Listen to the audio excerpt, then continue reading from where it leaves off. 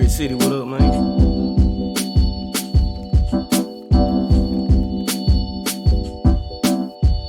What it is, what it is.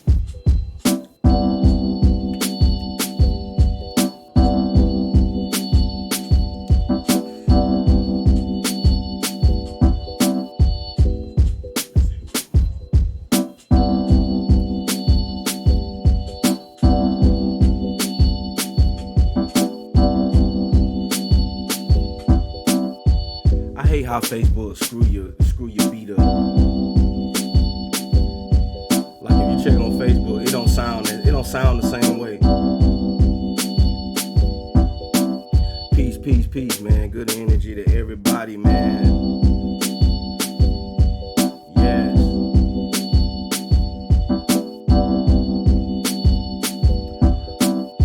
Hold on, I wanna see if it sounds different on Twitch.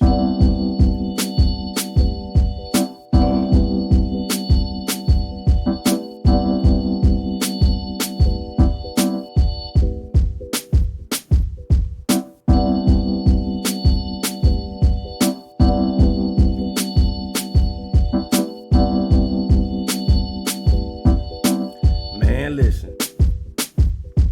Can y'all hear that? Okay. I didn't screw it up this time. I didn't screw it up this time and had the beat muted.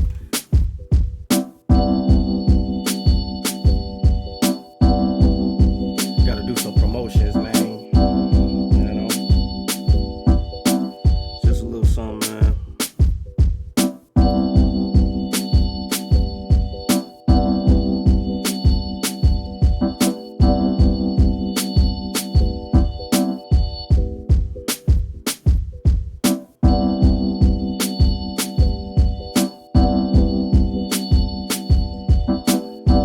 What y'all think about that, man?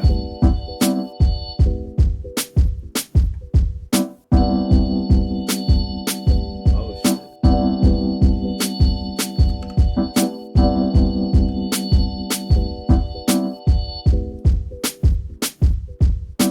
Said trade.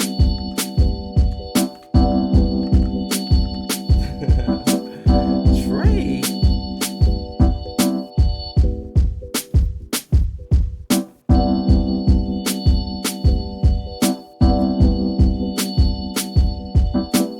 I hate how Facebook make the beat sound.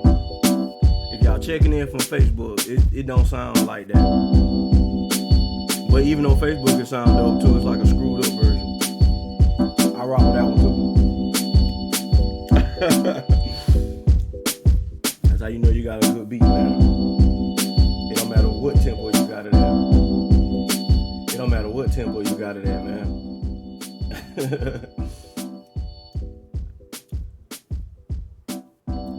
Man, listen, I'm turn that down. See, I can't get copyright strikes if I make the beat. Or can I? No, I can't. Because I made that. Anyway, man, peace and good energy to everybody, man. Stopping in. This is Chauvin, aka Chauvinistic, as I'm known on the internet. Also known as the last Mizukage, the #1 water boy. Anyway, I just made all that up. Nobody really calls me that. I just made that up. But anyway, appreciate y'all coming through, man. This is another episode of High at Noon, episode 6 of them things. Yeah, man, we done did a month worth of these, and I wasn't even trying to.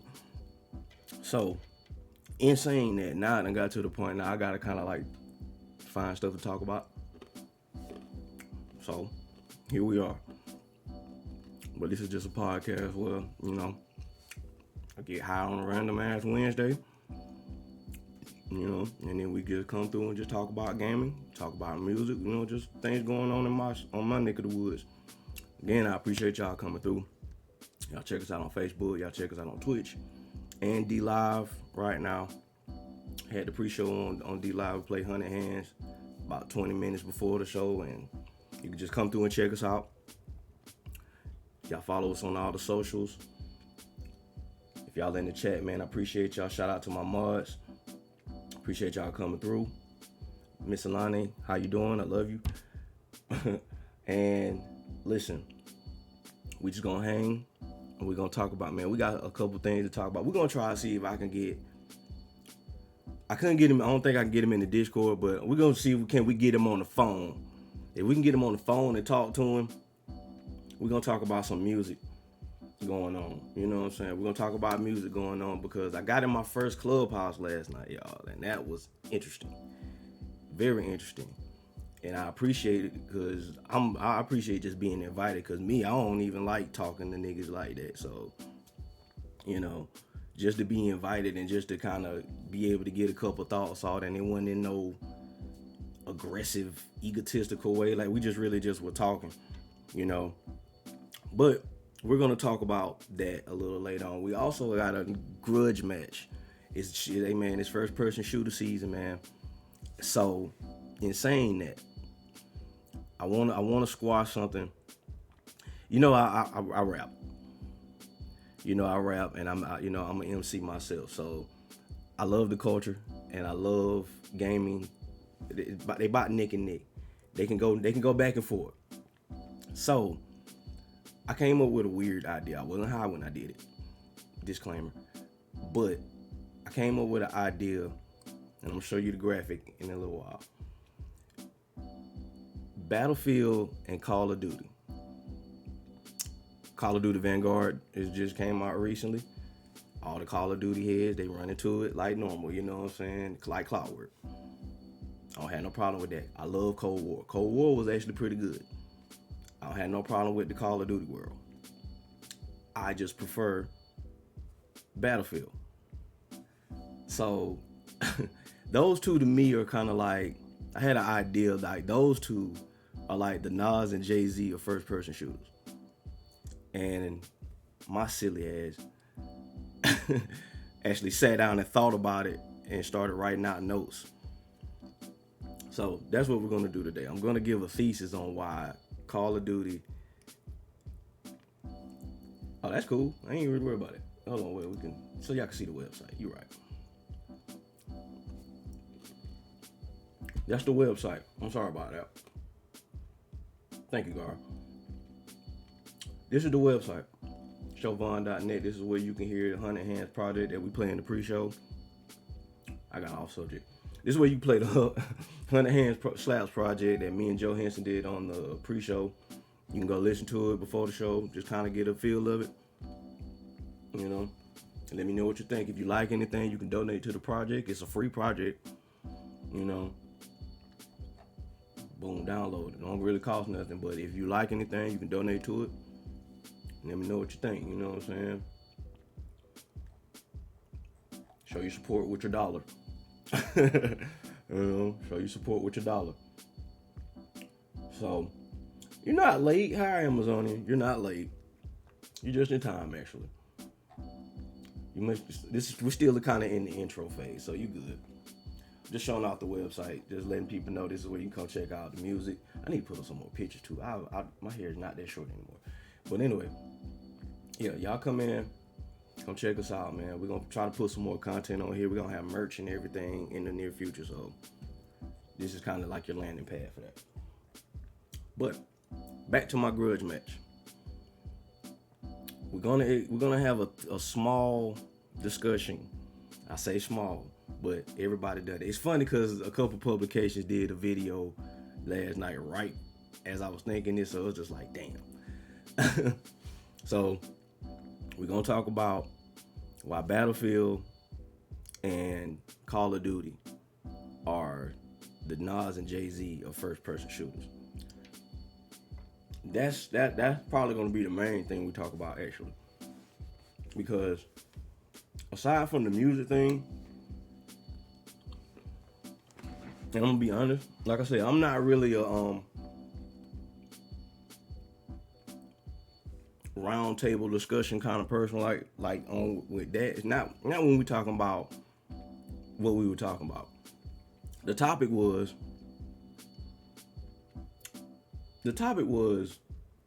you know what? We'll say that. We'll get to it. Let's talk about games first. Slav, what's going on? Peace to you, man. Thank you for coming by. But the topic was the mindset of 229 artists in the area. Not in no arrogant way. Yeah, please don't take this the wrong way, but that right, that automatically that kind of just shut my brain out because it's like, why do we keep talking about local stuff? Like, but I'm trying to change my mindset. You never know who you can put onto your music. He said, don't sugarcoat it. No, I'm not sugarcoating it. Like, I'm telling you, well, there's nothing. Listen, I'm not going to sugarcoat it. I'm telling you exactly what I said in there. But see, I don't come here to be messy. Now, you looking for me to be messy, then you're not going to get that from me. Because I don't have no problems with nobody. But I am going to say, you got to understand, I'm speaking two different mindsets. You'll hear when I talk, I'm going to call my guy. I'm going to call my guy, Joe Henson. We're going to talk about it. Because he's been in the club room, one of those club rooms before me. He was in the last one before the one I got in. So, I'm sure he got some thoughts on it too. And so ain't nothing to really sugarcoat. I'm tell you exactly what I said. But I didn't say much. That's all I'm saying. Like, I didn't oppose. It wasn't like that. It wasn't messy. It wasn't none of that. We literally were just talking. But the questions that they were asked were kind of a little off-putting. And I'll tell you why when we talk about it. So, no sugarcoat. No, because I didn't go in there with the mentality to come away with nothing like that. Like, that's okay. That's kind of the basis of what we were saying. Stop worrying about it. Stop worrying about it. Stop being so upset with with the people in your area. Stop worrying about it. That's literally what the main point was. There's things you can do, but at the same time, you can try to reach out to people in your city and in your area. But just understand, we are all different. Everybody not gonna like the same thing.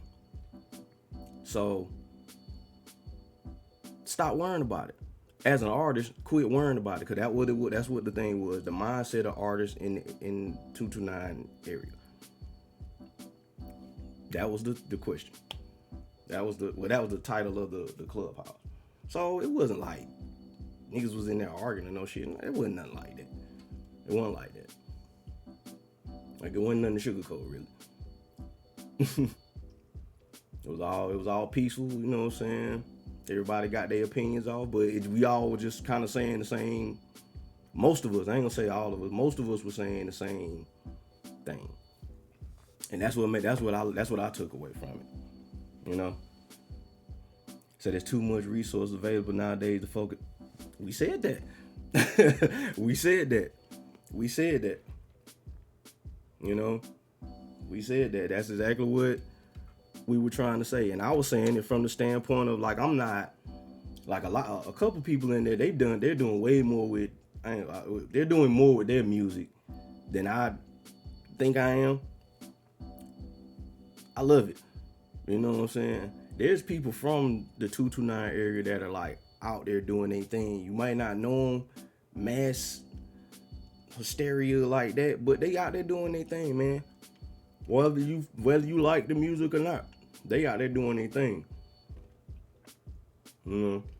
So that was all good, man. I kind of want to talk about it though. But just hit at it. I don't even want to spend too much time on it, because that was kind of my reason for not joining in the first place. I didn't want to give it too much light. I didn't want to give it too much energy, because really we just gonna end up talking in circles. People know what they need to do. People know what they need to do, man. It's that's all I can say. People be knowing what they need to do, but some people don't know at all. Some people don't know at all, but it's not because of lack of resources. They just don't be knowing what to do with their sound.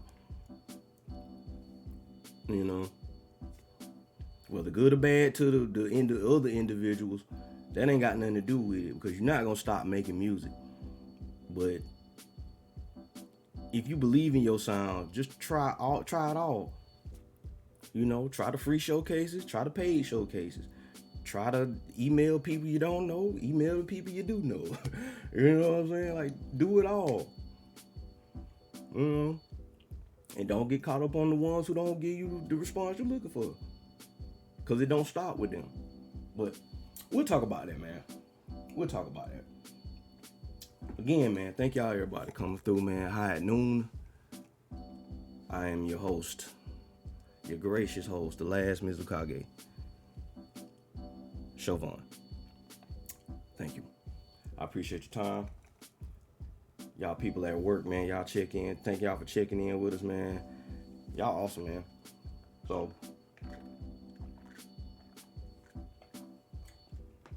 Forza is out.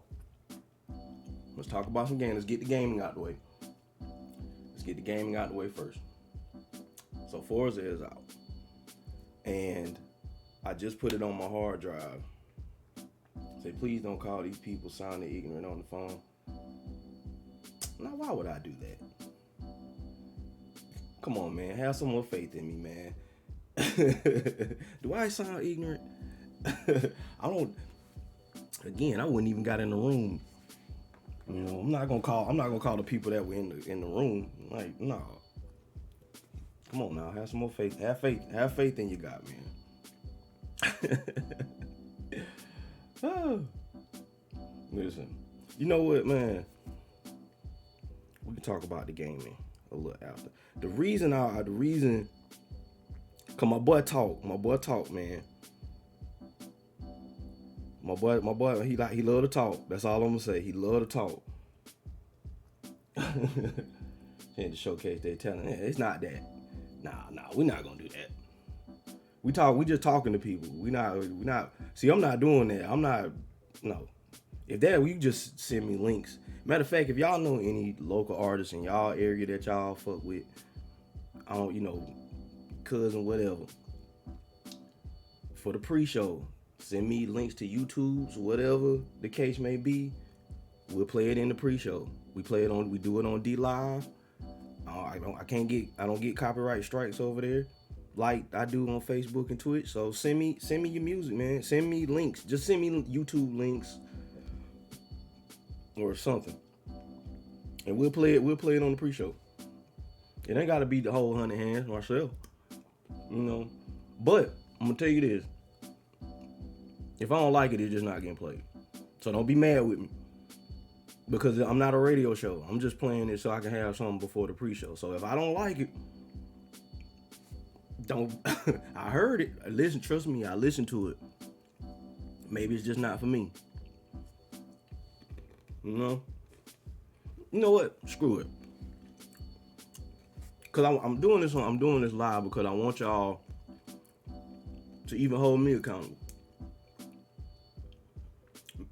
Send me at least 3 tracks, and I'll choose one of them to put in play on YouTube or something. Just send me something. Cause again, that one song might not hit me, but you probably got a dope song that you're trying to hide, or that maybe you don't like. You know what I'm saying? But send me some artists, man. Send me some artists. It ain't even gotta be people just people that you like. And we'll play it in the pre-show. 3 tracks, same artist. It don't have to be. It can be anybody. You know what I'm saying? It can be anybody. Coco Melon.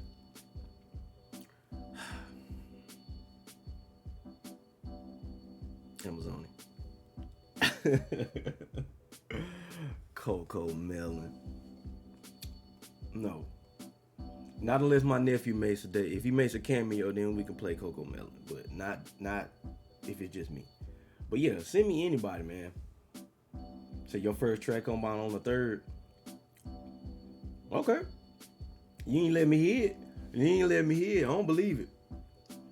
I don't believe in release days. Send it to me now. I should get the exclusive.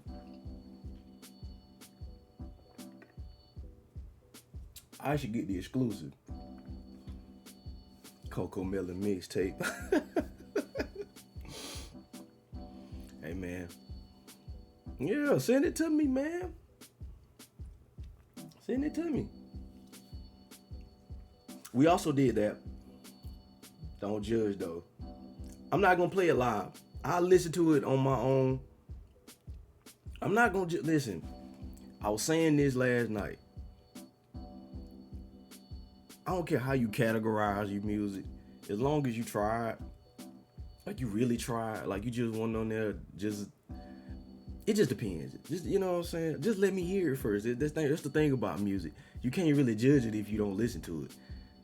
You know, if you don't hear it, you know what I'm saying? Like people talk about their music and they get mad, but you know they give criticisms on music, but then it's like, damn, did you even listen to the mixtape? Nah, I heard the first 17 seconds of the song didn't catch me, so it's like, man, fuck that, man. Did you listen to any of the music? Like, man, whatever. Like, dog, you can't really judge a song. You can't really judge music if you ain't listen to the song all the way through. Okay, so the 17 seconds didn't catch you, the 15 seconds didn't catch you or whatever. So what? Did you listen to the song itself, like the whole song? You know, so I'm not that harsh on it. But again, if it ain't for me, I just won't listen to it no more. Keep doing your thing, like, you know, keep doing your thing. And that's what I was trying to get across in the Clubhouse. There's people who feel like that. You know, they might not like your music, so to speak, but it don't mean that they want you to stop doing what you do. You know, they not hating on you. Oh shit. Yeah, we right here. What you just sent it to? Hold on. It's in the Discord. We might got an early submission, huh? What you was on there doing, bro? You was rapping, or you were funny rapping? See, I gotta ask you, cause you're a comedian, so I gotta ask you, was you funny rapping, or was you rapping like, you know, you just, you know what I'm saying? You bullshit. Okay. Okay. So now I know how to temper my expectations. You know what I'm saying? I'm not gonna listen to this with hardcore MC ears now. You know? Funny shit, most likely. Man, let's play it, man. Let's get a good laugh. We got Brother Gara in here, man. Kazakage.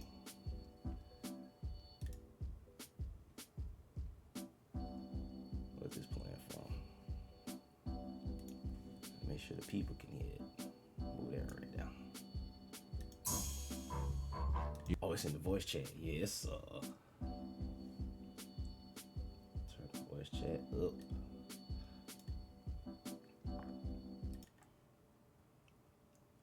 Man, we got a submission, man, from the great Kazakage. What's your what's your rap name? Are you still just Perfect Gara? We got the Kazakage, Perfect Gara, dropping his track, same thing. Listen, y'all, this is not serious. He just gave it to me so we could get a laugh, man. But I do want you guys to send music, like serious artists, because I want to listen to, you know what I'm saying? I want to just hear different music, man. Again, just to have something to play, not necessarily to help y'all get on or nothing like that, you know what I'm saying? But it could, if we grow this platform, it could. But you know, it's not the focus. I just want something else to play in the pre-show. But we got Perfect Gara with Same Thing. Let's hear what my boy got going, man. Yo, I'm tired of this shit, man. For real though, bro. I'm tired of doing the same damn thing. I'm tired of hearing the same damn thing. Every time for some new shit. Let's go. Hey. I woke up this morning and did the same thing. Let's go. I went to work and did the same thing. Right. I clocked out the job and did the same thing. Now I'm laying in bed and doing the same thing. Let's go. I woke up this morning and did the same thing. I know. I went to work and did the same thing. Same thing. I clocked out the job and did the same thing. Now I'm laying in bed, I'm doing the same thing. Same thing, why can't you see? Always a funny nigga over here looking at me. I may be on TV, Probably got my own CD. But guess what? I can only be me. Go to work, I'm tired. Better yet, you're fired. Where's my damn lighter? I'm trying to get higher. Give me a bag, I'ma smoke a bag of rocks. No, y'all niggas This on man Twitch crazy. mad at my Michael Jackson tunt. But y'all keep This on nigga hating. crazy. I'ma do the same thing. Lo, what's up, man? I'm finna call you. I'm I'm finna call you. Have your phone ready. This ain't bowling. Yeah, Stay girl, in you your lane. foolish. Hey, Okay. shout out to Diddy. I'm finna call you and Hall of like, Fame. I woke up this morning and did the same thing. Let's go.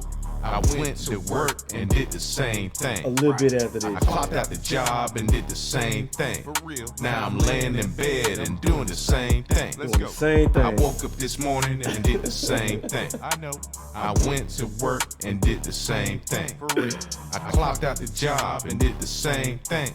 Now I'm laying in bed, I'm doing the same thing. I'm so tired of going to work.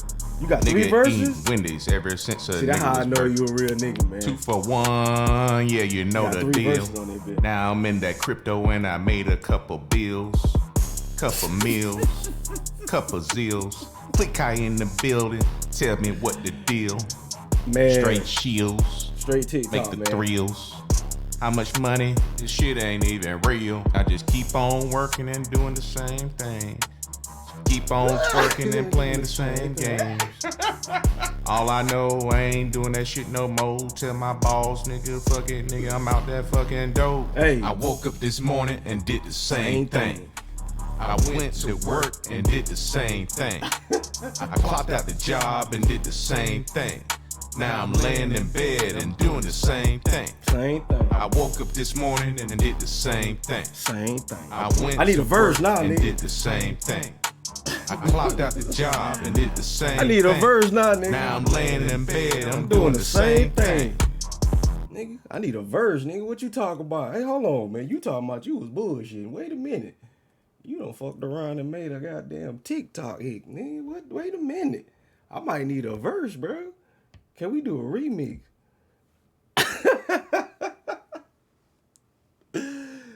Oh, man.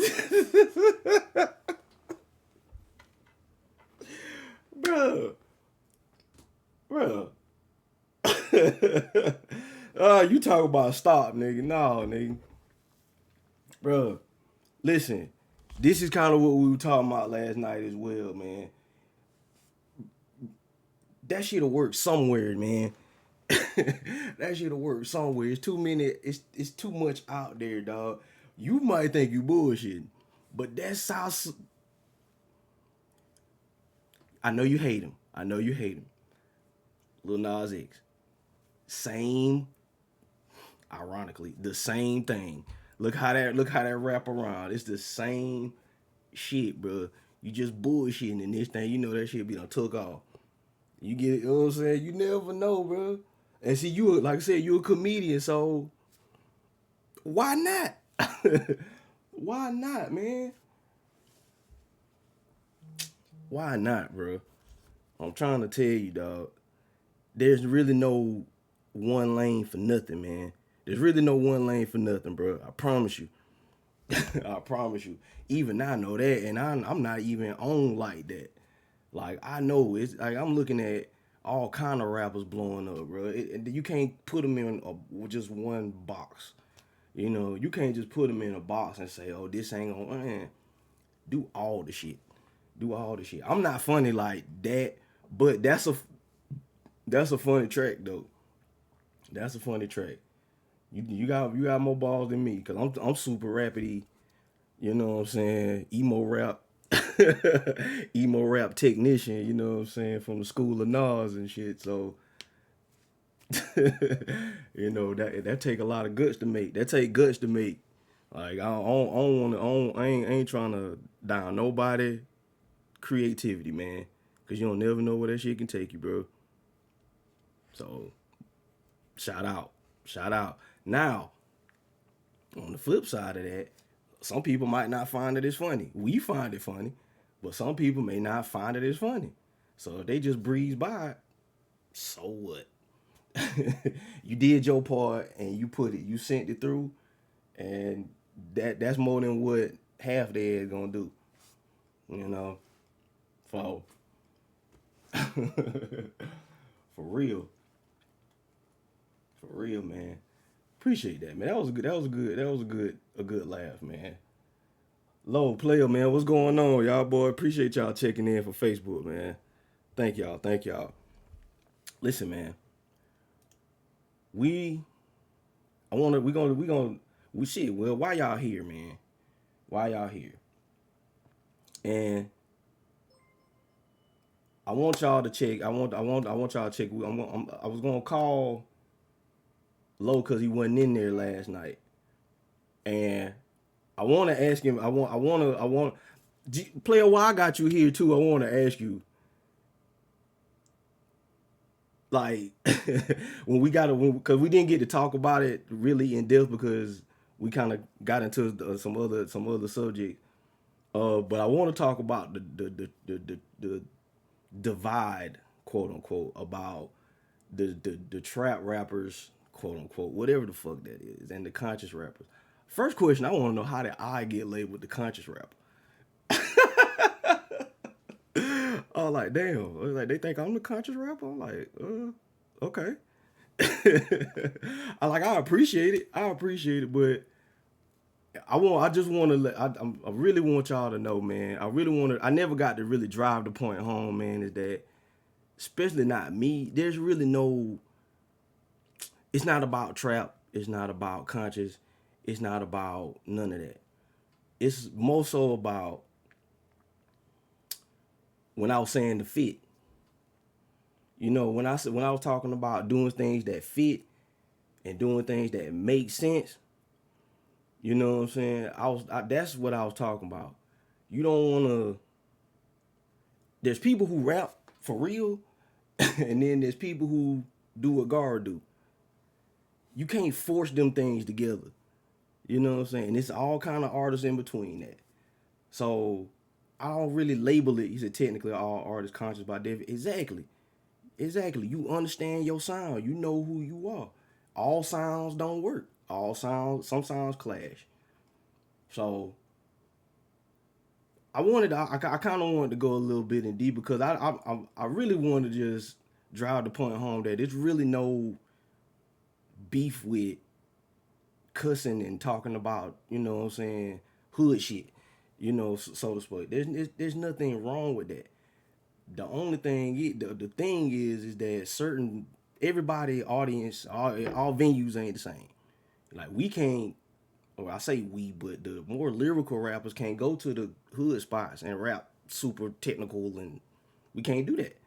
You know, it's just not gonna work. It's just not gonna work, you know. But there's still a space for everybody, you know. I was wondering how the conscious rappers, and I say quote unquote because there's really no category for it, but I was wondering how can we, because you said alienated. He said alienated. The question, I mentioned Lane Voices. This is shit. I talked, you know, Carlo had a free showcase. I don't know how we got on showcase, but we were talking about showcases. And I mentioned Lane Voices, and another one of the moderators asked me, he was like, I'm glad I got you here. Why do y'all conscious rappers feel like, or it was something with the trap rappers? And I'm like, first of all, like, what does that mean? Like, I listen to all kind of shit. Like, I listen to ratchet shit. I listen to high science. I listen to all of it. So it really ain't no issue with none of that. But then they brought up some wording on the flyer, you know, and it's not my venue. It's not my, you know what I'm saying? It's not my venue, but that venue fits what I do. So I wanted to know, how can we alienate anybody if we the minority as far as the sound and the culture? We're the minority. You know, he said they're referring to the criteria. Yeah, the criteria, I didn't take it as, and it's just me, I can only speak for me, I didn't take it as they didn't want y'all to do hood stuff. They didn't want, because there's plenty of artists from that side of life that came through. And that's the point I was trying to make. They came through and they did their thing. It's like they were saying in the clubhouse. Even if you do that, you don't talk about that the same way. That's all they were saying. Yeah, I was just finna say, hold on, let me allow that, because that's true. They did it. So it's not that they didn't want you to do your art, but they wanted you to do your art for real. Like, I think Player mentioned the artist. He said he do poetry. That's what we looking for. Like, that's, I don't say we, but that's my guild as far as artists. But, you know, that's what that venue was looking for, really. You know, like, he would have killed. 2 Black performed. You know, 2 Black performed. Brought his whole, you know, I don't know his whole hood, but he brought people through, you know what I'm saying? Like, it wasn't like that. I don't believe. It's just how they present it. And if you really got a bag, you really got versatility in what you do, then you were more than welcome. It was just to show your versatility in what you do. You know, because it was just it wasn't like people saying, oh, I wanted to come in and smoke weed. I wanted to come through and smoke weed, and you could have did that. You could have did that, but it just wasn't a turn up type session. You know what I'm saying? That's all. I think it's a disconnect somewhere, man. Like, everybody would. I just don't want people in Albany to keep having these same issues, because the issues ain't with the people, man. It ain't just with the people. It ain't just with the people, because niggas just hate. Niggas hate anywhere. That's not an Albany thing. That's not a. Niggas just hate anywhere. So you can't get caught up on that. But I'm gonna say this. I don't think, just be it that we all different people and that we all got different mindsets as far as what we want out of music, I don't think there's really a way we all can move on one accord. Not like what we thinking. We can move on one accord as far as respecting each other.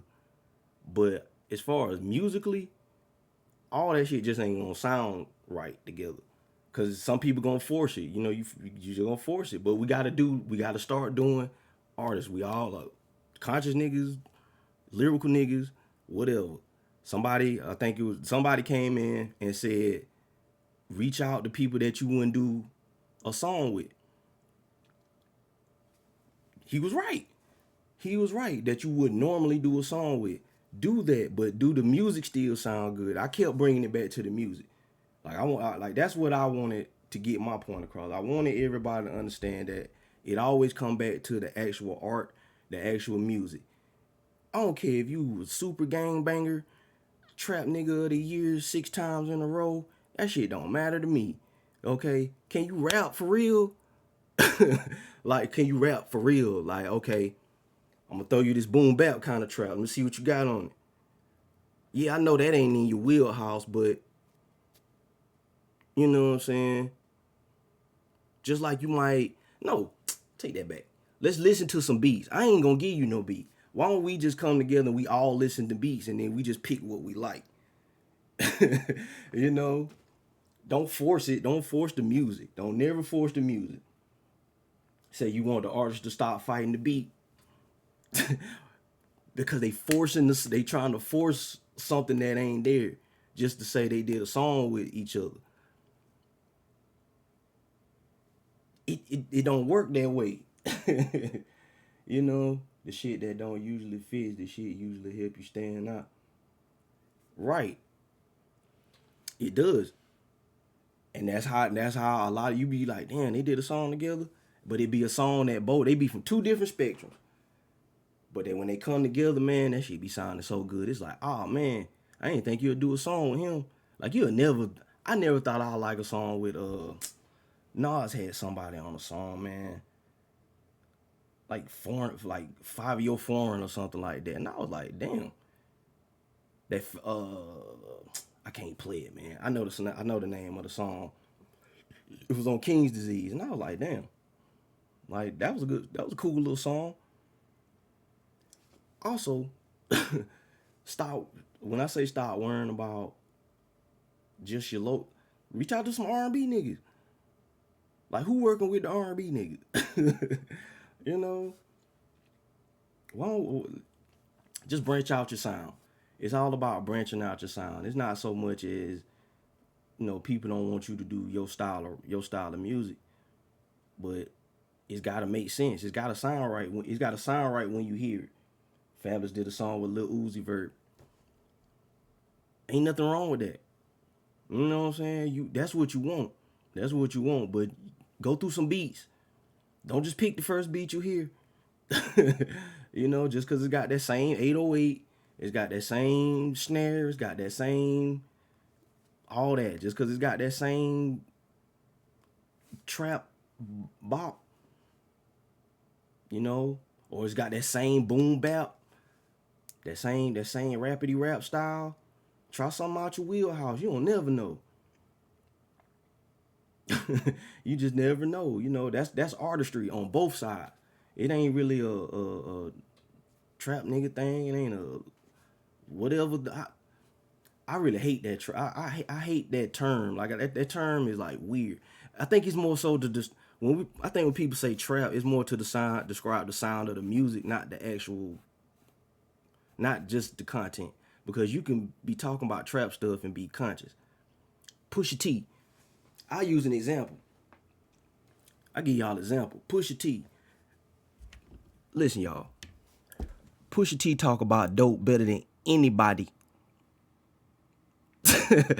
I don't think I've seen a rapper or heard a rapper that can rap about cocaine better than Pusha T. Ever. Like, even better than Jeezy. And I know down south we love our Jeezy. Pusha T would rap circles about cocaine around Jeezy. We can't argue about it. I can just run you down the list. But the way he raps about it, he sound like a conscious quote. He sound like a conscious nigga. One of my favorite rappers. All he do, he's 90% cocaine. I believe he's a brick himself. He's just a brick with legs and teeth and braids still in 2021. But that's my guy. That's my guy. That is my guy. Like, is he trap? Is he trap? Quote unquote. Or is he conscious? Quote unquote. It don't fucking matter. He just fire. He just really fire at what he do. The shit be sounding good. He picked the right beats. He approached the beat the right way. He do the right collabs. That's all I be talking about. Bring it back to the music, man. Bring it back to the music. Say it's the whole formula because it's definitely. Say it's production, flows, beat, content put together. You do them individually, it ain't trap. But when you put it all together, it's a sound. It's a sound. And ain't nothing wrong with the sound. Ain't nothing wrong with sound. Exactly. John, they silly. Like, do you rap or not? Do you rap not? Or do you rap or not? Do you do music or not? I ain't gonna just put it on rap. Do you do music? But I think that's what we all kind of, that's the point I wanted to drive home as far as that. But we didn't get to really talk about it. And again, I don't think we alienate. I keep saying we. The niggas, the hip hop MC niggas, the rapidy rap niggas. We the minority. And y'all know we the minority. Don't nobody be want to hear that shit around here. Y'all know this. Y'all know we the minority. So we can't really alienate the majority. So in doing that, we know that we have to create our own spaces and our own lanes. Again, we can't just stop with Albany. So we got to think bigger. We got to think bigger because our music is bigger than this area. So we have to make our own spaces, our own lanes. But the thing about that I was saying about Lane Voices is that it invites everybody. I was really trying to tell the artists, you know, we can't really complain when avenues like the showcases that Player G throws and Lane Voices exist. They both exist. Do both of them. If you listen, do both of them. I don't really like pay to perform things, but that's just me. You know, some people invest in themselves that way. Everybody don't have to make the same investments. You know what I'm saying? But if you want to do the paid performances, do them. Come to Lane Voices. Show the other side. Show them songs that you scared to let people listen to. Or that you know what I'm saying, oh, that's a girl song. You know what I'm saying? Come on. You know? Nobody don't care. Bring it through. Bring your artistry through. That's all it's ever been about from the jump with me. You know, as far as music. If you want to do a track, man, just send some beats. Send me some beats, man. Send me some beats. Let me listen to them first. Don't just send me the first thing you hear, but let's go through some beats. That's anybody. That's trap niggas, quote unquote. Conscious niggas, quote unquote. Like whatever, and all things between. The cool niggas, the nerdy dudes, the whatever, the white boys. Send me some beats, man. That's all. I'm from the South, dog. The beats. The beats. I'm from the South, but I listen to a lot of Midwest and West Coast stuff and New Orleans stuff because beats don't all have to be the same thing. You know, they don't all have to be the same thing. Like, my ear just won't let me listen to the same. I can tell when the beat is the same beat over and over. It's like, all right, that's getting kind of repetitive. So, as far as me rapping, it was like, I can't rap on the same thing over and over. So, I try to find things that kind of challenge me. You know what I'm saying? Like, all right, maybe you can spit what kind of pocket you can find on this. But that's just me. So, the people that's like me, you know, that's just what we do. You know what I'm saying? You know? So I don't think that's one thing that we gotta, cause when I was asked that question, that let me know right now that there's some kind of divisiveness or, you know, a divide, something going on. Somebody feel a way about something. And I was like, where's that at? And then when, you know, y'all brought up the flyer, I was like, I didn't take it that way. But I didn't get really to say that. Like, now, that's me being Mr. Culture, positive culture. Now, the next thing I'm going to say is MC Ego. This is all rap, egotistical right here. So please don't take this the wrong way. Some niggas just can't rap with you. Or some niggas just can't rap with me. Y'all might love him. He doing his thing. He out here balling. He out here hustling. He doing all the things. He's all successful. Y'all might love him. But some niggas just can't rap with me. And that's not because they trash. It's just because I'm way over here. I'm way over here. And it's not that I'm trying to show them up or nothing. Don't nobody want to get showed up on their track. But trust me, it's not intentional with me. I just come trying to do the best me. And I'm not saying I'm better than nobody or I'm just doing, no. I'm saying some people just don't get it. Some people just don't get it. And that's okay. So if you don't get it, let's not force it. Let's not force it just to say we did a track or just to say we in the studio and look cool on Instagram, you know, or get some, look cool on Facebook. Let's put some real ideas together, you know. I like high concept stuff.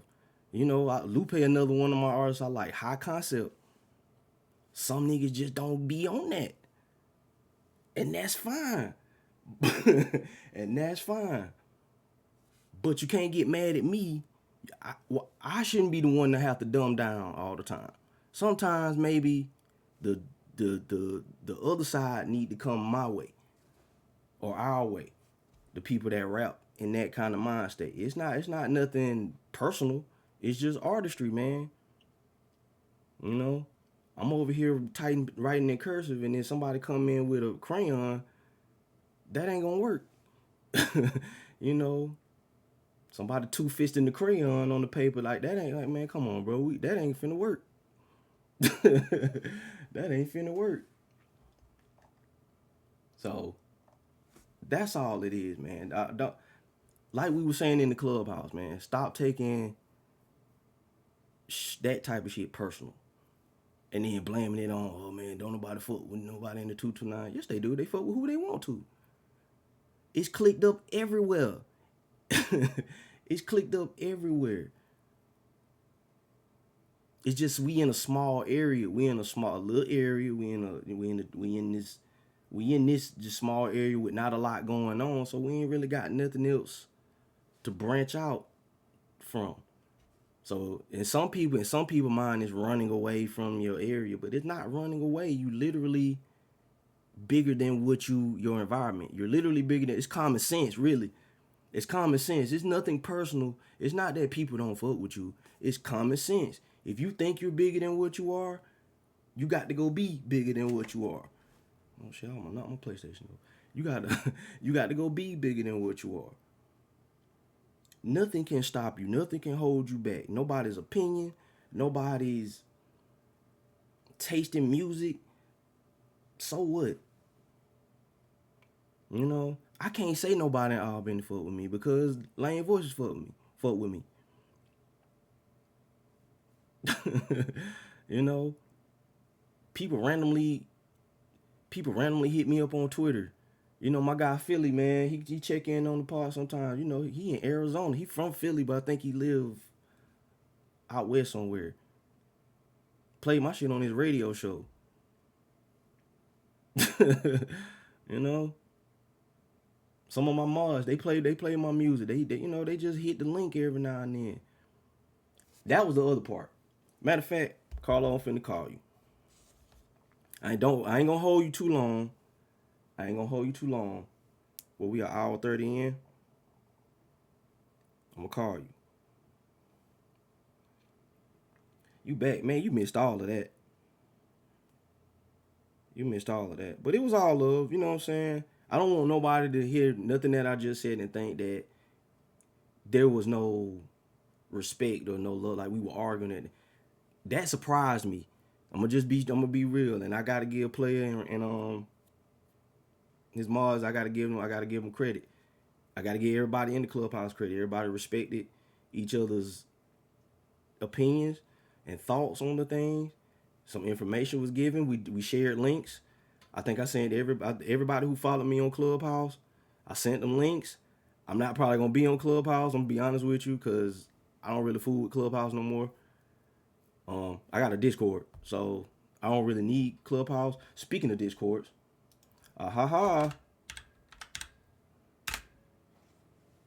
yeah. Speaking of Discord, y'all hit that link right there, man. Come join the SOS School of Sharks Discord, man. We come in, man. We chat. It's like Clubhouse, but streamlined, if I want to say. So y'all come through, check us out, man. But yeah, it wasn't nobody was dissing each other. You know, people was giving their opinions on the scene and what was going on. But again, like they were saying in the chat, I think it was a guy named Looney was in there. And he was just saying like, fuck that. Whatever reason you got or you finna give me right now, fuck that. And that was like the probably the realest perspective in the whole shit. You know? Hold on, but I'm finna call you now, man. Let me see you gonna answer. Let's see if we get this man on the phone. Can y'all hear that?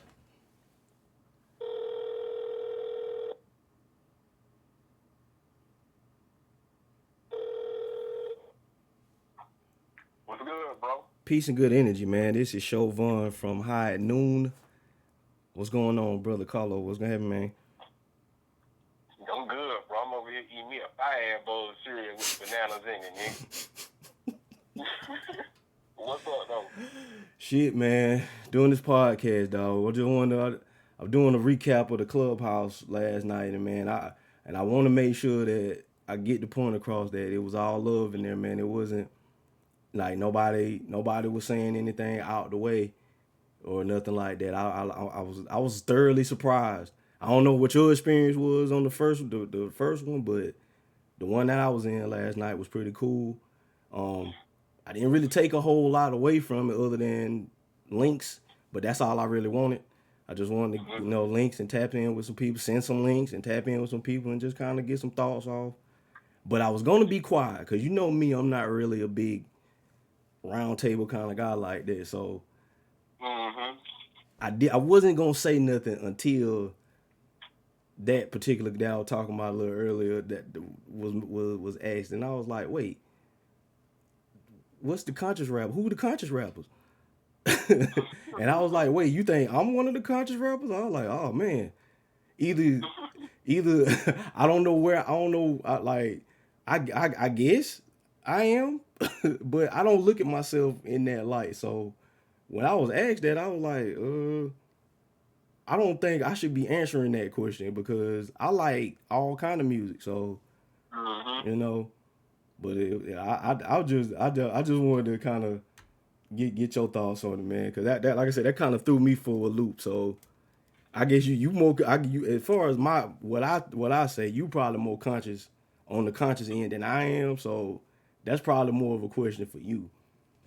Yeah, by their definition of conscious, I would definitely fit way more than you. Yeah.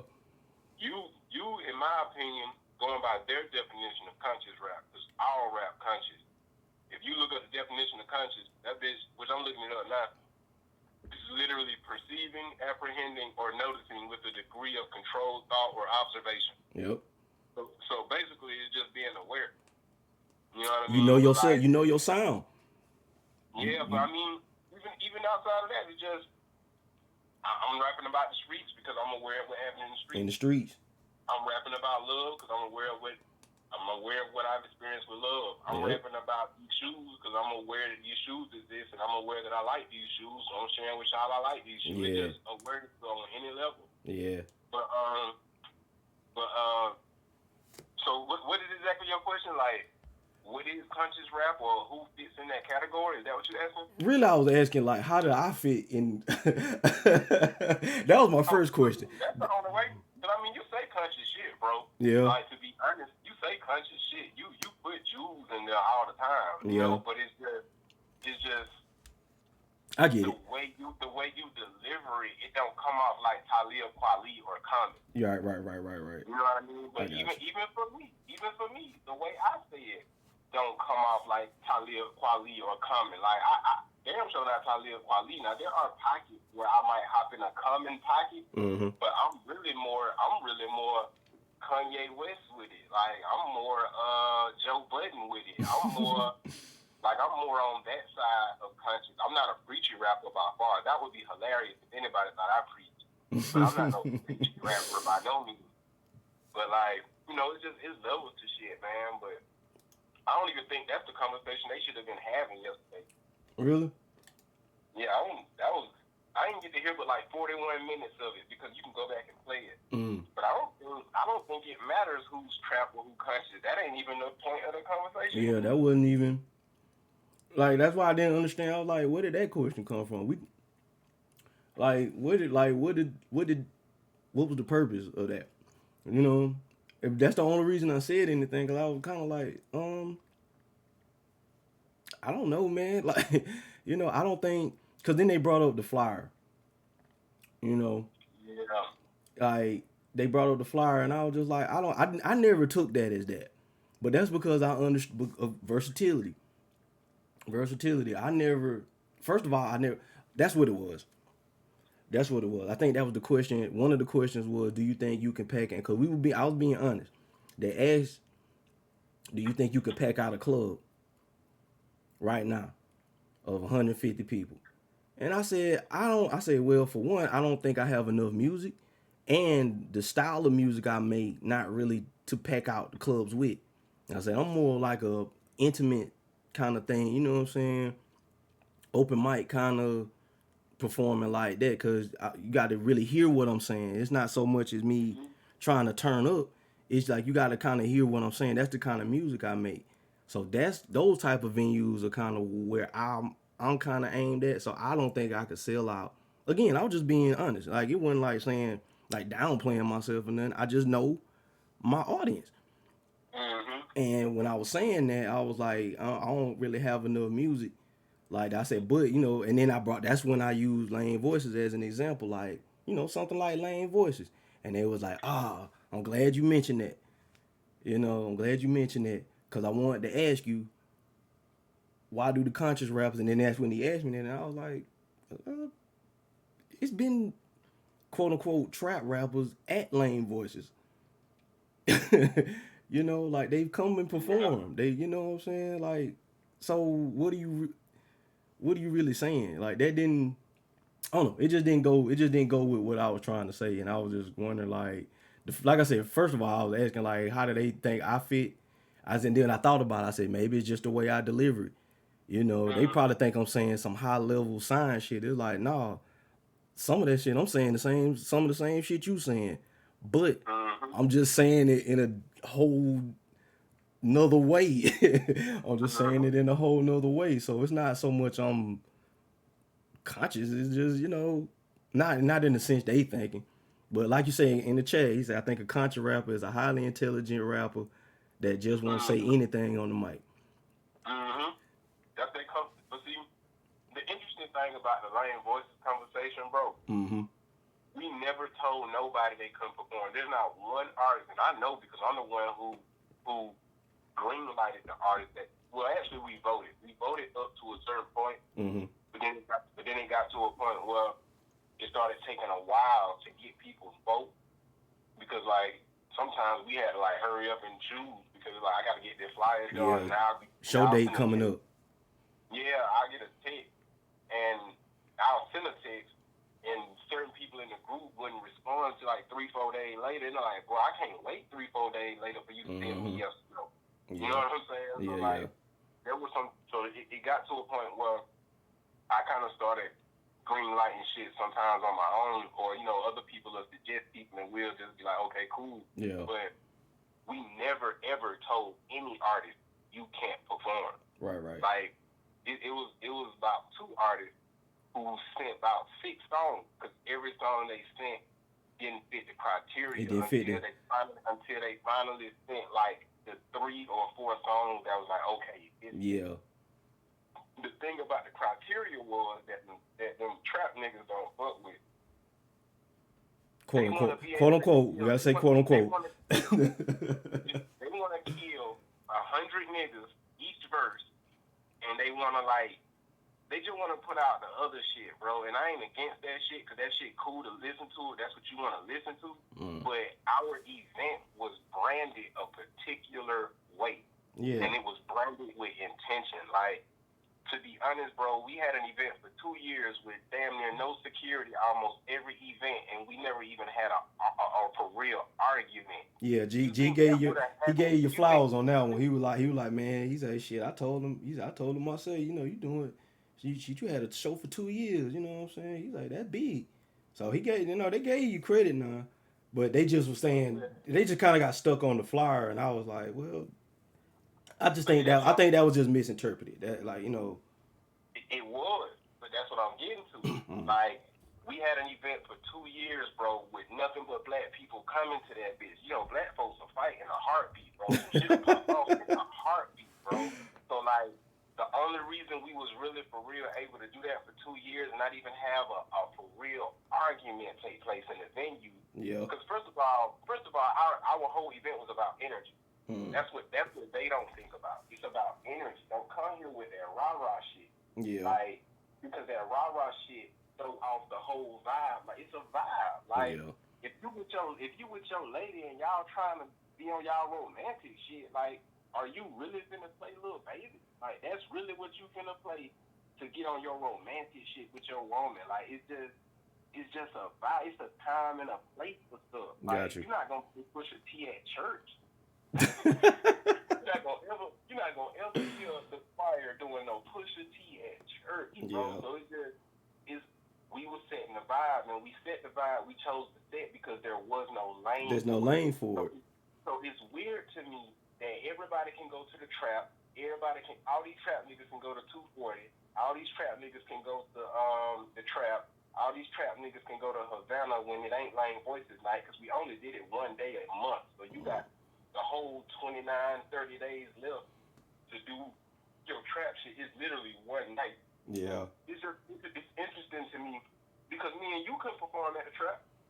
That's what I was saying earlier. We can't take fucking. We're more alienated than they are. Just on their side, yeah. You know, that's why I want to highlight. If we the majority, we can't really alienate. You know, I mean, if we the minority, we can't alienate the majority of what the sound is. You know, that's the word they use, alienate. Why do we alienate the trap rappers? And I'm like, how? How do we have to find our space. Because there is no space. We have to find our space in this, like all of this. Like, it's not that nobody's disrespecting nothing that anybody do. We just do it differently. But in order for us to do it differently, we have to make a space for it so it can exist. That's all. Lane Voices was one of them, and it's been other like showcases like that. You know what I'm saying? It's been other showcases like that, like what was when it was Downtown Live, what was the open mic, Wet Mic Wednesdays and stuff like that. Like stuff like that always exists. Man, it was more on the poetry side. It was the more on the poetry side, right? Yeah, our shit wasn't just poetry. Like, cause I went to Wet Mic Wednesday and Downtown Live. I went to Groove Speak. Like, I went to all them shit. That's the name. Every time the city had some shit, I even used to go to the Levy, which was more so about like rock shit.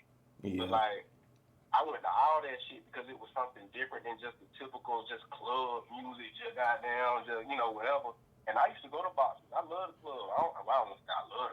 But I love the club when they play shit that I used to be in that bit. I was in that bit. I used to be in boxes and Club Chill. I used to be in them bitches, bro. But the thing is, like, people don't look at the whole spectrum, bro. Like, people look at the Rubik's Cube from one side, and just 'cause they see that bit red on that one side, they act like they know they got the whole side, the whole cube mapped out. They're like, bro, that's just one side of the cube, bro. It's a 5 other sides to look at. Six sides of windows in a grid. And it's like the way we branded the event, it was so people who didn't have a platform would have a platform. Yeah. And for the people who already had a platform, who were the niggas who be shooting at the club and fighting at the club, like, we found a way to filter them out. Like, we don't want that energy here. Yeah. So, you know what? Let me say this. I don't think it was so much as to just filter them out completely.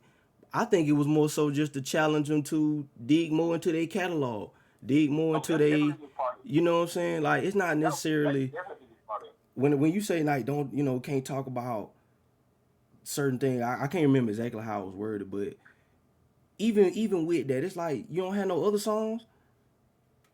Like that you should look at yourself and be like, damn, maybe if that's all I talk about, then maybe I need to do something a little different. It's not necessary.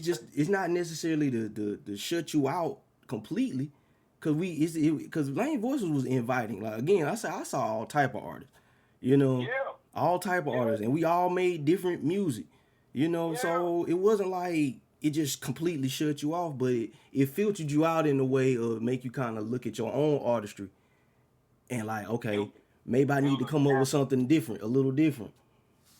It was a standard, and you had to be able to meet the standard, like on some talent shit. Yeah. You had to be able to meet the standard, bro. Like, at the end of the day, we had a show where a Blood and a Crip performed at the same damn show. I'm talking about for real Blood, for real Crip. It Just was chilling. very much going on. And get what they did. Them niggas vibed out and enjoyed each other. Performed, and each other up while they performed. And both of them talked about street shit. Both of them killed some niggas in the song. both of them talked about selling packs. But guess what though? What everybody missed apparently. And I can't say everybody because we did have people who came and did that, even in the open mic segment. Mm-hmm. But with the niggas who complaining they missed the fact that we was just saying, don't glorify that in your music. Yeah. Like, if you talk about it, tell the story, because that shit really happened. Yeah. But Talk about the other side of it. But if you just a nigga who I clearly can hear, we clearly can hear, bro, you just glorifying this shit like this shit cool, like it's cool to shoot somebody and kill somebody. If that's your angle, you can't perform here because that shit ain't cool. Yeah. It happens. You can tell that it happened, but don't glorify that. Gotcha. Another thing we said was don't degrade women. The music can't degrade women. Mm-hmm. I know that might be whatever to whoever, but at the end of the day, for us, we was challenging Albany to respect ourselves for one. Like, respect yourself, bro. Like, understand the power of the tongue. Yeah. Respect yourself. Why you can't make a song without disrespecting your counterpart, nigga? Like, Gotcha. women are our counterparts. Like, why we gotta do that every time we step on a mic? Like, you can't not do that one night. Right. You can't. But this is something else. This is something else they missed. I went live and said this shit live 2 times on Facebook. I told them, if you want to do that trap shit, do that in the open mic part. Do that in that segment. You're not going to get a full set if that's what you're trying to do. Yeah. Because that's just a lot. Like, that's a lot, bro. Yeah. Because you know what a full set niggas doing 3-4 songs.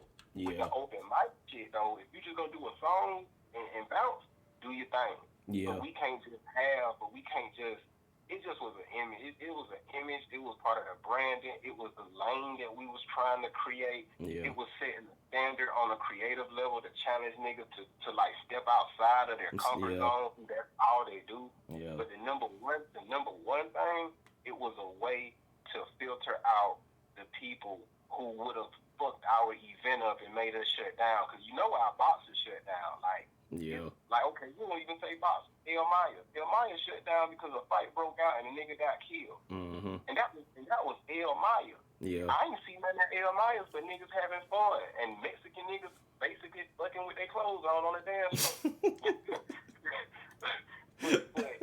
but it got shut down though because a fight broke out and a nigga like got killed. Like, we gotta when you have a business and you spending money like we were spending every month, you gotta protect your business. Yeah. Like, you have to protect your business. It ain't no different from an all-white party. If it's an all-white party, bro, and that's literally the dress code, you can't show up with goddamn fucking navy blue on.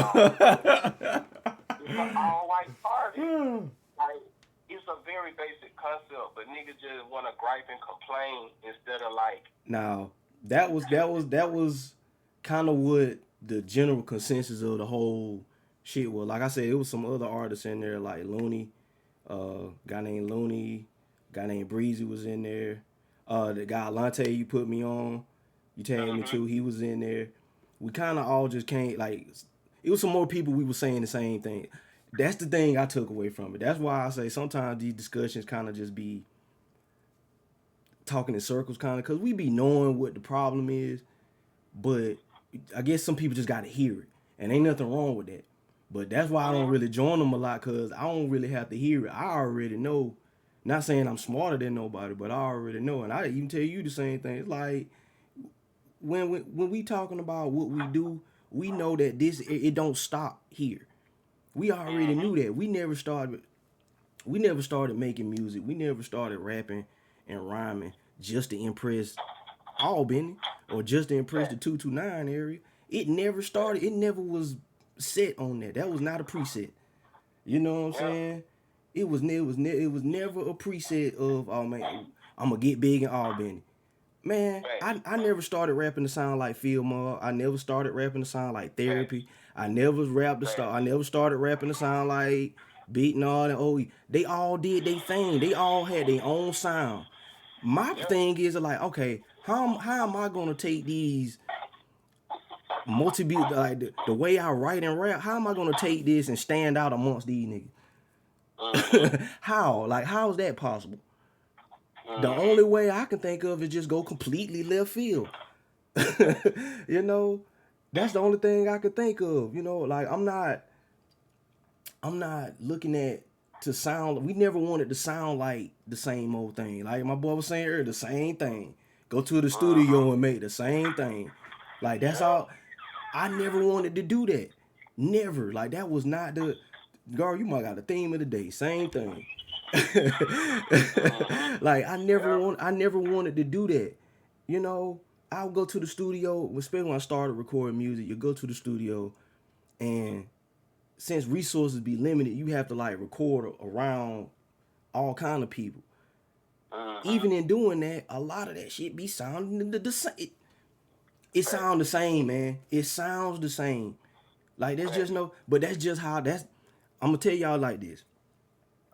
Just how we feel about the quote unquote trap rappers and the trap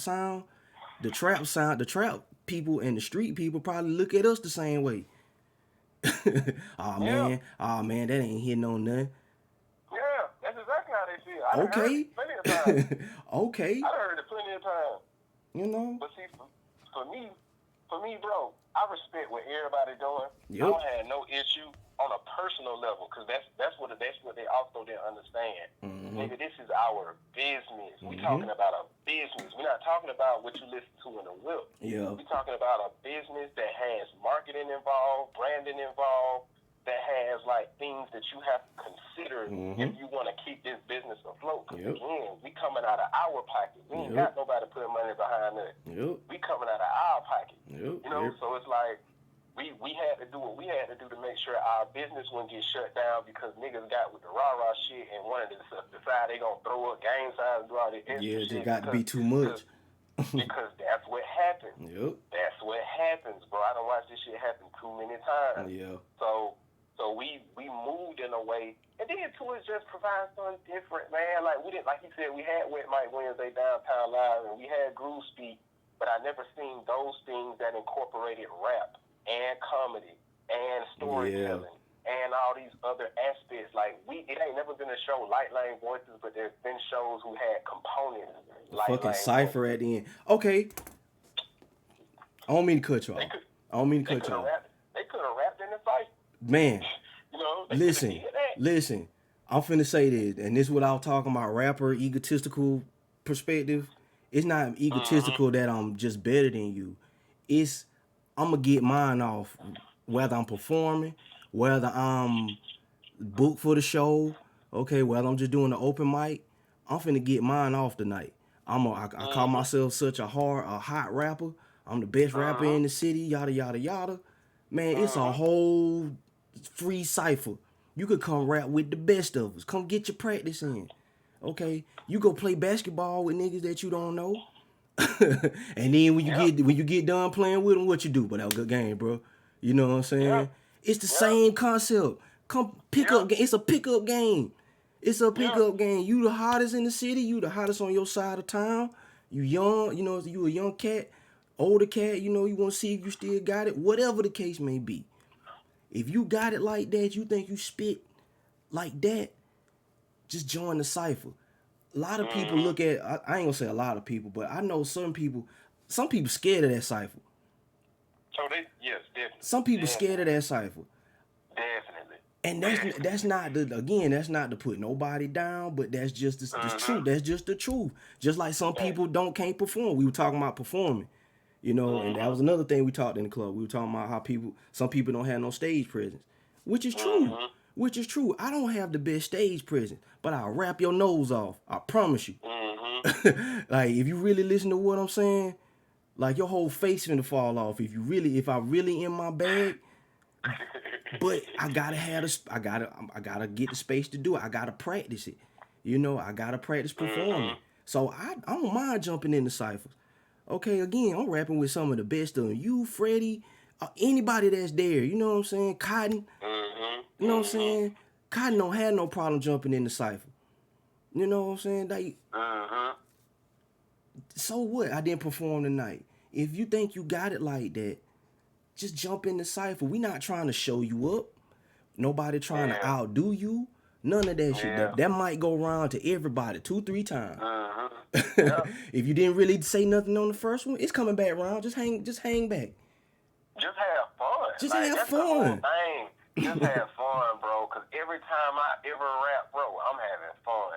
That's the number one thing I get from it. That's I can't say that. Cause sometimes it's an emotional release for me too. Yeah. Like, but when It's I that rap, too. bro, when I rap, I'm either getting a mental release, an emotional release. Every time it's a spiritual release, or I'm just having fun. Like, that's what I get out of rap. That's why, that's where my addiction of rap come from. Cause I'm addicted to rap. Like, I learned that about me. I'm addicted to that shit, boy. I've been rapping for going on 25 years, just writing and rapping. You just see the whole world as a rhyme. Yeah, like people be in regular conversation, bro. People don't realize like this how deep I am with the freestyle and shit. I scroll down my Facebook timeline and do freestyles with people's status. I do that. I'm talking about. I regularly used to do that. I don't do it all the time now. I really ain't never really did it all the time, but that was a consistent thing though. Like that was consistent. Like I actually need to start back doing that because that was good practice. Yeah. You know, because it's kind of like. When a nigga throw out a word and you supposed to rhyme with that word, it's kind of like that same type of brain. That's brain training. Yeah. And see, for me, I want to be one of those artists, bro. I don't care about being the best, but I want to be my best. Yeah, I want to be better. I want to be better than my last shit. Shit, yeah. But like, bro, we Lane Voices always have and always will support every artist, bro. Yeah. Every artist, bro. It's just. We know that if you a real for real artist, you can meet this standard. If you for real, if you can't meet that standard, you probably don't even need to be on the stage yet. Yeah. Yet. You got some more work to do. Yeah, like for real. Like, but either way though, bro, it's like if the trap niggas got 75% of the city, why we can't have a quarter? Why we can't have a quarter, bro? I can't get my quarter, bro. I don't deserve my quarter. Alright, you don't deserve your quarter. Freddie don't deserve a quarter. Inca Baby don't deserve a quarter. When Inca Baby gonna perform? Yeah. She a female that do like. Really, she don't fit in no genre. Like really, a lot of us don't really fit in a genre. If you gonna be for real. Yeah. But like Inca Baby, where Inca Baby gonna perform? Yeah. Like she ain't have nowhere to perform. We created a platform for the artists. That's why it's called Lane Voices. It's the niggas that's considered lame. Yeah, the ones that ain't in the spot. That ain't the minority. It's the people who don't have a voice in this area because the only thing anybody fuck with in this area is the same thing. Hey, I need that song too. That same shit, I need that, bro. I thoroughly need that, bro. Bro, that nigga don't know it. I hope he know it. I'm trying to tell him, dog. I'm trying to tell him. He a Virgo like me, man. He don't believe it. He don't believe it yet. You know what I'm saying? He got to see some tangible evidence. But that's why I told him to send it. That's why I told him to send it because you just never know. I do the same thing. Again, we got the same problem. I say it's a Virgo thing, but it might be. But that's one of them things, man. You be sitting on it and you be like, man, I don't know. And then it's like, fuck it, man. Just try it. Because that's how I ended up in the clubhouse. Like, again, I don't really like having them same discussions over and over. But my girl, my lady was telling me, we was having a discussion, and she was making the point of, we can't afford to be missing every opportunity. We can't, you know what I'm saying? Now, me, I'm looking at it from like, well, you can't, I heard a fiend voice in my head. Some things life is like free throws. Some things you miss, some things you make. Don't rush, don't wait. So that was playing in my head. That's how I was rationalizing. But she was dead right.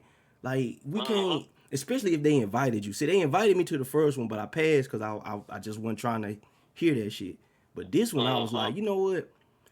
Just the one time, okay? Go on, download Clubhouse. Go on, get in here and just listen. Just listen. And then if you got something to say, just say something. If you don't do nothing else, just send some niggas your links. You know, if you don't do nothing else, send some niggas your links and see how they feel about it. And that's what I ended up. That's why I didn't go to sleep till like 5 this morning, because I was thinking about this, trying to plan this out, because I got another topic I'm talking, some gaming shit I'm finna talk about. But I was thinking about this, and I was talking, and I was like, man, damn, I got lost my train of thought. But I was sitting here thinking about all of this, and I was like, man, you know what? Why don't we just?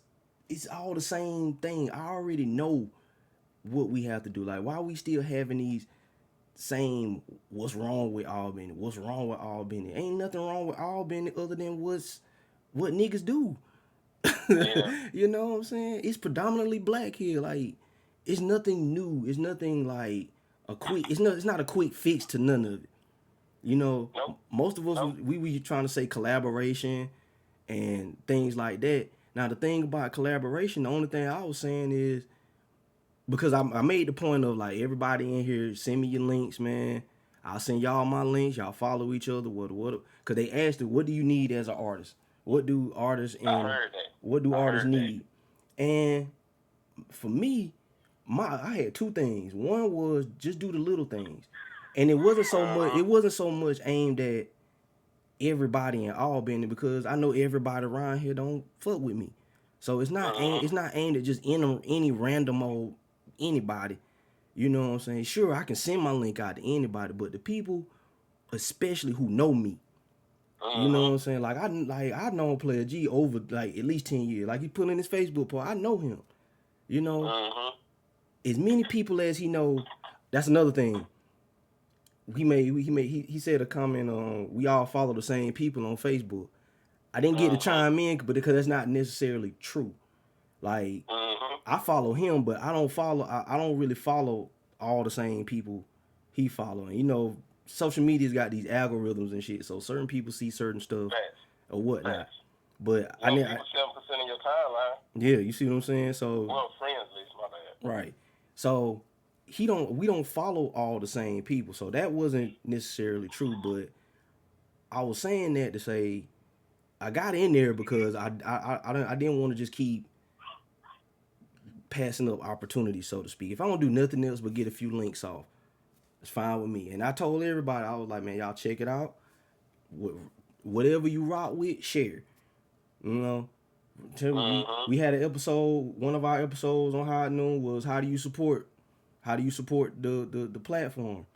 I gave everybody the rundown. It's the small things. If we friends in real life, okay, we friends. Take Facebook away. If we friends in real life, you don't want to put other people on to me. That's all. That's kind of the point I was. It's not necessarily just the people in the clubhouse or just the people on Facebook. It's the people. I was more so talking to the people that know you. You know what I'm saying? The people that really know you, like your family, you know, your friends, all of that. You got to kind of hold them accountable. You know, and that kind of worked into you can't worry about just the people in your area. But that was the basis of me bringing up do the small things. And that's not just with music. That's with business. That's with anything, any endeavor you trying in life.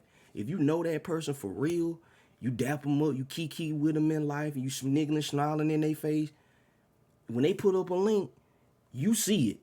Because you follow them on Facebook, you follow all their social medias. I got friend requests. I made a long post. I'm not accepting no more friend requests. Until you share something, just share one thing. I don't care what it is. I'll be your Facebook friend for life. You know, but there's really no point to keep adding people to Facebook for nothing. You know, I'm trying to detach from social media as is. Maybe more so, maybe not more so with Twitter. Twitter got his hooks in me. I'm sorry, but you know, but Facebook shit like Facebook and Instagram and all that, like, just use them for what they are. With your tools, just post, promote your shit and all of that. Use them for that. But the people is what drive it. So if the people that really know me, I don't care what it is. I don't care if I don't even like it. It don't matter. if I see you and I know you and because it may just not be for me. It may just not be for me. I'm so glad you're saying that because that ties into the Lane Voices shit. Because even though niggas saying that we alienated trap rappers, I didn't like every artist that performed music. That's lyrical niggas and that's lyrical niggas and all. That's a 100% fact. Everybody that performed, I was not a fan of their music. Right. But I wasn't handpicking who could and couldn't perform. For me, Chris and Josh and Kaya, we was just like, as long as it fit the criteria, and we feel like they're gonna put on a good show, they can perform. Right. Because it's an entertainment show. You can't get up there and bore the crowd. It's an entertainment show. People ain't gonna come if you boring on stage.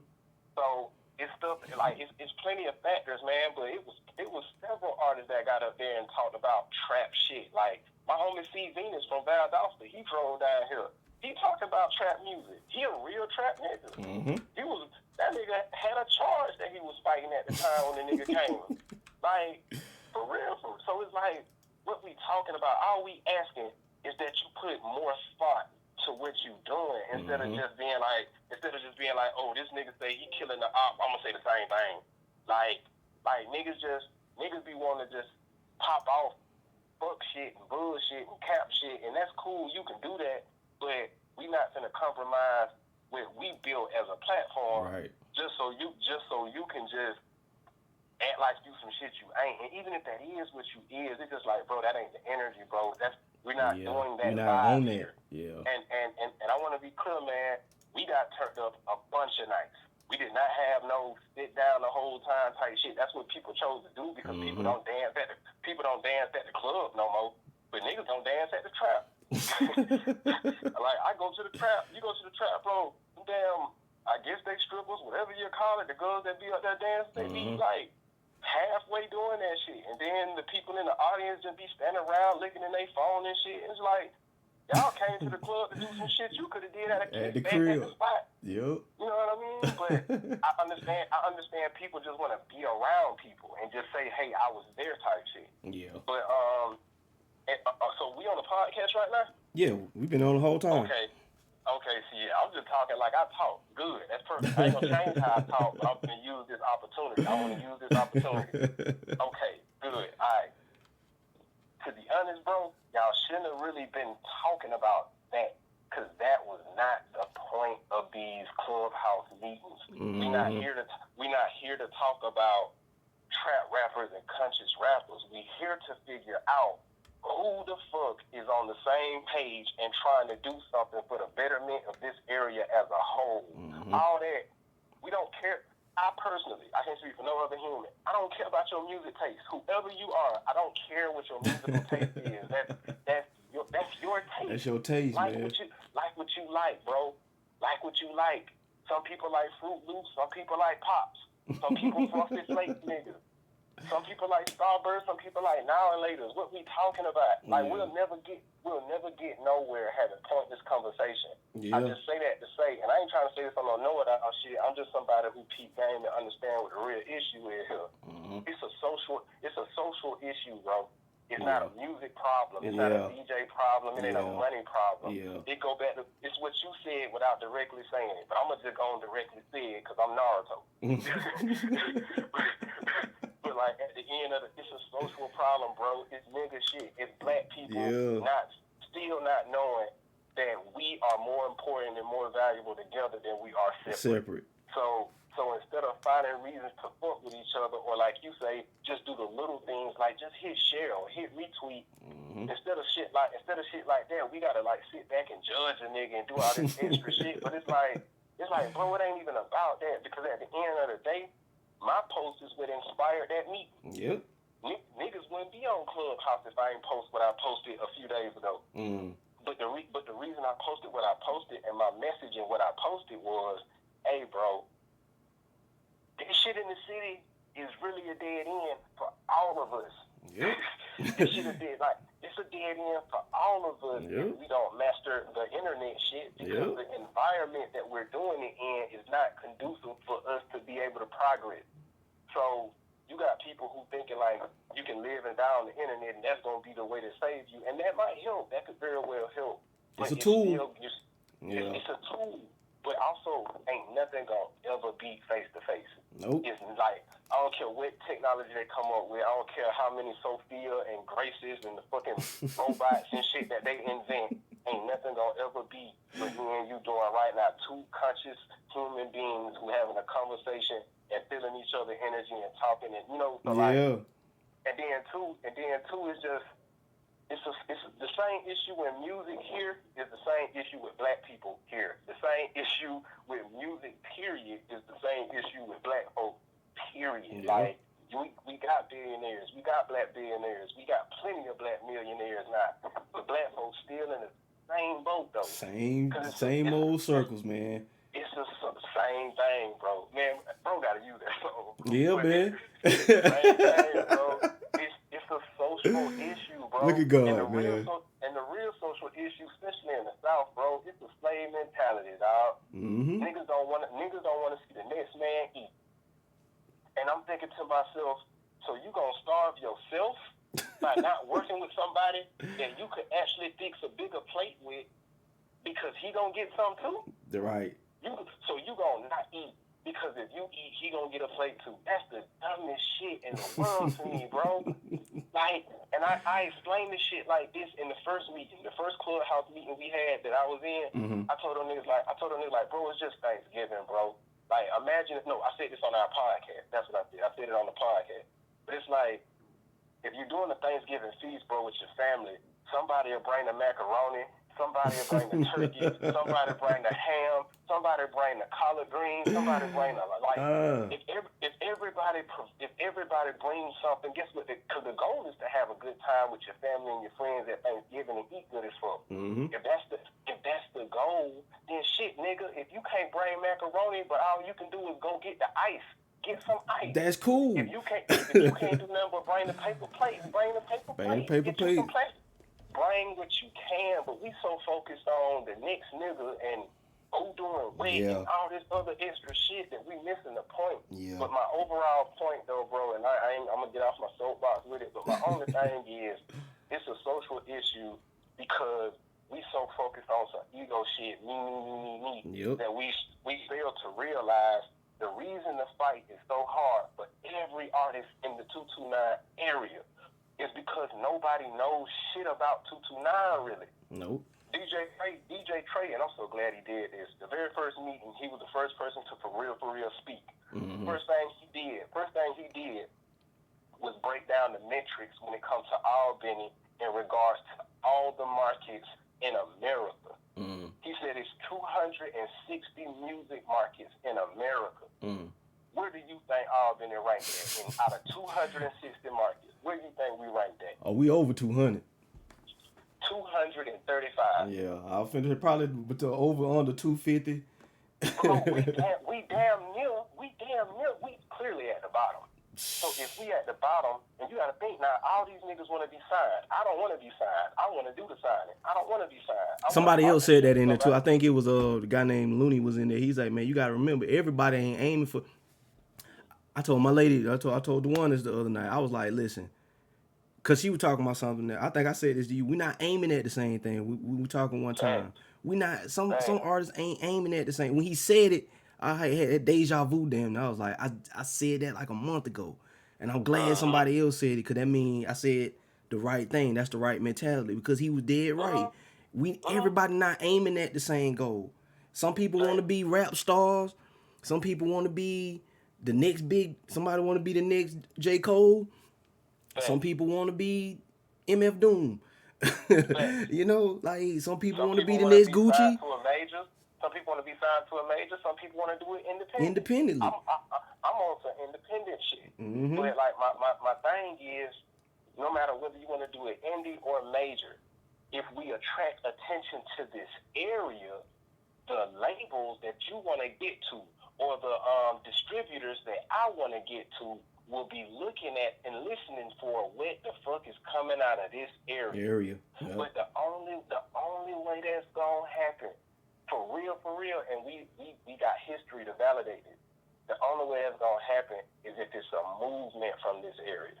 A real movement. It's gonna take a real, because that's how it worked for Texas. That's how it worked. That's how it worked for Compton. Yeah, they that's said how that. It worked for, that's how it worked for Chicago. Yep. That's how it worked for New York. Yep. Every area where hip hop, because you got to think, bro. If you grew up in Compton, if you grew up in Compton and you rap, you're already branded. You Yep. already have an attractive brand. Just because you from where Compton. you from. So we could do that. It's the same thing with Atlanta right now. You can do that with Albany, with all the talent we got. And whether people realize it or not, since 2017, but this area been on a wave since 2017, bro. But guess what happened in 2017? Steve got signed. Mm-hmm. Steve got signed in 2017. It inspired people in the city, but it didn't elevate the city at all.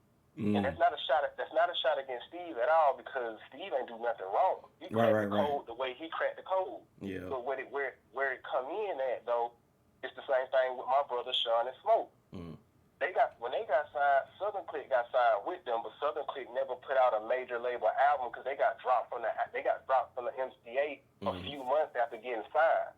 So the only people that came from Albany on a major label at that time really was Steel Mob. Gotcha. So what happened was one act don't have enough momentum to attract the type of attention an area like this needs for you to take off. Because clearly, like you said, clearly there's talent coming from here. Clearly there's mainstream talent coming from Albany.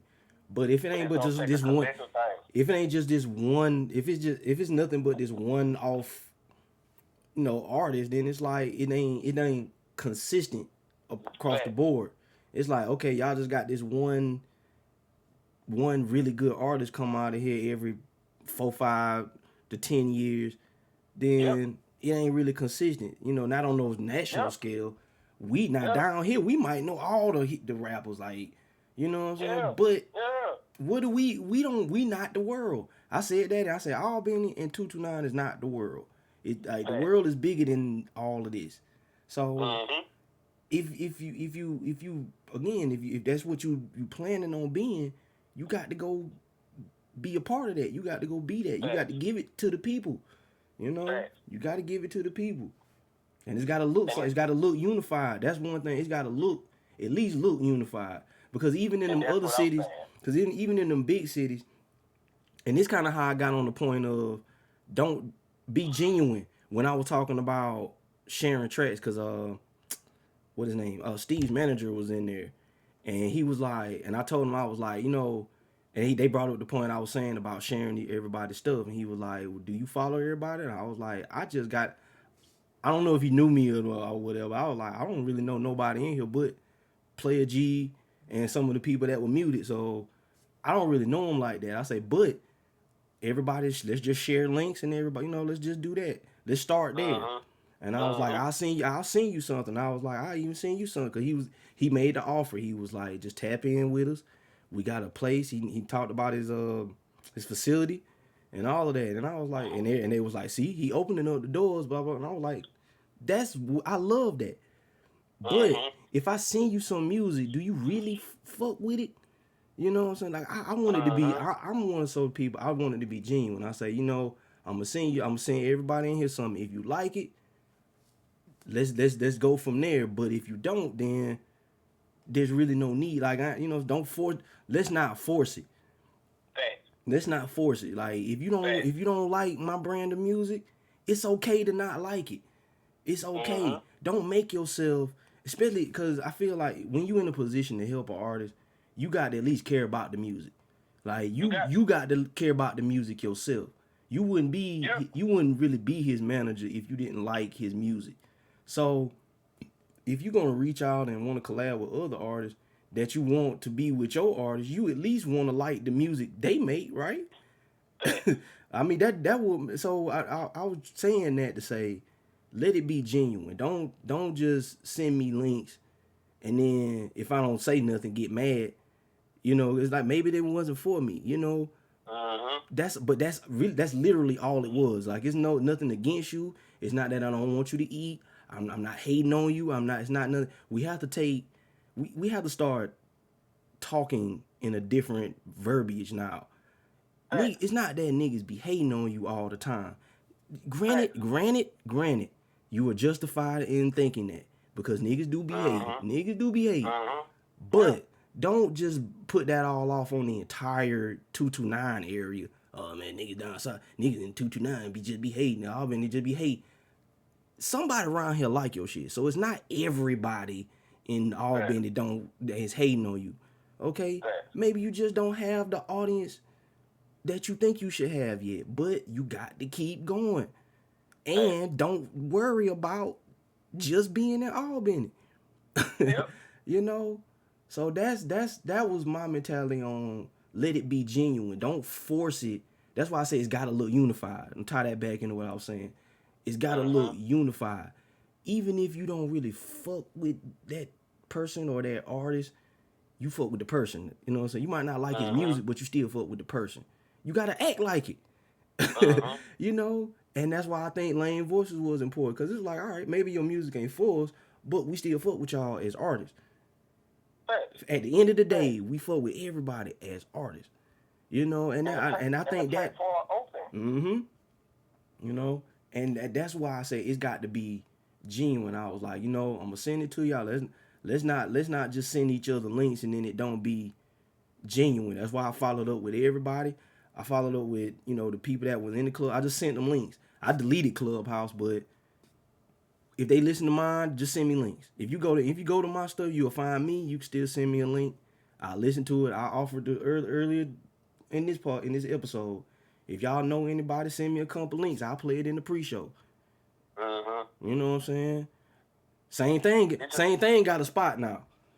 Yeah. It just boiled down to, bro, it's just, like, bro, we more powerful together, bro. Like, I understand niggas, like, going in their corners and shit, and I get it because I'm an introvert at heart. Yeah. But this music business, it's a service industry. Yeah.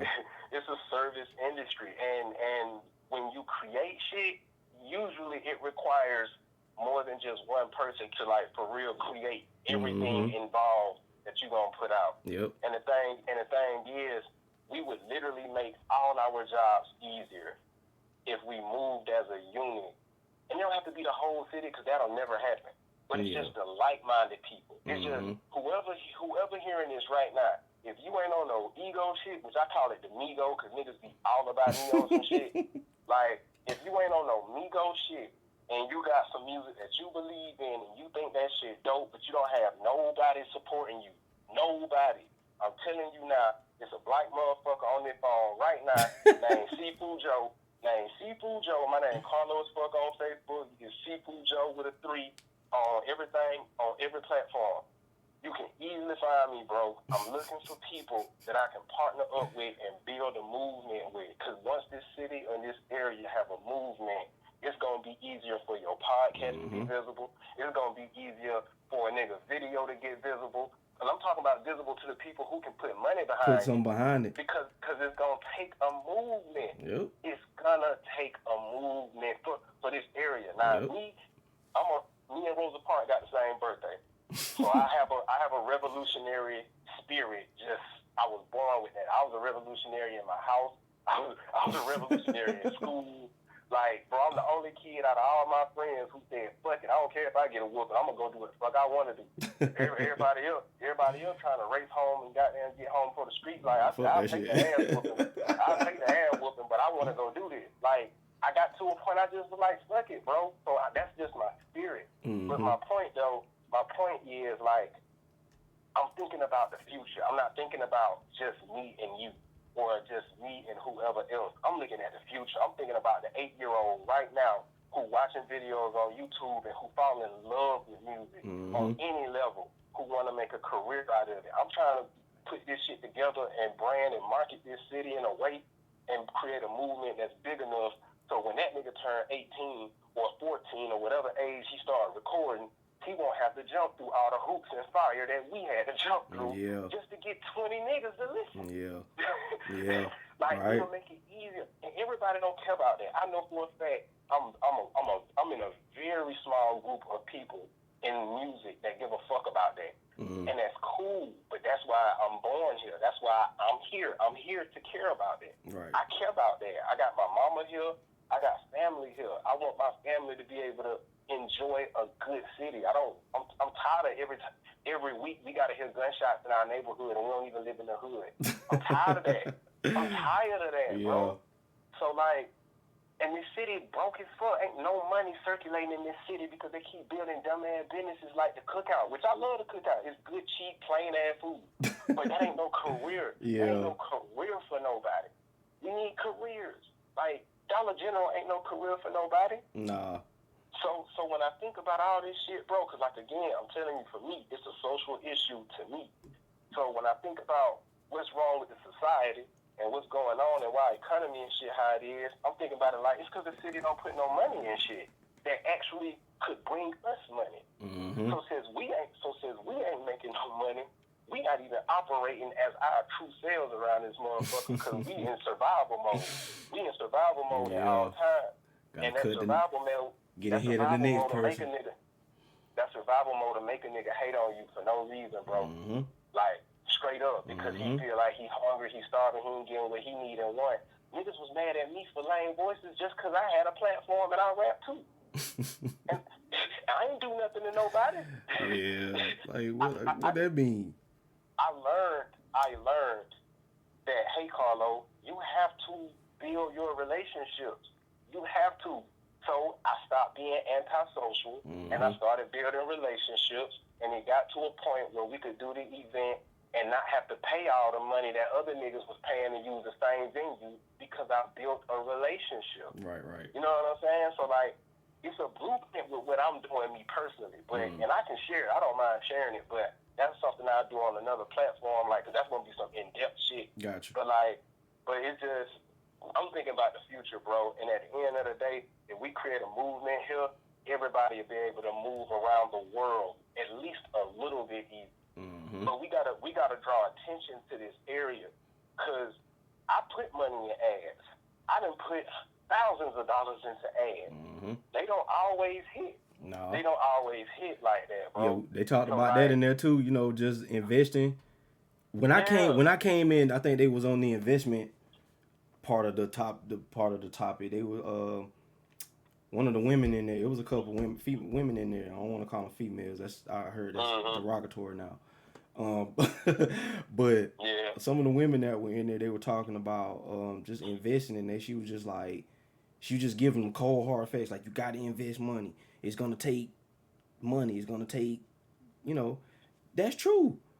But you got to know. And somebody else that was in there said, yeah, all that's true. I want to say that was Alante said it, but I can't remember. He was like, yeah, you can have all the money and invest, but if you ain't really putting it in the right things, then you just really kind of selling yourself short. That's why I brought up beats. When they asked what do people need, I need beats. Now, let's go back to the conscious rapper thing a little bit, the quote unquote conscious rapper thing.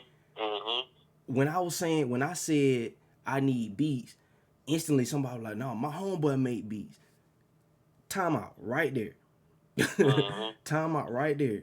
If you haven't heard the way I rap, if you haven't heard the style of music I make, how do you know your homeboy beats gonna fit the style of music I'm trying to make?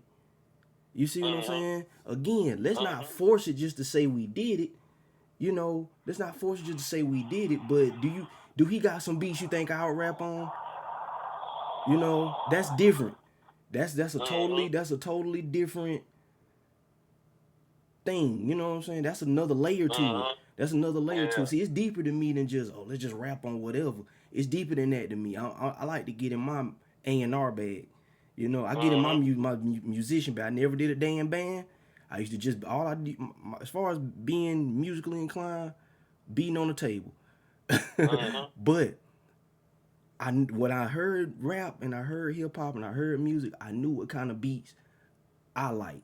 When I started actually writing and rapping, I knew what kind of beats. I learned what kind of beats I like early. So that's what I'm looking for. So if I can find more of those, put me in touch with people who make more dope. But if you don't really know my sound, then that don't, like, I'm sorry. He could have some fire beats to you, but that don't necessarily mean that that's gonna be dope for me. So put me in contact with him. But the first beat he played, cause somebody played a beat.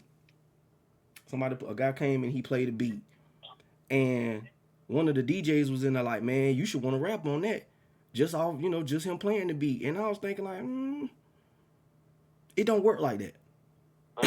Just because you're a rapper, or you claim to be a great rapper, yes, you can rap on anything, but that don't mean play.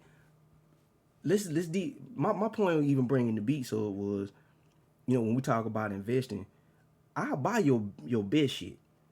Don't give me your throwaways. Don't give me the beat you just made 20 minutes ago. Give me the one in that mystery folder that you scared to let people hear. Let me touch that one. Cause I promise you, if it's like what you think it is, I got something for it. And that's not and that's just a testament to my artistry, because that's what I'm looking for. I'm looking for a different kind of bag. I'm looking for something different. That's all I ever do. I don't want to sound like everybody else. So you come in playing a beat that sound like everybody else beat, then it's like, they cool beats. I'm not shitting on nobody beat, cause I can't make a beat fully yet. I had one playing earlier, but I can't make a full beat yet. So when I hear a nigga that can make a beat in full, that's already impressive to me.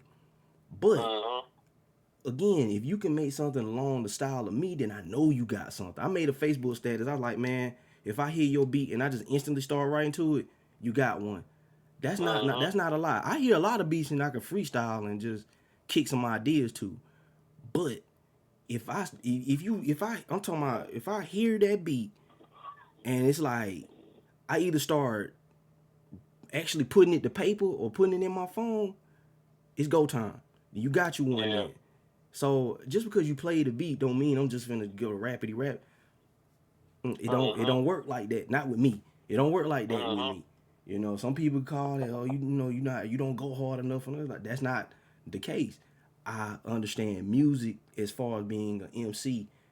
Yeah, you can rap over everything, but it probably wouldn't behoove you to just rap on anything, because you still want the shit to sound good. Yeah.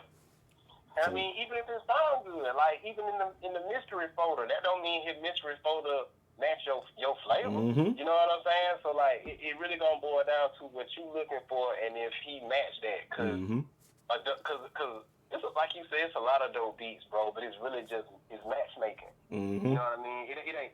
To me, finding a beat is just like finding your wife. It's like finding your wife. Like, it's plenty of women with good pussy. There's plenty of women that'll do nice shit, sweet shit. It's plenty of pretty women. That's easy. But you're not gonna connect with all of them. Like, you're not gonna. It's only one you gonna connect with on the level that you gonna connect with, the one that you want to spend your life with. Like, whether y'all actually get married or not. Like, but you don't want to be around every woman or every man you meet just because they a man or a woman that's attractive. It's something that a lot of times you can't even put your finger on that really makes you be drawn to that person. And I feel like picking beats is damn near the same shit. It's like, because I don't pick beats for how they sound. That's how weird I am. I pick beats for how they feel. I pick beats for what songs I hear to them. Because I'll pick beats that a nigga be like, I don't like that beat. And that's why I usually let other niggas pick beats when I do collaborations. I let other niggas pick the beat, because I can rap on whatever, and I can make that shit dope no matter what. I rapped on farts my first mixtape. So I know I'm in a different creative bag with shit like that. But for me, it's just like, what song do I hear to this beat? You know what I mean? That's what really makes, because I hear the song. I guess that's the same thing as you when you say you start writing. Yeah, it's the same thing.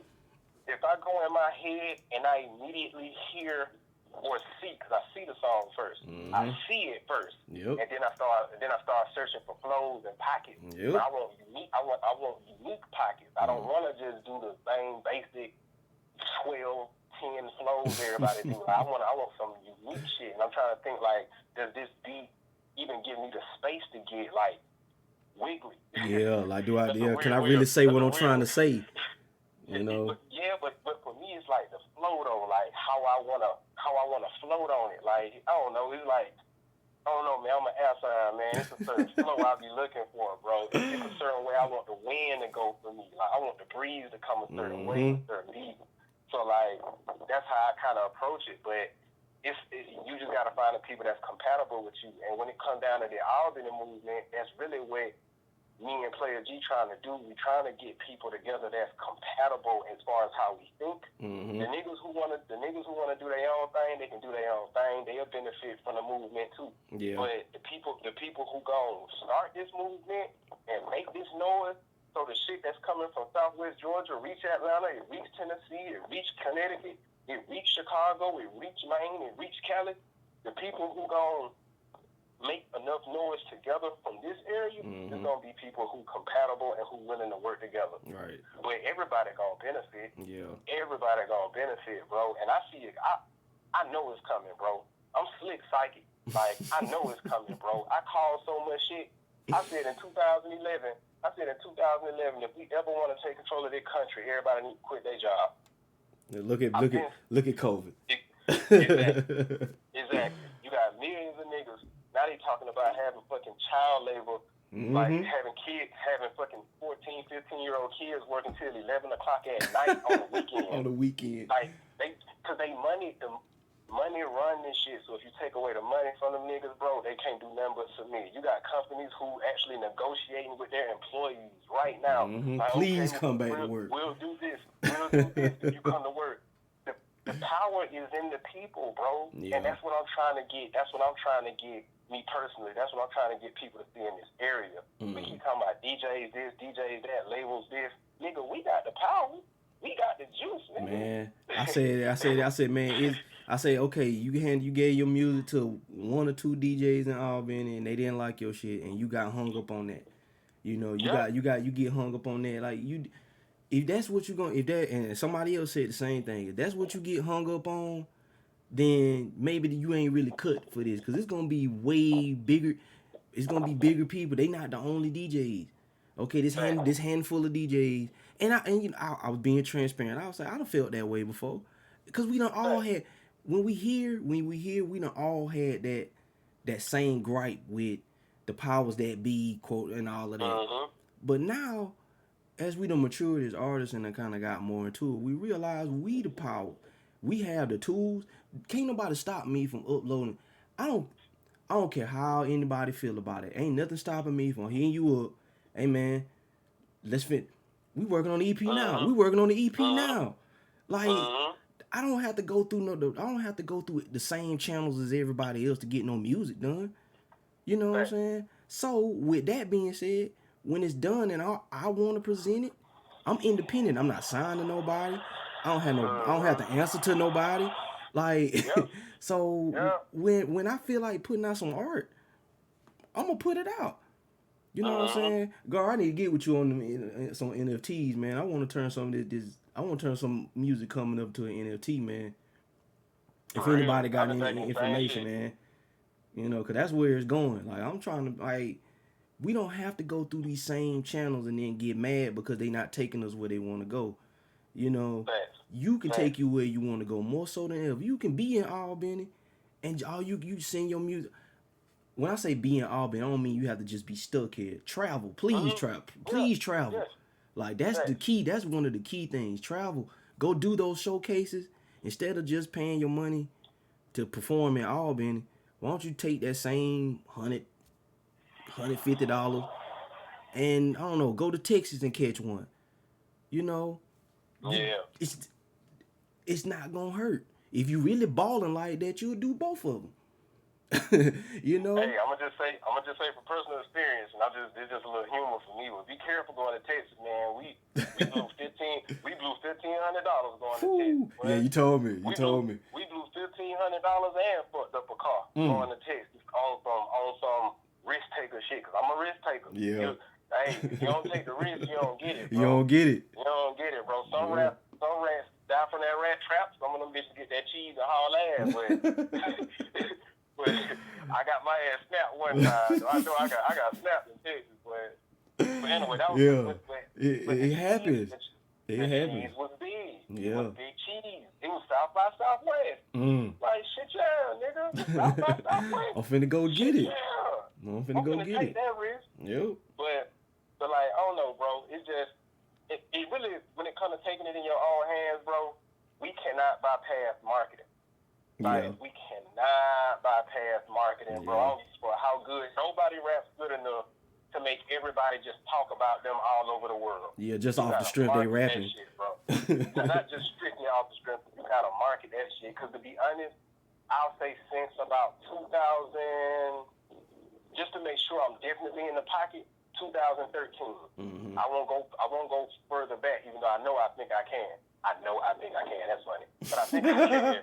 But since 2013, man, people been buying into image more than they've been buying into the music. To the music. Like, niggas be buying into your image, and I don't mean like literally like what you got on, even though that is the case for some rappers too. But it's like people have to like actually like you as a person to wanna fuck with your music. And I mean, you got people like. Kanye a good example of that. There's plenty of people who burn that nigga CDs and shit and ain't fuck with that nigga after the MAGA had shit. But niggas like me gon' still fuck with him because, for one, I love his music, but two, I respect what he doing and I fuck with him as a man. So he damn near can do anything other than goddamn rape a kid or do some weird, just really left field shit. And I'ma rock with him. Like, but people really buy into who you are now. So it's like, if all you got is music, and people can't connect with who you are, it's gonna be hard for your shit to pop in the way this climate is now. So creating shit like movements that get you that attention, like for you'll benefit from a movement coming from the area because you got multiple platforms you operating with now. Right. People get to get a feel of your personality. Right. They get to see like, oh damn, he ain't just a nigga with dope raps and dope songs. Like, he a cool ass nigga. Like, I just be in the house, man. He got a good sense of humor. You play games that I play. Like, what you're doing is really smart because you're marketing yourself. Yep. So it's a multi-layered monster, man. Like, it's a multi-headed monster. Let me say that. It's a multi-headed monster that you have to become now because we in the entrepreneur era. We in the internet era. We in the independent era. So like, I'm glad that me personally, I got all these different things that I'm doing and all these different platforms that I have and all this content that's just up that when people do come across me, they got like 8-9 seasons of my show to watch. See what I'm saying? You know what I'm saying? Because it's there. I was saying when I started, I said, damn, I didn't even really plan this. I didn't really plan this as like a thing. Like it was probably something I was gonna do maybe once a month. But now I done kind of I done did 6 episodes right here of this. I done a whole month of these. Whenever I call season 1, I don't know when I'm gonna call it a whole season because I gotta go back and edit all of this and turn it into actual episodes. But when I do that, that's gonna be season 1 of just this. I'm not rapping on here. I played a beat. I played a loop I made earlier. Like, you know what I'm saying? Like it's all content. I said that in the clubhouse. I like, cause we all content creators. I was like, I know for me, I got multiple platforms. So I can give you the music or I can give you a link, but it's attached to 2 or 3 other things I got going on too. So it's not just me rapping. Like, it's not just me. It's not just that, you know what I'm saying? So we gotta get, everybody can't do everything, sure. And I agree with what a lot, because another question when they ask, well, a lot of people answer the question when they ask, what do you need? A lot of people was, I need a team.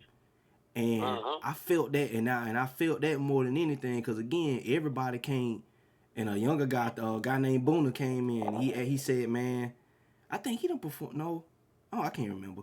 I think I heard that name, but he came in. He was like, man, I do it all myself. And I heard it in his voice when he said it. I was like, man, I feel him. You know, he got to Yeah. do his own. He gotta record. He gotta market. He gotta do all the things himself, and that's taken away from him just making the music. You know, I feel him because that's kind of what I just trying to. I'm in this space, or what I'm trying to do. I'm just trying to use the resources I have to try to let it all feed each other. And I still haven't quite figured it out, but it looks like we doing a little something. So my thing is to just see how can I take all my talents, you know, my talents and my ideas and let them feed each other. So where all I got to do is rap. All I got to do is play the game. You know what I'm saying? All I got to do is talk. You know, I'm not a talk person. That's why I'm glad you came through, because you talk way more than me. You know what I'm I'm an saying? You know, so you need other people involved. That's why in my Discord I invite people to the Discord so we can talk about these things during the week or talk about certain subjects, and then maybe you can just tap in live. You know what I'm saying? Like I had to call you on the phone because we hadn't got in the Discord yet, but there's voice chat in the Discord. I can put you on the stream and we can do the same thing with my community. You know, so I'm building community around the things that I'm trying to grow. All of that is part of the marketing. And I got to brand all of that. That's where School of Sharks come in. I have to brand all of this, and I have to do it myself. I don't want to do it myself. So that's why I invite people to my spaces. You know, come into my spaces. Yeah, I might not hit the showcases and stuff, cause I be in the house, man. Like, I be in the crib. Writing, playing the game. I be kind of off to myself, but if we gonna collab and try to all work together, I'll come to a show. You know what I'm saying? But also come to a stream. You know, let's just do it. We all kind of give you something. Just give the people something to where they don't have no excuse. We talked about this on another. Don't take away the excuses. Take away all the excuses. If you want to support me, if you like me in any way, you like anything about, I don't care if you just like my hair. You want to see more of my hair? Come to the damn stream and you can look at me, look at it subtly sway in the wind. Like if that's what you want. You want to hear good raps? I got those. You want to hear local artists? Send me your links. I'll play them in the pre-show. You know. So I wanna throw in something, man, because you tapped into something that's a big part of this whole movement shit that I've been talking about on Facebook the past few days.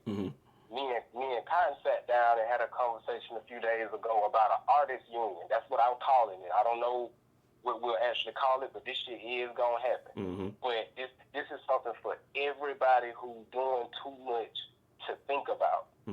Because you're never gonna get there doing it by yourself. I've been doing this shit since 2008. In 2021, I'm telling you, you're never gonna get nowhere doing this shit completely by yourself. You'll get somewhere, but you ain't gonna get where you're trying to go, because where you're trying to go is too big for you to be able to manage that by yourself. You know what I mean? Like when shit gets so big, you need some people to grab some shit. Yeah. Like, hey, grab that in, and I get this in. I got this in. Yep. So the whole concept of the artist union, and any group of friends that do music can do this or do anything. Like, we basically become an independent label without signing shit. We just have an agreement with ourselves. Like, hey, bro, I do photography. Cool. You're an artist. Cool. Hey, man, I want to do video shit. Cool. Hey, man, I went to school for marketing for 2 years. Cool. All of us want to be in the music industry and in the entertainment industry. So guess what we can do? Let's put our shit together, our talents. Let's not make this shit all about money. But let's put our talents together and use each other, for one, to build a portfolio. Yeah. The artist in the group, he's gonna record, so he's gonna have music. The photographer, he's gonna have the photo shoots he did for his homie that do music. For his homie that do music. The videographer gonna have videos of his homie that do music. Right. All of these people can use these products that they created and that they are creating to leverage opportunities and to show, like, hey, I know how to do this shit if they want to fuck around and work with a bigger company. Yeah. But it also can be even simpler than that. But this is where shit can get tricky with people. Let's just say you got 10 rappers. 10 rappers and they say they're gonna do a artist union type shit, meaning they're gonna be their own independent label type shit. Okay, cool. One of the artists, one of the acts out of the 10 is a solo artist. It's just him by himself. Mm-hmm. He's trying to do a video for his project. It's his first single. The video costs $500. Everybody in that artist union evenly split up the cost to do that $500 video. Mm-hmm. They ain't gotta do nothing but pay $50 a piece, Mm-hmm. and his video get done. Yeah. So when it come back around to the other artist, okay, he wanna distribute his album. He wanna get his album on all platforms. That could run you $50 as well. Mm-hmm. If they want to, or if it's necessary, they can split that cost up evenly. Right. And they not gonna be paying nothing. Mm-hmm. So the whole point of the artist union shit is it costs money to do this shit, but if you get 10 people to divide any cost, and you could come up with an investment cap, meaning nobody out of this group gotta ever spend more than this. Yeah. If y'all 10 people come up with an investment cap and say, okay, look, ain't neither one of us balling because we all work a regular 9-to-5 job, but we really ain't got it like that. Mm-hmm. So at the very most, each person will invest $150. Yeah. That's $1,500. Yep. That's anything less than $1,500 y'all can come together and invest in. Yeah. So you know what that is? That's hotel. That's the hotel room when you need to go travel. Yep. That's also the gas money to get there. Yep. That's also some food for y'all to eat. Mm-hmm. You know what I mean? If you gotta pay for some, if one of y'all get a show opportunity, but you gotta pay for it, y'all can chip in. Y'all got the fees. Y'all got all the fees and stuff covered. You got all the money because this shit costs money. Yeah. But to have $1,500 that you and your 10 homeboys know for a fact, oh, we can do this, and you don't have to rush it. The key to doing this would be scheduling. Mm-hmm. Because if I just gave this nigga $50 and now I ain't got that much money left and I got bills I gotta pay, I can't cough up another $50 tomorrow, bro. Yeah. So you have to schedule it where it's feasible for everybody's money situation. But I don't think that's really an issue. But some people have an issue with that.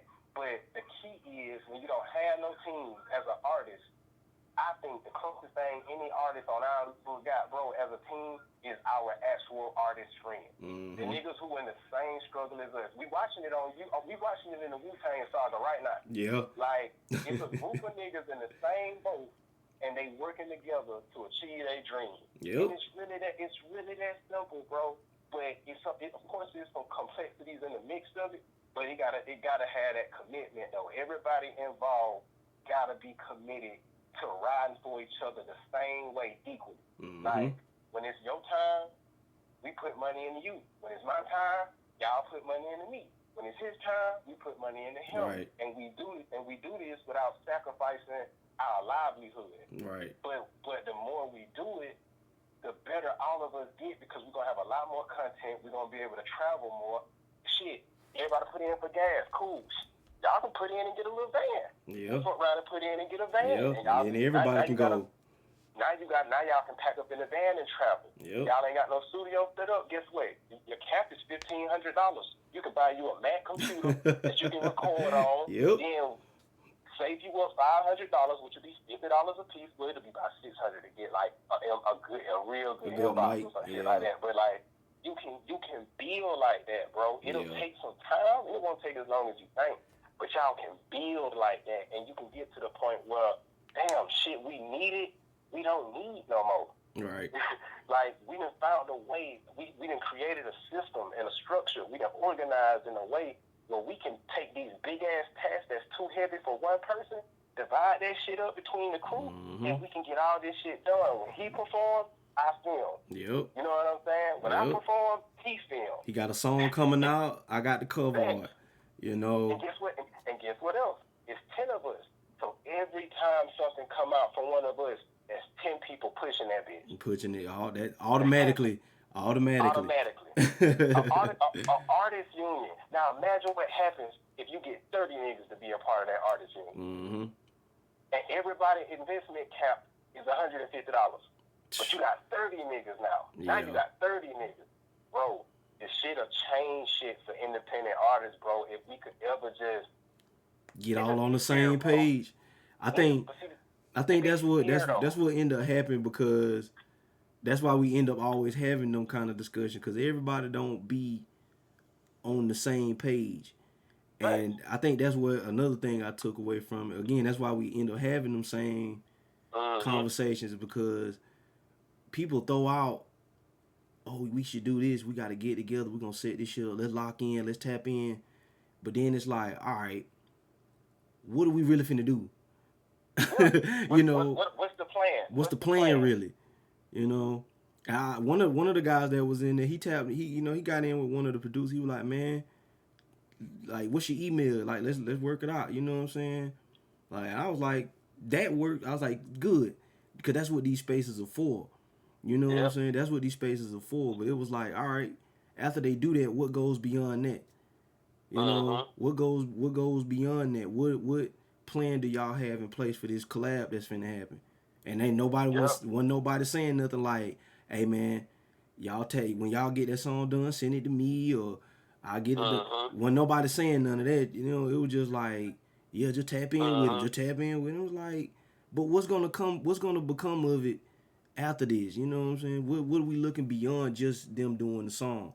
You know, now it's just them two. You know, you see what I'm saying? Yeah. It went from everybody, let's tap in, let's do this, yada yada yada, to now it's just these two niggas finna do something. It's like, man, how we finna help, you know, push it beyond this? Like, what's the plan for that? You know? Yeah. But again, everybody not on the same page. We ended, really, man, for me, it just boiled down to we just end up just keep talking. Like, we just keep talking. Like, we say we got ideas for this, that, and the third. And that's why I like what you and Player G doing. Y'all at least trying to, and hopefully I'm doing that with this platform just a little bit, you know, to add on to what y'all doing. Like, man, somebody got to take the steps, man. Somebody has to put the actual actions, man, to what we gonna change, to what we trying to change.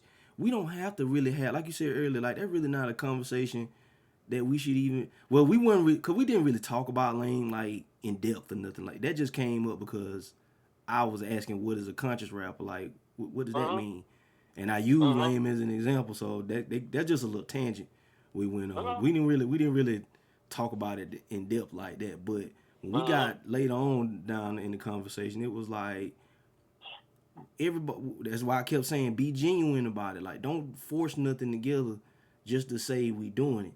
You know, like, he played some beat, and that's why when the guy was like, man, you played that beat, you should just want to rap on it. No, not. It's cool. It's cool, but I want to hear some more beats. Play something else in the folder, and let's see how we feel about it. And they probably did, you know, but I was out of there after that. You know, it was just like, man, don't just, when we come up with these ideas, don't just leave it up to them. Like, okay, some more people get involved. You know what I'm saying? Even I dropped the ball on that because, well, no, I can't say that. I'll say this. Even when they said that, I could have said, when y'all get it done, send me a link to it, send me somewhere I can post it, or I can play it live. I'll play it on my podcast. Because that's what I just did earlier this episode. Just send me links, man. Like, that's all I do. I play stuff on D Live because they don't hit you with copyright strikes on there. So I can just play whatever, you know, before the show. But I can't do that on Facebook and Twitch like that. I could, but they be muting the stream and all kind of shit. So, you know, just to avoid all that, I do a pre-show. I don't want to just play 100 hands all the time. You know, I could do that during the actual podcast. I could play you my music, beats that and stuff that I make. So I'm gonna make my time for whatever I make. But in that space, like early the pre-show, send me something. You know what I'm saying? Again, I may not like everything. That's cool. But send me something. And that's what I should have said to them. It's like, man, when you finish that song, send it to me. And I think that's what I mean by like, don't just leave it up to, don't let it stop right there at Clubhouse, you know. And I think most of us was kind of doing that. Like we didn't like, I know I did. I just sent anybody who followed me on Clubhouse, I just sent them a link. You know, people on Facebook, I got 87 something friend requests on Facebook. That's why I made that long post. I don't know if anybody in the chat read it, but I made a post this morning just about, look, I'm not really on Facebook like that. I'm not on Facebook for the same reasons everybody else on Facebook. See, everybody else on Facebook to get, you know, the joke and kiki and laugh and have music debates and talk about the same thing, you know. And that's cool if I want to tap in every now and then, but most times I'm on Twitter. I'm on Twitter probably 85% of the time. So that's where I do my social media at. You know. So with Facebook, I don't want to keep just adding friends and adding people that I don't know for no reason. Like I'm gonna add them and then they never gonna check out. They're never gonna go to my music page. I'm gonna add them and they're never gonna share any of my YouTube links. I'm gonna add them and they never show up to a stream. It's pointless. It's simply, and that's just being real. There ain't nothing personal against nobody. You know what I'm saying? But it's pointless. It's pointless. I don't want the book to just stop at, oh, I sent them a link, okay, or I don't want the book to just stop at, oh, I followed them on Facebook. Share something so I can see that you accountable, like you know what I'm saying? Cause I do the same thing. I see it. That's all I'm looking for. All I'm looking for is like, did you share it? Did you like it? Whatever. Because I got to improve these platforms. So if I don't know, if I'm just adding people them 87 people, I have probably like 400 something friends on my Facebook right now. I have 195 people following that page. Now, I'm not good at math, but that don't quite add up. So why am I gonna keep adding another 100 people just to get maybe one or two to follow my page? It's pointless. So when you send me a friend request, I'm gonna just meet you at the door with it. Like, here, this is what I use Facebook for. Bam, check it out. Don't worry about my personal Facebook page. Don't even worry about that, because that's just supposed to be for friends and family. I don't know everybody like that. So I'm not just going to keep adding random people that I just met when I can just send you straight to my content. You know what I'm saying? That's what you're here for anyway. So just check out the content, and then I'll add your friend request, and then you might get to know me a little later if you in tune with my platforms. Get to know me through my art, or get to know me through my you know, that in that sense. You know, but I'm like, I don't want the book to just stop at us talking. Like, again, we just end up talking. You know, like I say in the chat, man, people just, you say we talk and make a plan for all this talking. And that's where it stop at. It's like, we'll say something, and again, we not on the same page. We'll say something, yeah, I want to do this. You know, I want to lock in. I want to do this. All right, I'm going to tell you now. I'm going to do this now. It's like, well, what's the actual plan? When? What are dates? Okay, what are we going to do? And a lot of times it usually just end up like a money play, kind of. It's cool that you trying to get on too, because they talked about that. That was a question. How do y'all feel about doing paid shows or paying to do showcases? I don't have no problem with paying to do showcases, but make it make sense. Make it worth the money I'm putting it in. What that look like? What that look like for you? For me, like what would be something? What would be a showcase that you would feel like, okay, it makes sense to pay this, and how much are you willing to pay for that showcase? That's a good question, because that kind of boils back down to what I need, what I said I need as an artist. Because a lot of people were saying a lot of people were saying, as far as showcases, and like, don't worry about the criticism. You don't do this. Don't worry about the prize. Don't worry about winning the showcase. Don't worry about that. You got to go up there and do the best you. So I think that's what I would take away from it. I guess what matters is, who am I? Who's the audience? Who is this showcase for? You know, who am I reaching with this showcase? If I'm just in Albany, just reaching Albany, then it's not. We can do lame voices, and then people just come to that. You know, I want you, not saying I don't want you to get paid either. You know what I'm saying? Like if you was charging, like you know what I'm saying, that's not what I'm saying. I'm saying is the outcome, the end result, the output of this showcase still has to reach people. You know what I'm saying? So if it was it depends.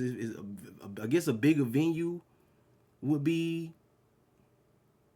something. You know, would be one of the things that would get me more attracted. Where it is, and not Atlanta, not just going to Atlanta. You know, that was another thing we said. Don't think you just gotta run to Atlanta neither. You know, a showcase where it's like not just underground artists like this, but you actually probably get to meet some legit music people. You know, they actually gonna be there, not just artists, not just big name artists on the headline or on the ledger, but like some actual industry niggas. Yeah, like, some really some for real who can really take this beyond this showcase. Not just niggas that's popular around here, but somebody who really got something to show for the position that they in. You know what I'm saying? It's like it sound like my bad. Go ahead. My bad. You can go. But I was like, well, you go. You go. You can go. I'm gonna shut up. My bad. Right. Well, yeah. Like I said, it depends on the who is the show, who's gonna be attending the showcase, who's putting it together, you know, and things like that. I can't really put a price on how much it is, but whatever's in my budget, I think that comes down to it. Like, again, we all independent artists, so we all got different budgets. So whatever's in my budget, you know, that's also a big factor as well. But definitely location and who's actually gonna be at the event, you know. And that's artist-wise, that's industry, you know, execs, that's promoters, you know, that's all of that. So, you know, that too. Because, again, you're not doing the showcase just for all being the people. That's just a talent show, really. You know? I hate to say it like that, but that's just really a talent show you just paid to be in. Because it's not going nowhere. After you perform this, you'll probably get a few more fans in the area. And it all works. Like, don't think I'm negating any of that. Because we want any fan. I want any fan. Any fan I can get. Any ear that my music drop on, that it get to them, is fine. But when we talk about paying money and investing in doing a showcase and shows, that's one of the things for me that I would like. I would like a better return on my investment as far as performing. You know what I'm saying? I get people all the time. They send me these emails. Or they send me, you know, do this $50 open mic for, you know, exposure thing in Atlanta. And I'm like, man, again, here we go with the same old. Have you ever done that? The Atlanta shit? Yeah. Like paying and all that? Yeah. Shit, yeah. Everything you said, I done did. That's why I had to stop myself from, like, I wasn't trying to cut you off, but as I'm listening to you, I'm literally just having a montage of fucking experiences in my head, and I was just gonna throw some shit out there. Yeah. Hell yeah, I done did everything you talking about. That's why I don't believe in paying to perform no more. Got you. The only reason I paid that $1,500 for South by Southwest, because that was South by Southwest. That's what I mean. I knew that was. That's what I mean. But I got fucked though. Yeah. Them niggas fucked me with no Vaseline, bro. Damn. Like, but this is my experience, and now you know everything works different for everybody. What I almost cut you off to say was, it sounds like to me you need to go somewhere like A3C. You know what I'm saying? Like a real music event. Gotcha. Like a music conference. That's the word. Like a real actual. I thought about South by Southwest as well, but I didn't really look at South by Southwest until they announced that they had like a gaming day. Like they were finna start introducing like a gaming day to the program. Like it was like, I don't know if it was like Sunday or before all the concerts started. It was almost like a Twitch like thing. Like it was like a gaming conference almost. And they had that's what it was. It was a gaming conference, and I was like, man, if they finna start doing that, I need to start hitting South by Southwest. That's because I saw all of this, what I'm doing now, kind of starting to snowball a little bit, and it was like, well, shit, I might need to start getting on South by Southwest now. Then that way, when I start streaming, I done already did that, and now that's just gonna bring more people to the stream. But I think they stopped doing it or something like that. So yeah, South by Southwest, I could see why you pay, why you paid $1,500 to even attempt. Like that's not a bad. You could take it as it's an L, but you can't take it like I wouldn't take that as just a flat out L. Well, I don't know. I can't remember what happened.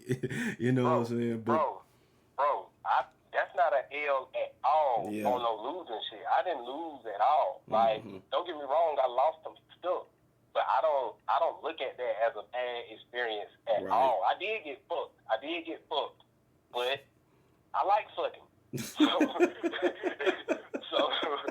So cool. I never thought I was gonna bend over, but cool. Like I never intended on bending over, but shit. I realize now that this is not the position I want to be in. Right. It's like, okay, cool. But check do me that out though, no right? Okay. The only reason I spent that $1,500 on South by Southwest, and let me be clear too, because I keep saying that wrong. It wasn't even all my money in that $1,500. Got you. It was like I don't remember how much I put in. I want to say I might have put in like 400, 500, something like that. Kaya put in money. Our DJ from Lane Voices, DJ B-Rock, she put in some money, and our photographer that was doing the photographer for the show too, she put in some money. Zeta, shout out to them too. Yeah. They ain't have to do that. So all four of us got in my mama car because at the time me and Kaya had the Cherokee. Gotcha. That motherfucker ain't finna drive 10 hours. Yeah, he ain't gonna make it. The only reason I came to them and was like, hey y'all, I think we need to put some bread up for this is because a friend of mine, a person that I know got a good spirit, a good heart, and I can trust, she called me out of nowhere and was like, hey, are you interested in going to South by Southwest? So you know me, my mental dick got hard. She said, yeah, I want to go to South by Southwest. What we got to do? Yeah, so I'm with it. She sent me a number. I called. I talked to the person.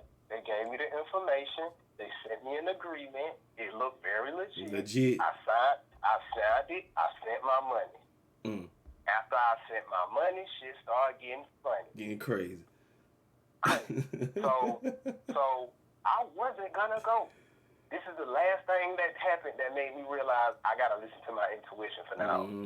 I wasn't gonna go. I was gonna request my refund, but I went anyway because I talked to Kaya and we both agreed like shit. Let's just see when we we could perform, but it was just like the timing and all that. But I ain't gonna take up the time getting on the details like that. But we went. When we went and got there, bro, the person who we paid, who was supposed to set up the show, just can't find you. You ain't nowhere to be found. You answering the phone here and there, but for some weird reason, you just can't meet me though. Yeah. Okay, cool. So so we pull up at the spot where we were supposed to meet up to prepare for the first performance. So we were supposed to perform 3 times. It was supposed to be 3 performances because the way South by Southwest set up, you got the shit where the industry people perform at, which is not where we was gonna perform. Right. So you gotta be an industry nigga to perform there. Right. You gotta have industry connection. Yeah. But your label probably gotta put you on. Yeah. They done booked that months in advance. Fact. But what happens is that street where those artists the venue where those artists are gonna perform, that whole strip is lit up with different events that people gonna perform at. So we thinking on some optimistic shit, because I really ain't on no negative thinking shit. Yeah. So we thinking on some optimistic shit, like even if we can't perform at the direct shit where the actual for real artists gonna perform, as long as we can benefit off of the mass amount of people that's there, we gonna get some motherfucking fans. Yeah. With the music, somebody gonna see us. everything that was in the contract that I was supposed to be able to do, all them details changed when I got there. So I'm on the phone mad as fuck. Like, you trying to give me less time. I'm going up to the DJ with my music and you telling me I can only do 5 minutes, but I paid for a 10-minute slot. You finna cut my whole shit in half. 5 minutes is 5. Exactly. I made a show CD and everything. Well, not a show CD, but I had a show set and everything. So I paid you a full $1,500 basically to perform 30 minutes. Yeah. You basically telling me that I'm gonna get to perform 15 minutes total. And that's cool, but the way I was looking at it, like, nah, I paid my money. We signed a fucking agreement. That's not the investment. That don't equal up to the investment. Yeah. So, like, that shit did not happen, bro. It did not happen at all. We ain't performed nothing. Because they was on some fucked up shit. Then on top of that, right when we got to Texas, the car fucked up. Something fucked up with the car and all that. But we was able to get back, thankfully. But so shit like that just told me, like, I'm not fucking with this paying. And I wasn't paying before then. I had went by 8 years without paying for no shit before then. But it was South by Southwest, and I trusted the person who connected me. So I learned the lesson, which is an L. I learned that lesson. Like, just because you fuck with somebody and trust them, that don't mean you trust who they trust. Don't trust who they trust just because you trust them. And see, a lot of like, it's just speaking on like paid performances, because when they ask the question, like a lot of people like they say what I said. You know, make your investments, know where to spend your money. You know, ain't no point in paying for the show if you don't have no music. You know, like that don't make sense. That in my case, I use me for an example. It don't make sense for me to pay for a show if I ain't got but 15 minutes of music. It don't. That just makes no sense. Cause I love 100 Hands, but I can't perform 100 Hands everywhere. I can do it at the underground spots because they just underground spots.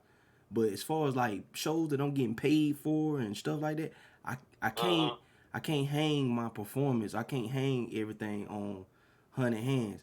So instead of me paying to perform right now, why bring it back to the art? Bring it back to the music. Why not put that money into finding you better beats? Why not find that money into getting you some videos done? I do my own graphics. I do my own graphics. Why not put it into my community?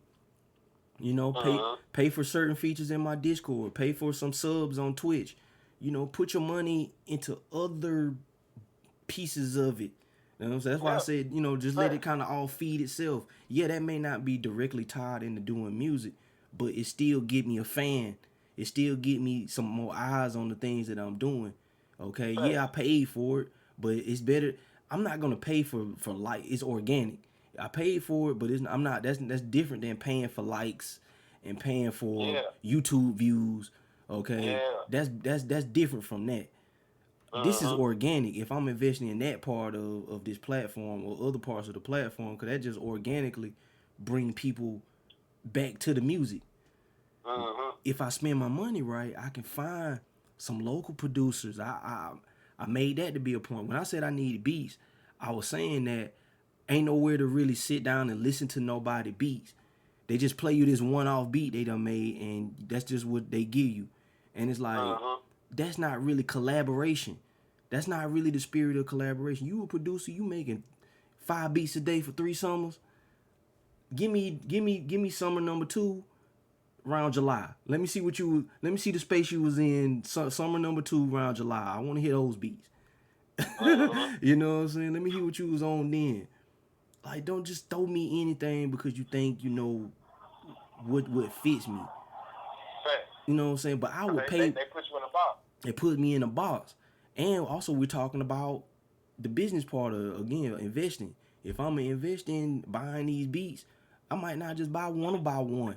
I might want to buy the last. I might want to buy this 3. I might want to buy all the beats you made that 1 week. You know. Why not put that toward the actual craft and the music? And again, you got to shoot videos.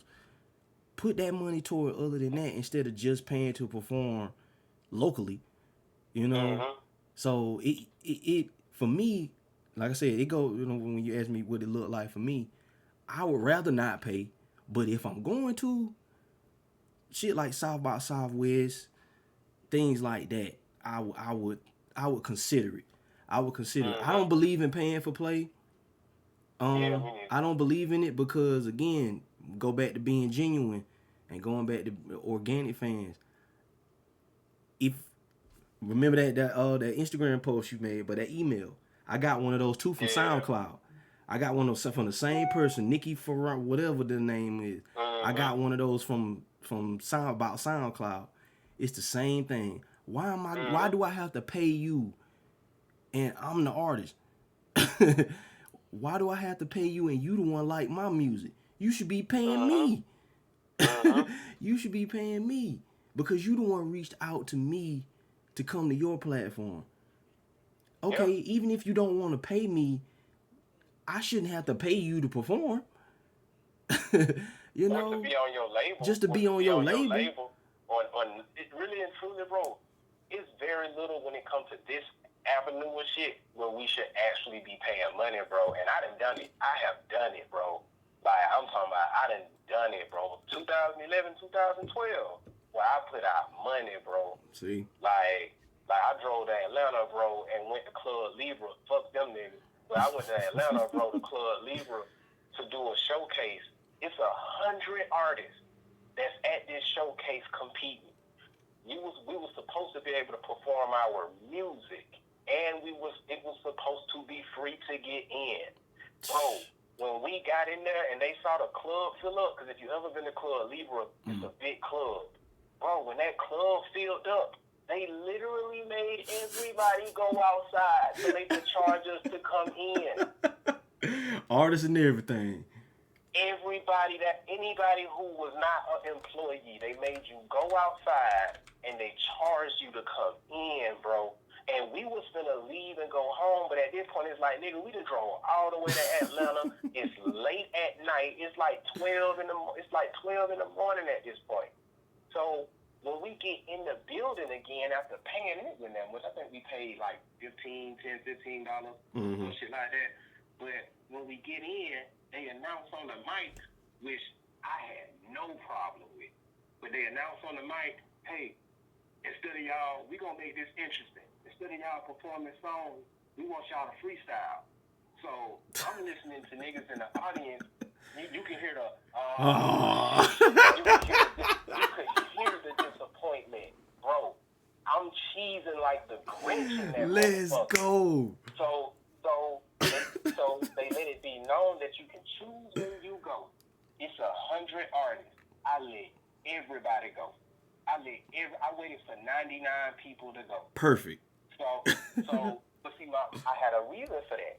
It wasn't that I was scared to go. I wanted to see who was gonna spit a written. Because if you was, I had about 32 bars that was gonna fuck the whole building up. But I was gonna play fair. So when I realized the first 99 played fair, I was like, okay, I'm gonna go off top. I went up there. I did my freestyle. I won the contest. I won out of 100 niggas. I won off my freestyle. It was me, Tony B, Anthony 3 Brown, a girl I was fucking with at the time named Terica, and Aunt White, Sugar Brown. And all of us went together. Sugar Brown won for the female artists because they had 100 females and 100 males. Sugar won for the females. I won for the males. The thing was, Island Def Jam was supposed to be signing whoever won. This young dumb Carlo now, so this ain't me today. So me and Sugar win. We supposed to get signed. We supposed to be, talking to the nigga who gonna sign us. So this nigga who's supposedly from Island Def Jam, me and him exchanged phone numbers. And he supposed to hit me up and we gonna talk details about what's gonna happen later. So a day or two passed by. I'm at the library and shit, applying for jobs at the public library on their computer. I get a text all of a sudden. A nigga trying to sell me a fucking Nintendo Wii and an Xbox, and the name that pop up is the nigga from the showcase. Lord. That's supposed to be from Island Def Jam. Why the fuck is you trying to send me a gay A sister? gay sister. So finally, bro, I got some Dave Chappelle, Charlie Murphy stories, bro. I promise you. If I just really unbagged it, bro, oh my God. But anyway, Lord. so my mind finally kicks in. Research this nigga, man. Research this nigga name. Please. This nigga name ain't associated with nothing that got to do with Island Def Jam, bro. He's nowhere to be found on their entire staff. Nowhere. So they hustled us out of that bread. Yeah. But like, shit like that, bro, like, I don't believe in paying, because if they want you, they gonna pay you. And if they ain't gonna pay you, they not gonna charge you, for real. A nigga who really can do something for you don't need your little Don't need 10, your 20, bread. 50. They don't need that from you, bro. And that's kind of what I wanted. That's kind of what I was hoping that it wasn't. It wasn't for me to say it, because I don't really do showcases. But I was hoping that somebody said something along those lines. It's like, man, I don't want to just keep paying people that can't really do nothing for me. You know, yeah, you might love our music. We appreciate that. But there's free shit you can do to help. You know what I'm saying? That to help further along our career. Because it ain't but so much you doing anyway. That's why I say I want to deal with people who kind of got results. They got a track record as far as like who they don't help blew up. Even a lot of, like, you think about a lot of DJs who Cantrell, Swayze, and I can't think of no more right now, but I'm pretty sure it's a couple of other ones. Okay, even with that, everybody don't make the same music. All the DJs weren't really fucking with Cantrell. They might look like that on social media, but let's just be honest. All the Albany DJs don't really rock with Cantrell neither. Like, and that's proven on what's played on the radio. So they can say they can say whatever in these spaces, but at the end of the day, why am I gonna pay them?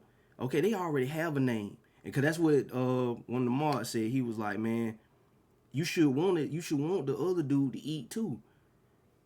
For helping y'all. You know, if he helping y'all open up a venue, if he opening up a venue, and I couldn't do nothing but think of you when he was saying it, and that's why it threw me all off, because I'm like, but that's what Carlo was doing. He came out his own, they were coming out their own pocket. You don't sell dope. Okay, you don't have, you know what I'm saying, money to back, you know, to just open up a club back to back every day. You know what I'm saying? You're not like the Jamaican nigga on Wu-Tang. You not that's not what you do. You know what I'm saying? So you was coming out your own pocket to throw these events. You know? But you did it for free. You did it for free. These other people that want to put these showcases together, or whoever, if they plan to put a showcase, they got people with them. So it's not like they budget different than yours. They budget is different than yours. So why not just do the free one? Why are we still talking about doing paid performances when you can just do a free one? Just do the free one. If you really about that, if it's really for the culture, you really care about artists honing in their stage presence, if you really care about that, make them do it for free. Or not make them do it, or not allow them to do it for free. You know? If you do it, if you pay, you get put it like, okay, meet in the middle. If you pay, you get to do a longer set. Or something along the lines like that. You know, you get to do an extra song. Like, everybody get to do minimum 2 songs, whether you paid or not. You get a minimum 2 songs. If you paid, you might get to do a 4-song set or something like that. You know, incentivize it. If you still want to make some money on the side or whatever, that's cool too. Because they were right. You know, you did come out your pocket to pay to open up the venue to these people. So I get where he was going, but at the same time, it's like, why we can't look at it from both sides? You know, let's not look at it so much as, oh, you know, you should want him to eat.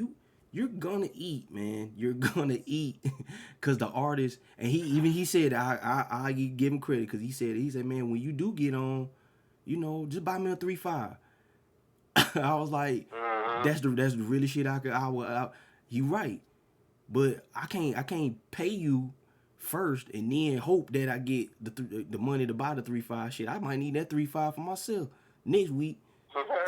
You know what I'm saying? Cause that's all I got. That's my only budget. That's all I could budget. Is to pay for this show and get me a 3.5. Like, but if I'm dealing with somebody who really can take my music somewhere, then and I see some results. I've seen some results. You know, of artists that you broken or not. When I say, I think we also gotta change the my perspective on when somebody breaks an artist is a little different than. That's because I'm an internet head. So when I see when somebody say I broke this artist, it got a different meaning to me. It's not local. It's not local. He could have did that. He almost could have did that by himself. You know, so you just knew a few more people. Like you got enough buzz locally to put somebody on. But if they somebody that's not really worried about local, what you gonna do with them? You see what I'm saying? That's why I brought up Cantrell, because it was like, man, how many of these people knew he was talented like that already before he blew up? Where was y'all then? You know, was y'all trying to be behind him then? Was y'all hyping it? Was y'all on his team then? I was there, bro. No, they wasn't. I was there. Me and Kenethia, my girl at the time, we the niggas who gassed up the Honda Accord to take Steve to Orlando to promote his album Step Toward Darkness. We was the only three niggas in that car.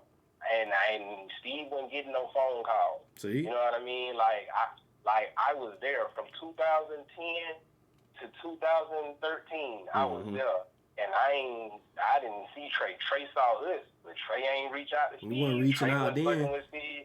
None of that shit. But don't get me wrong. Now Trey had his shit he did with Steve once upon a time, but it wasn't around that time. That was back. That was way back when Steve was doing shit on Ustream. When Ustream was a thing.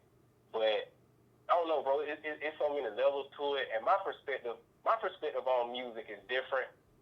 And this gonna sound cocky, and I don't mean this. I don't mean to sound cocky or like a know-it-all, because there's still a lot of shit I don't know. But I understand who I am, and I'm not at the point in my life no more where I bite my tongue about who I am. I had the most unique experience in this entire city when it comes to music, bro, because I was the first person to be able to see other than like a Grouchy or somebody, but like from an artist perspective, like I got to see Sean shit. I got to see Phil Mon shit beforehand. Yep. I was sitting beside Sean when he was rapping on Who Got the Flavor. Yep. I was sitting beside him on the bed. I saw how he did it. I know he didn't freestyle all of that. I know it. I watched it. I know that they told him who he had to go against when they came back from commercial break. He took the few minutes in the commercial break to scribble out some bars and some things that he possibly say. Yeah. And he was ready when he mixed in freestyling with just some ideas he probably jotted down. Yes, I watched that. So nobody else did that. I was able to see that. I was also able to see when he first brought home his video on a VHS for the first time. And I've never seen a video. I've always seen the finished version. I didn't know it happened like this. I was able to see that. I was able to hear a remix to The Dirty that the world never heard. And I wish came out because Ludacris was on it. I heard that. I got to be 15 and go to the labels and see how they do their meetings. I sat at the DTP meetings. I sat there. I saw Jeff. I saw Shaka Zulu. I know that them niggas is brothers. I seen Nicole in there. I saw all them niggas. I heard how they put their plans together. I went to Ludacris' birthday party and all that shit. And these niggas got these fucking Lambos and all this shit here. And I'm sitting up here in like 9th grade, like, what the fuck? What is all this? I mean, not 9th grade, my bad, but because I wasn't even in school. I had dropped out by that time. But like, I was at the Sick of Being Lonely video. I was in the So Wet video. I seen how that go, you know. But on the flip side of it, I know what it's like to be an indie artist and not have the support, and you doing this shit by yourself, So- and you really building this shit up from the ground up, and you fucking with a label that ain't even a real label because they don't have no LLC. But we Yeah. got T-shirts, and we doing shirts, and we doing shows at the airport and at the Hassan Temple, and we trying to get on and shit. Yeah. I know what that's like. Yeah. And on the flip side, I also grew up and became a nigga who invested in my own studio and invested in my all my equipment and learned how to use all it. of it. Now Then Go ahead. I know, now I know, because this was the only thing I was missing.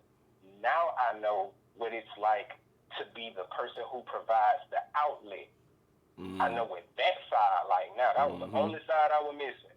Now Yeah. I know what that side like, and all sides come with bullshit. All sides have their pros and their cons, and ain't no side as green as it looks. Nah. All the grass, ain't none of the grass as green as it looks. Nope. Some of that grass is green because it's fake. It's not even real grass. You know what I'm saying? So But turf, like, astro turf.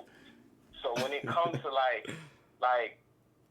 when it comes to investing in shit and what to put your money in, since I done seen all of that, bro, I just see that shit real different. When it comes to when it comes to what an opportunity is, I see it real different, bro. Like I do see value. First of all, any showcase can be a waste of it don't matter where you perform. It can be a waste of time. Waste of time and money. If you don't capitalize on it, because it don't matter who there. The first time I performed, bro, I was 17 years old, and I opened up for Pleasure Pete from Pretty Ricky. That was my very first time performing music in front of a human being. Nothing came from that, bro. I did a good job for a 17-year-old who never did it and really shouldn't even been in the club. Yeah. But I did a good job, though. But, nothing came from that. And I didn't did shit with other artists. But it's just, you only get out of it what you put into it. If you don't have the creativity to maximize it, because Lame Voices, we didn't charge nobody to perform, but several people who performed at Lame Voices fan bases grew significantly. Because they took the footage from their show and they used it online to build it.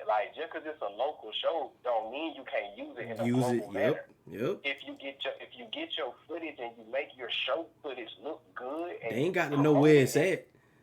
They ain't got to know where it's at. It don't even matter, bro. They can know where it's at, and it still don't matter because it just needs to catch them. All they need to know is they like the music, they like how it sounds, and you did a good job performing. Yep. And that'll make a nigga in Chicago who came across that same video from a hashtag be like, hey, I fuck with bro, I'm finna add him because I can trust you. We did Lame Voices in Albany, but I don't just have fans in Albany. Yep. I ain't just got fans in Albany. Right. A lot of them fans came from shit we posted on Lame Voices page. Yep. Because the internet global. But see, where some artists fuck up at, they get so locked in on local, global.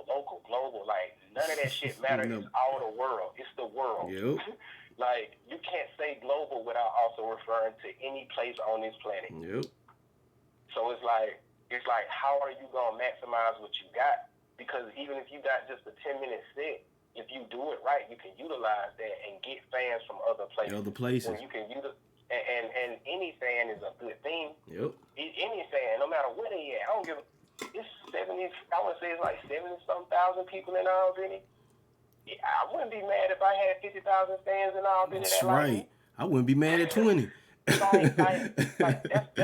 where I be confused. But see, that's the ego. That's the ego. The ego tell you I ain't shit if I don't have people all over the world liking me. But the way I'm wired, bro, my mentality it's just different, bro. Yeah. I'm on some gratitude shit. I don't know how God gonna do it, but however it come, I'm thankful for where it come. So if I have 50,000 fans in Albany, I'm grateful for that. If I got 50,000 fans peppered around in the Southeast region, I'm good with that. It was a guy said something similar like that. He was like, man, if it just turned out to be this, he kind of talked about his accolades and kind of where he's at with music right now. He was like, man, if it just turned out to be this, like, I'm cool with that.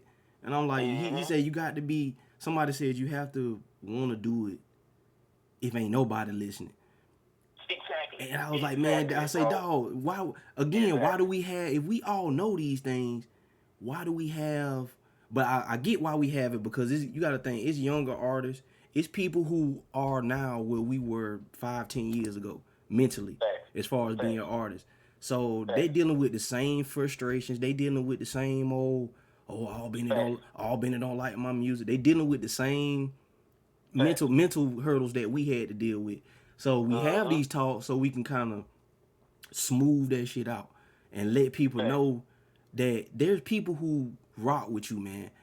It may not be who you think it is. It may not be who you think it's supposed to be, but it's people who in Albany and the 229 area that rock with you. You just have to figure out how to, 1, make more music, 2, make better music, and 3, how to get it to more people. That's all you need to worry about. Don't worry about, oh, I didn't get to perform. Such and such won this showcase over here because it was rigged. Blah, blah, blah. So what he won? So what? Okay? Yeah, it might have been rigged. Shout out to Brick City, man. Appreciate the mud, man. And what's up, Black Magic? So what he won? Big deal. That's why Buddy say, man, I ain't come there worried about who won or not. I just came here to get mine. I came here to show these people. And he said, man, I get on stage, I'm a totally different person. You know, I have to get on stage and do that. I got to go 100. I have to go 100. It don't matter whether I'm getting paid for it. It don't matter who win. They gonna know me at the end of this. He said, if I get some fans because of it, that's a win in my book. And I couldn't do nothing but agree with it. I was like, you know, he dead ass right. He for sure right. And that's still my thought process till this day. Like, cause it just, I don't know, bro. Cause at the end of the day, we can talk about music for days, but for me, for Carlo, this shit's spiritual, dog. It's universal principles that you either gonna use to your benefit or you're not. Yep. I'm using my mind to get me where I need to go. How I think about stuff. If I find a flaw in everything, nothing is gonna manifest good out of it. Because all I'm doing is giving energy to what can go wrong. I understand that the Bible say, like, those who can be trusted with a little will be faithful over a lot. Like, I mean, my bad, that's backwards. Those who can be faithful over a little can be trusted with a lot. I understand that principle. And I've always understood it since I read the Bible in 2005. So I understand, like, no matter how small this opportunity look, if I approach it the way I need to approach it mentally, as far as like how I think about it, how I look at it, whether or not I'm appreciative of it, bigger things will happen. I understand that the dude that I work with at the movie theater, that my brother that I also work with at the movie theater, my oldest brother, Arvon, them two niggas don't get along. Arvon saying this nigga gay. He don't really seem gay to me, but Arvon say the nigga gay, and they don't get along. But shit, I don't know the nigga. But it's the reason why I'm saying this. This ain't random. But like, I don't think the nigga gay, but Arvon and him don't vibe. They don't fuck with each other, but bro cool to me. Right. It's a reason I need to be cool with him because he's a human. Right. Fast forward to 2017. His name is Tory Williams. He has a building called Icons, and he's letting me perform at his venue. You know what I mean? He's letting me do a show at his venue. This the same nigga who was with the fucking dustpan and the burgundy vest, just like me at the movie theater. Like, but see, I think about shit different, bro. I don't try to put people in no box or no place. Right. Like, he's a human. I'm gonna treat him with respect. I'm gonna be cool with him until he do some shit that ain't cool with me, and I gotta really check him on some shit, which he never did. Right. But the way I mentally maneuvered all of my weird ass loops and turns and bends and curves, just weird shit in this journey, bro. It's the reason why I got people in my phone I can always hit up, and they can help me elevate, or they'll help me with shit if I need it. Like, Tory came to me to do something at Icons. He came to me to do something, like to have my own event. He came to me about that because he fucked with me from the movies, because I never tried him at the movies, and he heard my music and liked my music.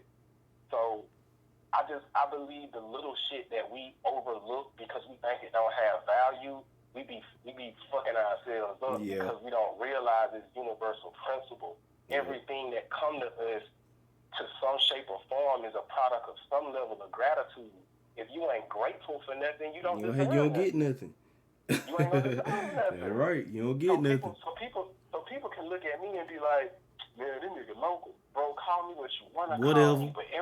But everything God is blessing me to have, the resources that God is blessing me to have in place, even down to the South by Southwest shit. The reason why I don't look at that negative, because I realized on the way back home, and actually during the process, me and Kaya talked about this, and I told her, we just put something real big on layaway, and we don't even know We it. don't even know it.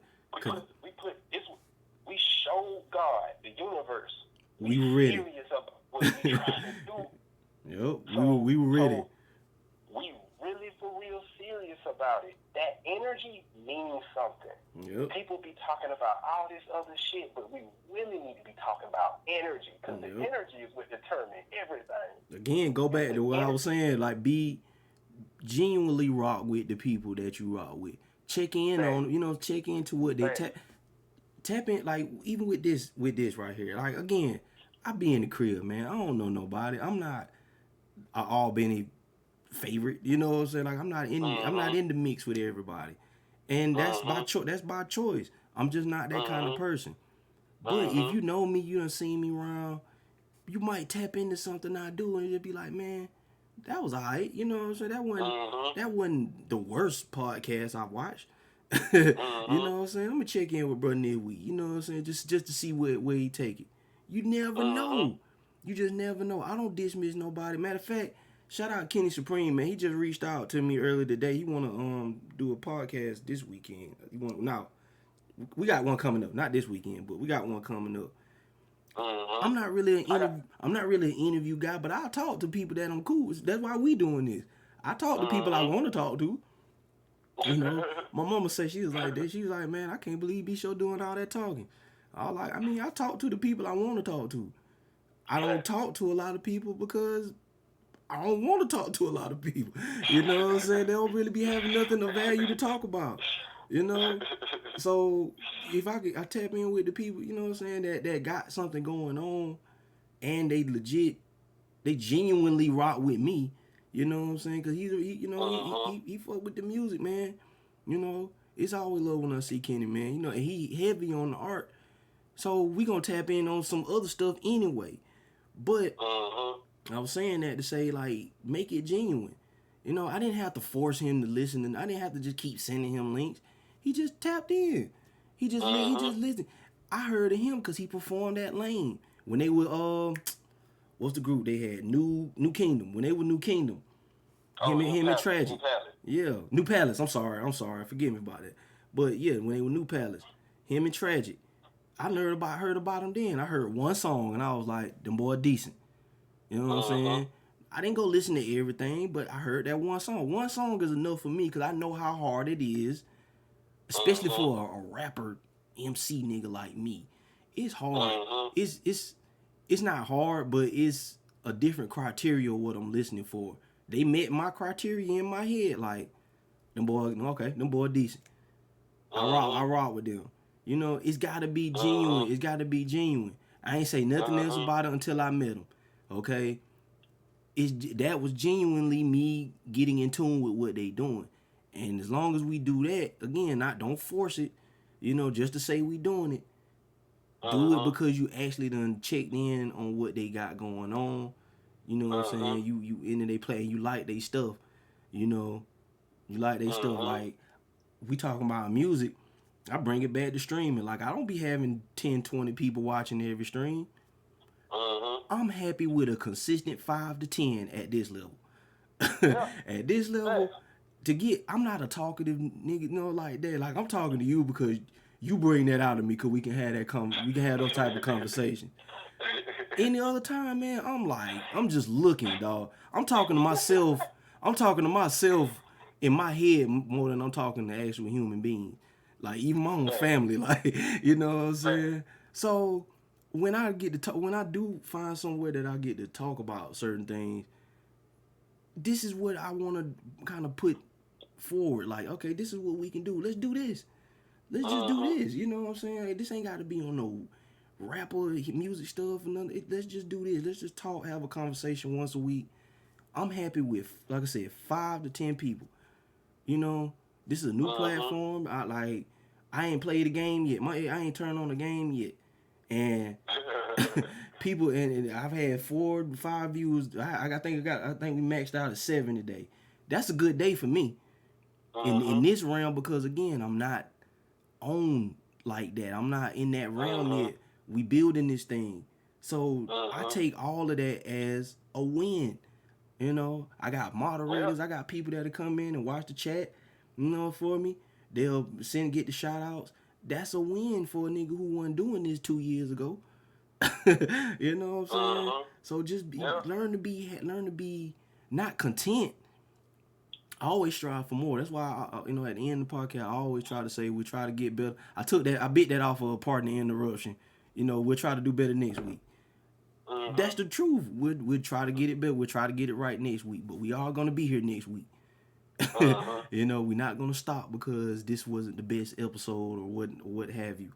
But that's the thing that we got to start doing with each other. Just, you know, just if you see it, because if you see it, I can't say if you're not seeing it, because I'm not on everybody's social media.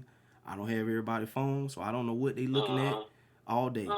I do know we spend an unreasonable amount of time on Facebook.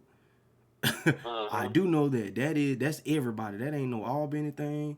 That ain't no whatever. That ain't no local thing. That's a human thing. Again, that's a society thing. We spend a lot of time on social media. Okay, so if we know that, do you following people who you know do a thing? If it ain't nothing but sharing it, you might not never walk in that man's store. Share the link, man. Share the link, man. That it don't matter. Like, it don't take nothing away from me. You know what I'm saying? It don't take nothing away from me, because I might be, again, I'm aiming at a whole different goal. So it don't take nothing from me to pass you the ball to hit your shot. If I can, if I can legit help you get a little farther, I'm with it. You know what I'm saying? So that it's got to be more of that, not just on the local level, but just as black people, just as people. You know what I'm saying? Like, we follow each other, man. You be like, damn, that was tight what he just did. But then we just keep going. Like, we just scroll right over it. You know? And I agree, you can't support everything at the same time. That's what I also mean about being genuine. Yeah. It goes both ways. Yeah. Support the people you can, but the people that's looking for the support, understand, man, everybody can't see everything, and everybody don't like everything. You know? So you gotta calm your ego down and be like, damn, okay, maybe I'll get them with the next one. You know? Just don't stop. Don't stop and get hung up on who don't like you or who don't like what you just did. If you're gonna you're gonna end up, if you're gonna do more of it, then you're gonna get better at it.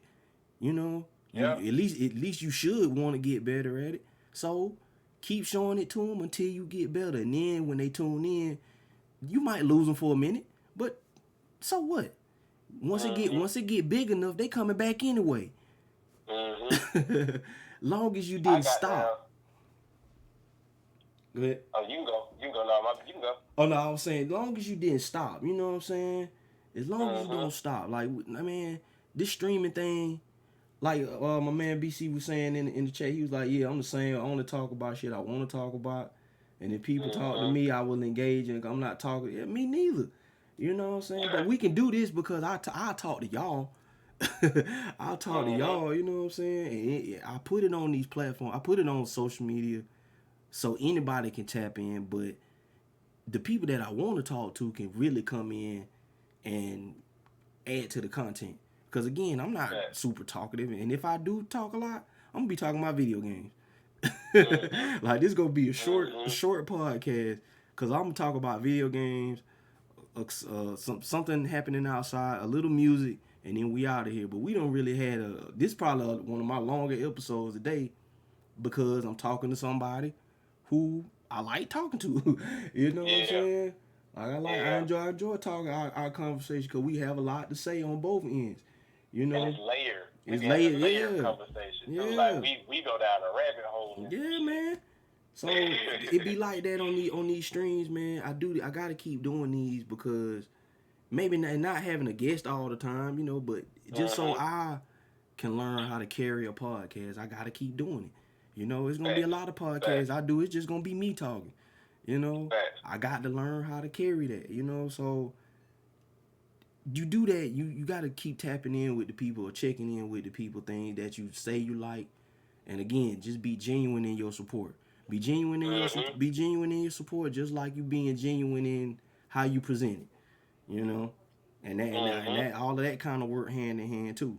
Cause we were talking about that in the clubhouse. We were saying, you know, some people you just ain't got it. You know, like you ain't got it talent wise, but you ain't got it as far as you ain't put it all together yet, or you ain't you know, it's something you missing right now.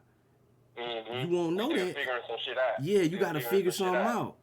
You know, but you don't know that if you just stop at you nigga don't fuck with me. Like, man, okay. So we gonna stop right there and then what? Yeah.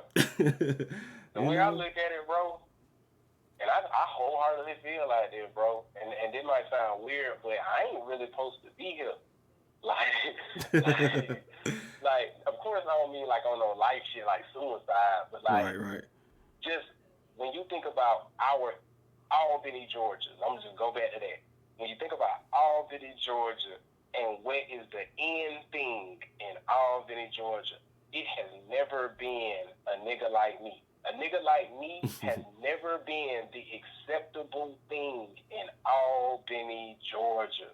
Like, because I care about shit that just the city as a whole don't give a fuck about. And then on top of that, the DJs never wanted to play my shit. I had a song Big Scoop wanted to play, but he didn't play it. But that was like one. Well, actually, I can't say that because Trey.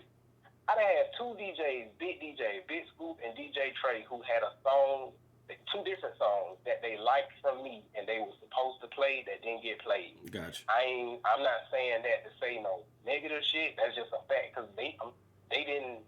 Well, Scoop was the actual program director. Now, gotcha. Trey, I don't think he was the program director at the time because that was back in 2011. But Scoop in 2007, that nigga was the program director back then. But he played that shit one time and that was it. But he felt like the song was a hit. But like I've never been. If Albany, which it is, if Albany is a chicken wing city, I was baked turkey or some shit. or vegan meat. I was vegan. I was a fucking Beyond Meat burger turkey before burger. It was a Beyond Meat burger. Like I was a healthier alternative, so to speak. Yeah. But them niggas wanted to eat chicken nuggets and shit. Like so it's just I'm not supposed to be in a position where I can make a post and it could make all this shit. And it rile up the whole city. But you gotta ask yourself though, like, why did that happen? Because I watched my progression from 12 years old to 36. I watched my progression. When I was in high school, very few people knew I rapped. I didn't let that be known. I was that nigga, just like, I'm gonna let y'all niggas do the rapping at school shit. I'm on some whole other shit at the crib. but like, once people found out I rapped, there was a time when it was this Sean J. Little Brother shit. Yeah. But by the time I dropped my first project in 2010, I had already built a name for myself for certain shit that I had did around here. They ain't really give a fuck about me being Sean J. Little Brother no more. Like, even now, it's crazy because it's like a lot of people don't know that's my brother because it's a new, like, a completely new generation going around right. So they don't. Yeah. They halfway know about Steel Mob 9 days. To be honest, but I done talked to a lot of these niggas and they not really tapped in with Steel Mob like that because they either wasn't born or they were super young. Yeah, it's just a different age now.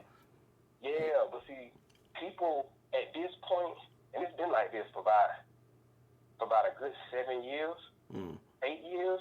Niggas niggas is fucking with me off of what I do, what I bring, who I am. But Gotcha. it's like I'm still not chicken nugget. So it's very interesting. It's very interesting to me, bro. Like it's just, I don't know, bro. Like, it would have made more sense if Steve was the nigga who had an event that brought some shit like that to the city. That would have made more sense because Steve make more people-friendly music. Like I always compare me and Steve to Michael Jackson and Prince. He's Michael Jackson. He's Michael Jackson. He's Michael Jackson. Michael Jackson was the easier one to digest. Yeah, more He's accessible. He's a whole lot more acceptable. Prince is in your fucking face. He gonna wear the butt-out pants because that's some shit niggas ain't doing, and he wanna tell you to kiss his ass. He gonna do all Prince was like a renegade. He was the principal renegade on your ass. Yeah. So it's for somebody like me who used to have like major arguments with Trey online, but have Trey utmost respect today, even though he probably never play any music of mine, but I got his respect though. Like, I don't give a fuck how you turn it. That nigga respect me because I carved the lane for myself when him and everybody else told me it wasn't no lane for it. Yeah. And I never have said this publicly, bro, but I know for a fact I helped carve a lane that really wasn't a lane around here for niggas who like really was on some rap shit. Yeah, on the type of shit we was. Like rap shit, like the alternative rap shit. Yeah, like and that's not to say it's not to say that those people didn't exist as far as making music, but as far as like knowing how to like, but as far as like putting it out there and having a space and having a place for it, yeah. He say, it's always been here. It was here when I was 12 years old, but it wasn't. When I was 12, it was niggas who was rapping like that. But the thing is. It's just like what Jay-Z said on Breakfast Club one time, like, when you the first nigga to, like, really bust through the brick wall on some shit and open a pathway that ain't been there before, you feel them bricks, bro. Yeah. But it make it where the people after you they can just walk through a lot easier now. They don't have to be, hey, Kool-Aid. They don't have to do that no more. Like, them niggas just walk through the hole now. Yeah. Like, I know I helped with that, bro. I'm not saying it's all me because what really did it was the freedom fighters. If we gonna be all the way real, the freedom fighters did that. But who was the person that they appointed to be the leader of the freedom fighter? The face of it, yeah. I don't even think I was the face. I was the nigga with the plan. I had the plan. It was my idea to be like, hey, we all need to do 10-minute introduction videos, like documentary type videos. Trying to give it another layer to it. Nobody was doing that in 2011, bro. Nobody around here was doing 10-minute documentaries. We did the very first like rap cipher here. Nobody had done that in 2011, bro. That had never happened. Yeah. I know it hadn't happened. That was crazy because that's kind of like when ciphers had started kind of like taking off, and it was this me sitting over here, and I was like, damn, they saw it. They saw how I'm seeing it, like, cause I was who I was recording. That was 2011. I was recording with my guy Takoya, Beat Thieves. He did Right Before the Storm. And I had a dude named DC the Cannon. He was down. He was living. He's from Valdosta, I think. And he came down here, and we had the discussion on investing. He had an independent label. It was just one of them consignment things. It was just like, man, I heard this dude. You know what I'm saying? I heard this dude from somebody else. Let's all link up and yada yada yada. So he wanted to start. He wanted to start a label, or start like a little, a label. So we talked about investing. He wanted to invest in doing like renting out the club and throwing his own show, which I thought was a smart idea, but I didn't think we was on the same page as far as a label for that to really gel like that. But when I went to the show still, cause they, they let me. He let me record in his house. I got a producer now. He kind of rocking with me. I went to the show. And I was like, he already got his partners. He know people already. That's kind of why he put, cause the dude DC wasn't really the rapper. He was kind of, he said, I don't really rap like that.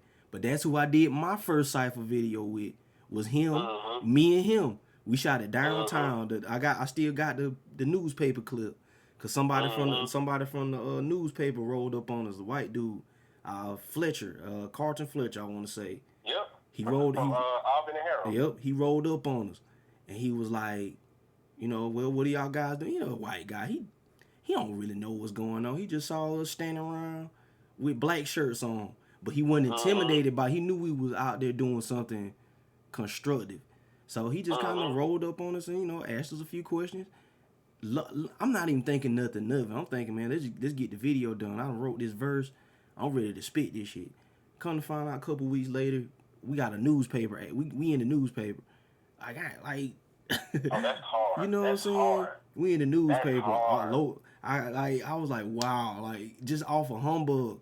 And like I said, he not really the rapper. It was just we knew we had to invest in other than just going to the club and packing out the clubs. He was like, man, let's do the other things as well, And I thought that was dope. And when I saw y'all do it, I was like, they get it too.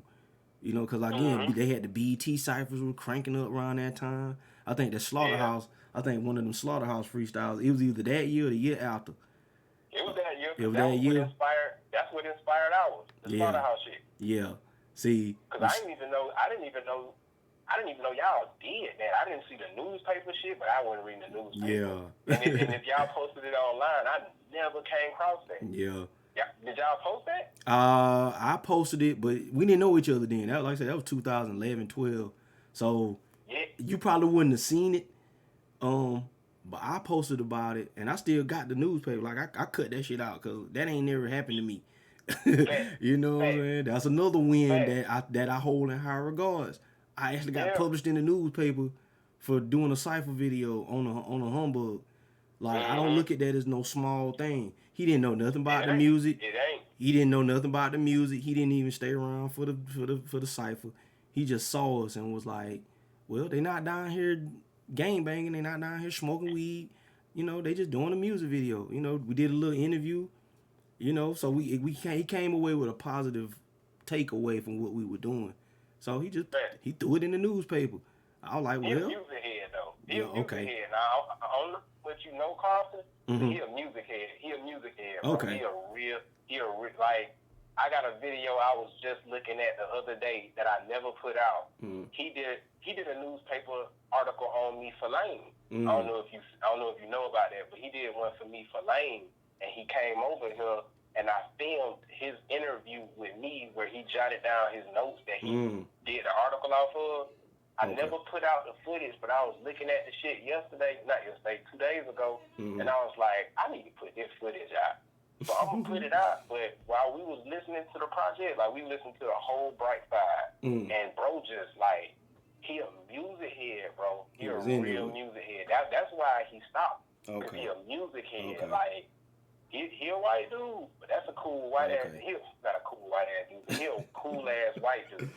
Like, I love Carlton Fletcher, bro. Like he really for real music head. So he like hip hop. He loves shit like Pink Floyd. Like he just a different type of white dude, man. Like, that's a cool dude, bro. Again, and he passionate about music, and he passionate about the art. Yeah. Again, to bring it back to all artists, stuff like that, man. Stuff like that. That's one white guy. That's one white guy that liked what we were doing. That meant, especially at that time, again, because I had just got back to. That's when I was in my trying to find somewhere to record phase, and I just so happened to look up, you know what I'm saying, and get in touch with TK and DC. They reached out to me, just to record. I was in the phase of like, man, we got to find somewhere to record. So I'm still trying to find how to do that. Even in the midst of that, somebody saw what we were doing and was like, okay, Yeah. I see what they doing. Let's keep y'all keep doing that. Y'all excuse my nephew back there losing his mind, but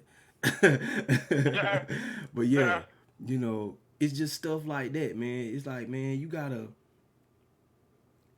Yeah, man, we been here about 4 hours, Giglamesh, man. What's going on with you, man? Appreciate you coming by the stream.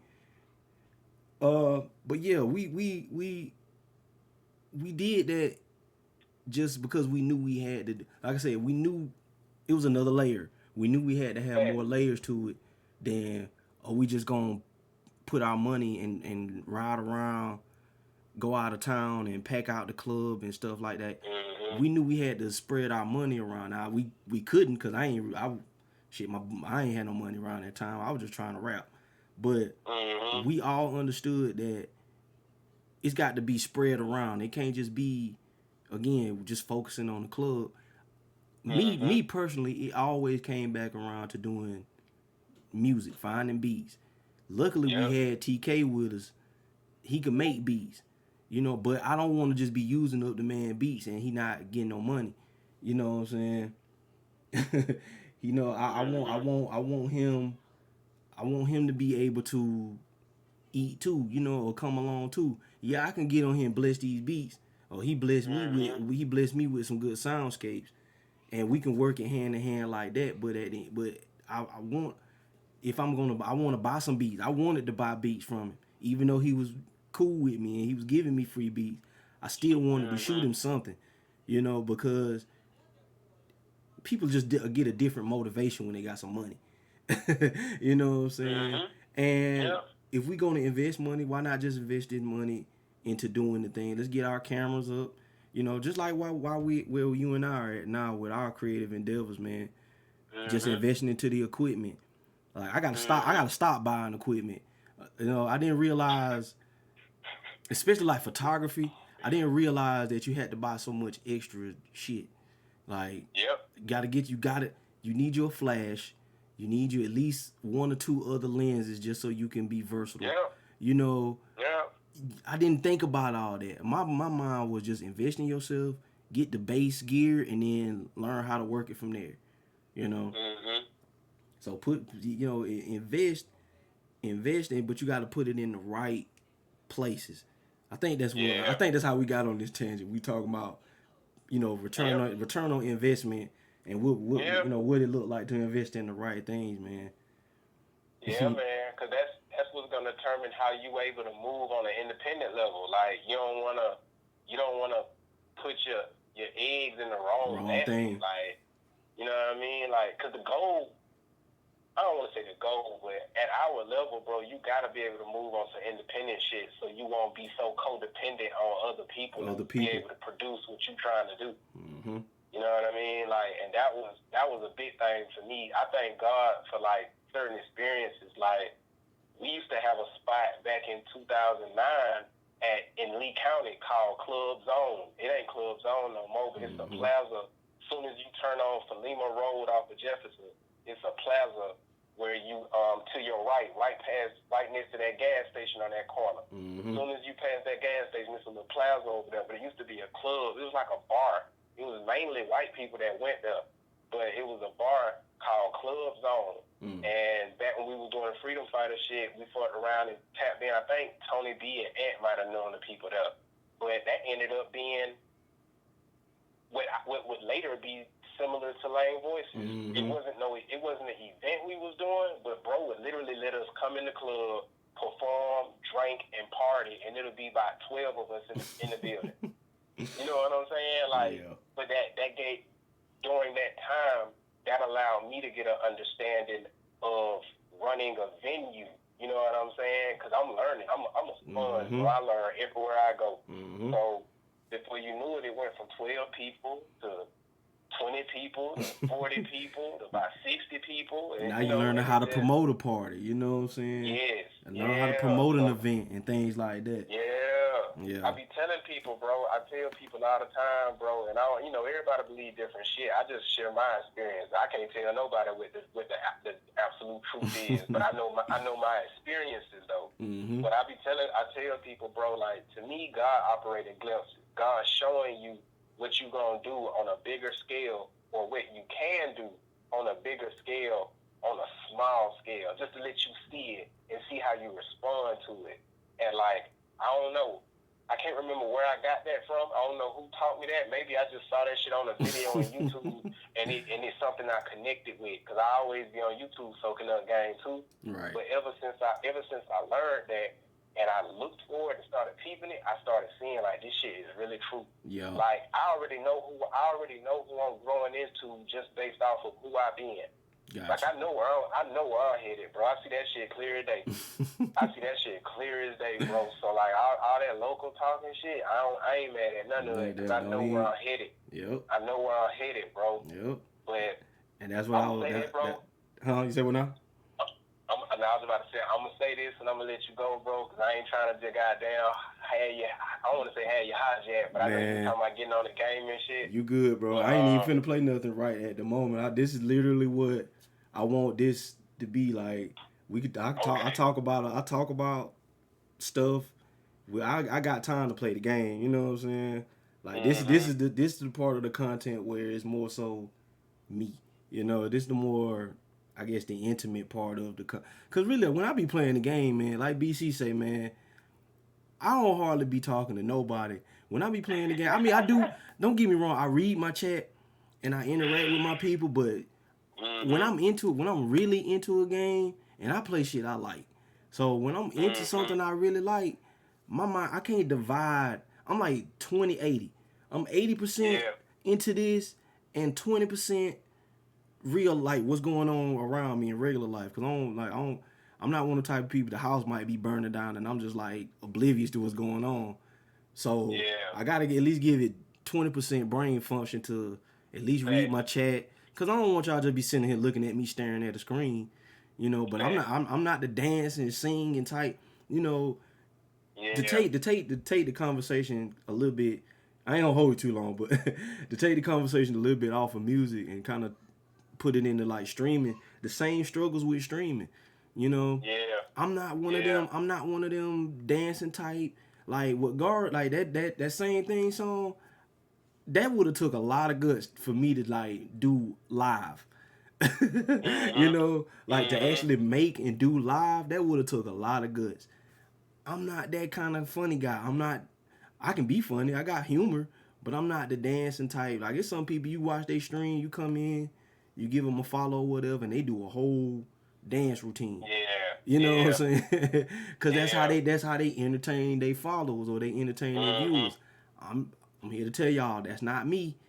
But this is me. But being able to have some conversation about topics I like and talk to the people I like. This is me. And it's also a community thing. So you don't think I'm just some robot. I'm just some robot ass nigga just sitting up on, you know, just staring at a screen like, we're gonna talk about it. It ain't like that, man. We can talk and chop it up, man. Like last week or the week before last, I want to say.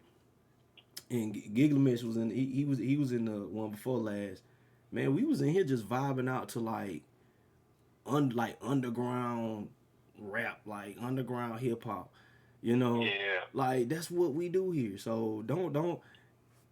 I invited you here because I knew we was gonna talk for a minute. You know, so I had to call you. That was my plan. I say, now that I done been in the clubhouse, I got a perspective on how you might feel. You know. But I wanted to say that because I wanted to include, because again, since you wasn't in there, we did bring up Lane, but the context on what we brought it up wasn't nothing like, you know, nothing negative. It wasn't nothing negative. It was just I just didn't understand where the disconnect was, and I didn't really get to delve into it because again, it's just, you know, Lane is really your baby, and I want you to be able to say what you want to say. I can't really speak for Lane the same way you would. So, hold on, my bad, bro. Oh, you good? You know. But yeah, what you saying? But I was saying, you know, I can't speak on Lane. I can't speak for Lane the same way you would. So Yeah. I knew if you were there, it wasn't gonna be like nothing disrespectful, no arguing or nothing like that. Cause that's not the energy we was on. But when they asked me that question, I was just kind of like, well, that it's probably better to get the person that's in charge of that question, because I can't speak for the quote unquote conscious niggas. I can't speak for the rap niggas. I can only speak for me. What the rapidy rap MC feel about the trap rappers, that has nothing to do with me, because I work with both of them. You know, I got rap. It's rap. When I talk about people that can't rap with me, and it may sound egotistical, that's not just directed at the trap niggas neither. Like that, I'm not. Please, rapper ego. I'm not an egotistical person by nature, but as far as being a rapper, you got to be egotistical. That just comes with the territory. I'm saying that to say, it's niggas on both sides that don't want to rap with me. Y'all can take that how y'all want. That's just the truth. That's just the truth. Yeah. That's just the truth. Bro. Like, the bar high, bro. It's you gotta high. Be able to reach up there. You It's gotta be able to high. reach up there, bro. For real. Like, it's niggas that and that's not a detriment. That's not like a knock on their talent. They literally just don't want to rap with me. Yeah. Like, I don't know, they might think I'm whack or whatever. Like, it's niggas on both sides that's gonna think you whack. So what? So what? But yeah, man, I'm gonna let you go, man. But I appreciate you coming through, dog. This was a good one, man. Thank you for having me, bro. Like, sure. It's a lot of food. It's a lot of food in here for niggas to nibble on, man. Yeah, man. So like, it's a lot of little food, some snacks. You can get you a meal in here, depending on what type of how you like to dine. Yeah, you know man. what I mean? But like, it's just cool conversation, man, and it's dope because. And to be honest, bro, for me, because I've already had this thought to myself, I might have mentioned it to you. Actually, I did mention it to you. But I had a thought, man, like, man, maybe me and Show might need to goddamn fuck with some podcast shit one day. Like, not one day, but just, like, fuck with some podcast shit. I think we did have that talk, like, a while ago, like maybe a year or two ago. Yeah. Because I always noticed how we talk. You know what I mean? Like, and our energies and how we talk is really very different, but it come together good though. You know what I mean? But I don't know, man. But I'm glad you had me. I know when you said you were gonna hit me up yesterday, I ain't expect to be on the show. I thought we were just gonna chop it up, but I ain't never against being on no shit. That was an audible I called this afternoon. I was like, damn. Hey, I'm with it, bro.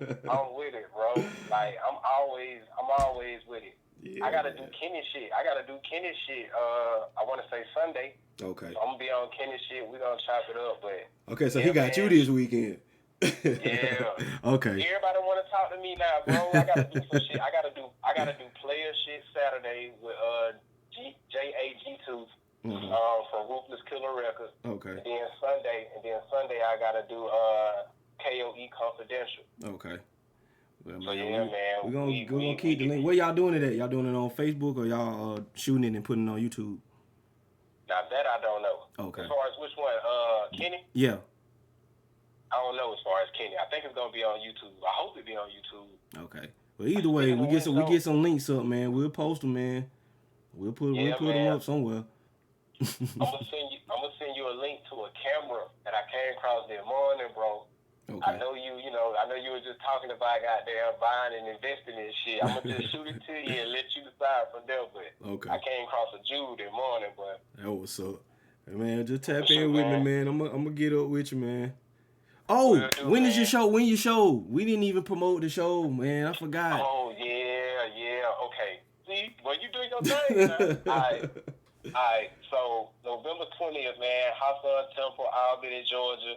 We Blight Love, as me and my life partner Briley, we was blessed, man, to share the stage with the legendary Goody Mob and the legendary Phil Mob and the legendary OE and the legendary Big Nard. We got the campaign, my homie Orion performing, and somebody else performing, but I can't remember who. But it's gonna be a lit show, bro, and I don't even say lit, but it's gonna be fire. It's gonna be fire, bro. Man. And we doing Stop Trying Me. I'm gonna just say that. Okay. I can't wait, bro. Oh I like that one, though. I I like that one though. Just on that was a good.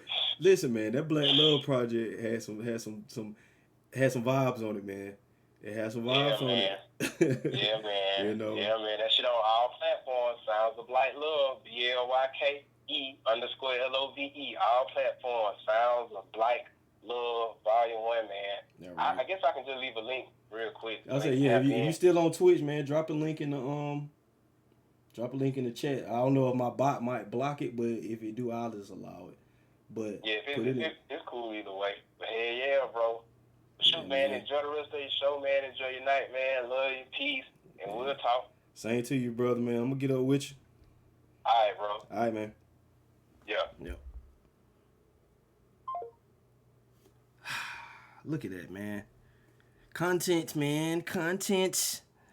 Listen, I'm glad that happened. I'm glad that happened because, again, I felt like there was a misunderstanding. Not so much as a misunderstanding, but we just wasn't really, I didn't put it up. You need his links. You know what? I'll put it in the Discord. Or can I post it? Can I post it? I got you, Lo. Don't worry. I got you. Shit, man. Hold on, man. This is my podcast, dog. What am I doing? This is my podcast. Yeah, I'm going to send you guys the link. See, this is what we were supposed to talk about. But while I'm on the subject, while we here, bro, let's find the links to the thing. Because I have it. Well, I had it on my desktop.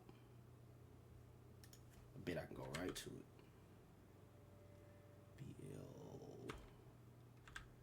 There you go. I knew I can go right to it.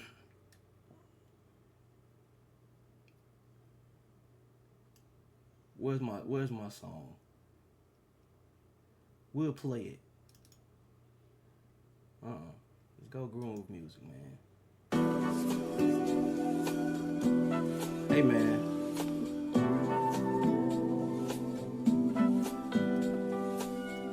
Man, this is Black Love, man. I might get muted on Facebook or Twitch, but I have permission to play it. He was just on the podcast. This is Partners in Time, Black Love. I'm going to put the links when I find them. I'm going to put them in the chat, man. Y'all check in. So I just say I don't know, but I really be knowing. It just, I don't know. Where you been? I'm with you. Where you was? I'm with you. Where you going? I'm with you. I wanna go. I'm with you. Where you been? I'm with you. Where you was? I'm with you. Where you going? I'm with you. I wanna go. I'm with you. Where you been? I'm with you. Where you was? I'm with you. Where you going? I'm with you. I wanna go. I'm with you. Where you been? I'm with you. Where you was? I'm with you. Where you going? I'm with you. I wanna go. I'm with you. Through great and worst times, through meek and desert times, I'll always be there, even when it hurts to kiss. Better know this here is for real. It's deeper than feelings, it's spiritual. God made this union feel unity and beyond this plane. You fire, I'm fire, we twin flames. You, me, we, yin yang. Infinite, we too deep, one thing. Intimate, into me, I see some change. I'm different, picture it. Forever on adventures and crossing galaxies and lifetimes to find this again. I on existence, intertwined times infinite since you and I first so tied. Where you Man, appreciate y'all coming back to the chat, man. Well, y'all been here, though. Shout out to everybody checking in from Facebook, checking in from D-Live, Twitch. Appreciate y'all checking in, man. That was my guy I just had on. That was this Joe Henson and his partner, Briley. This is Black Love. I'm gonna find this link. Hold on.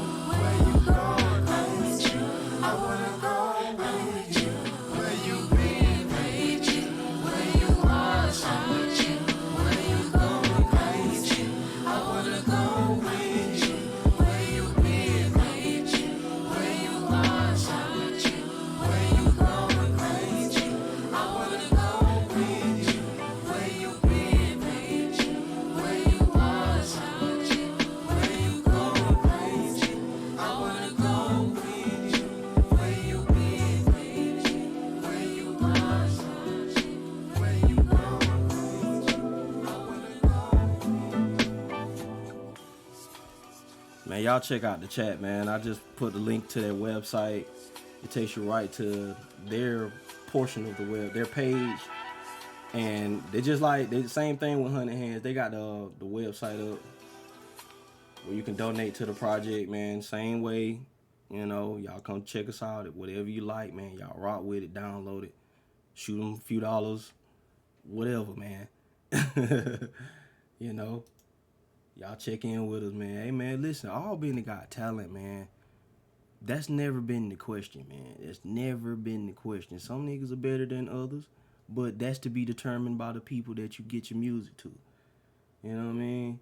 Stop. Don't even trip on that, man. All the younger artists, the coming up artists, and I'm talking like I done been on the whole time.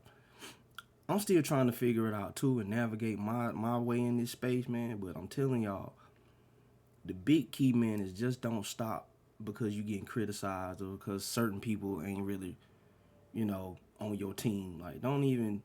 It's cool. It's cool. See what we just did here?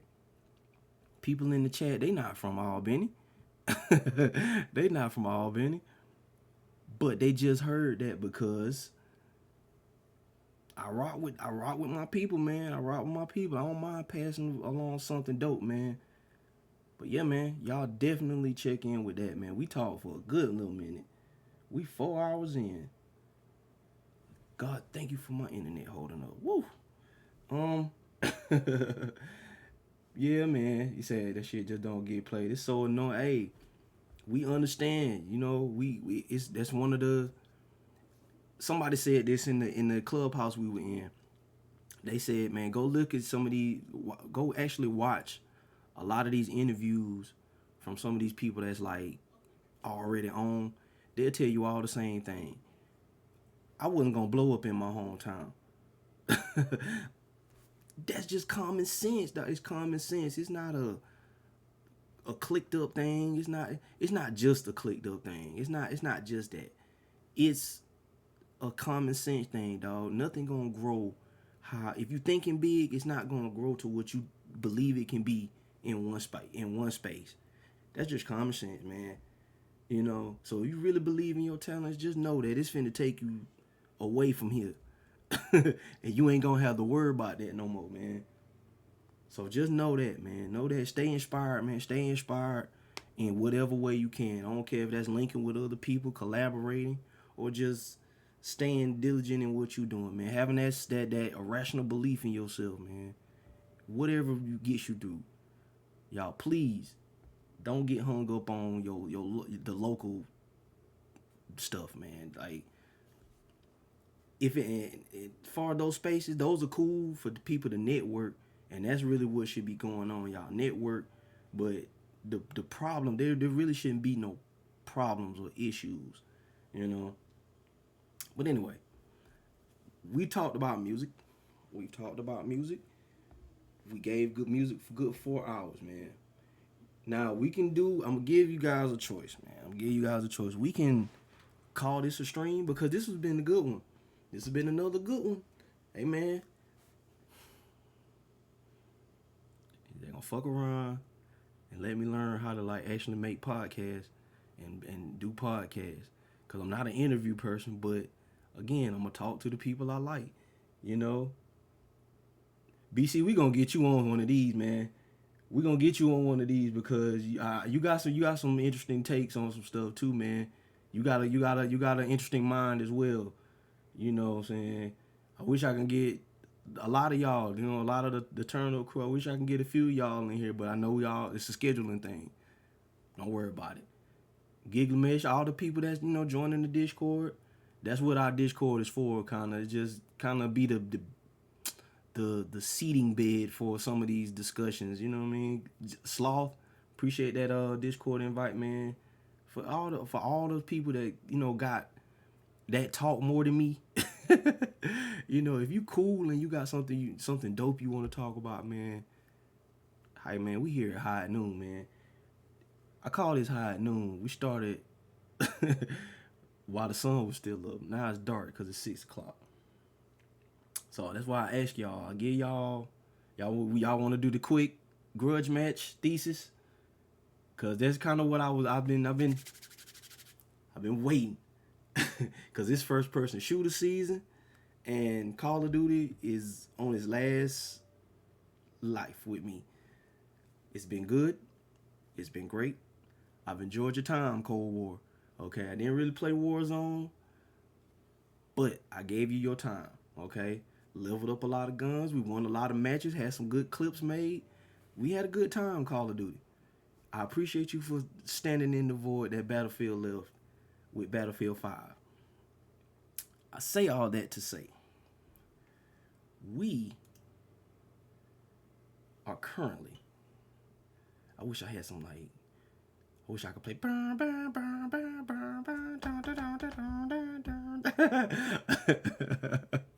I wish I could play that. You know what I'm saying? But listen, man, I want to kind of dabble in. We switching gears from music, man. BC, I also want to say to you, because I saw what you were typing in the chat. I just forgot to respond. And for everybody that saw what he put, like, man, us as artists, we appreciate, again, like I said, I don't care if it ain't but one extra person, a fan a day, man. You know, a fan a day.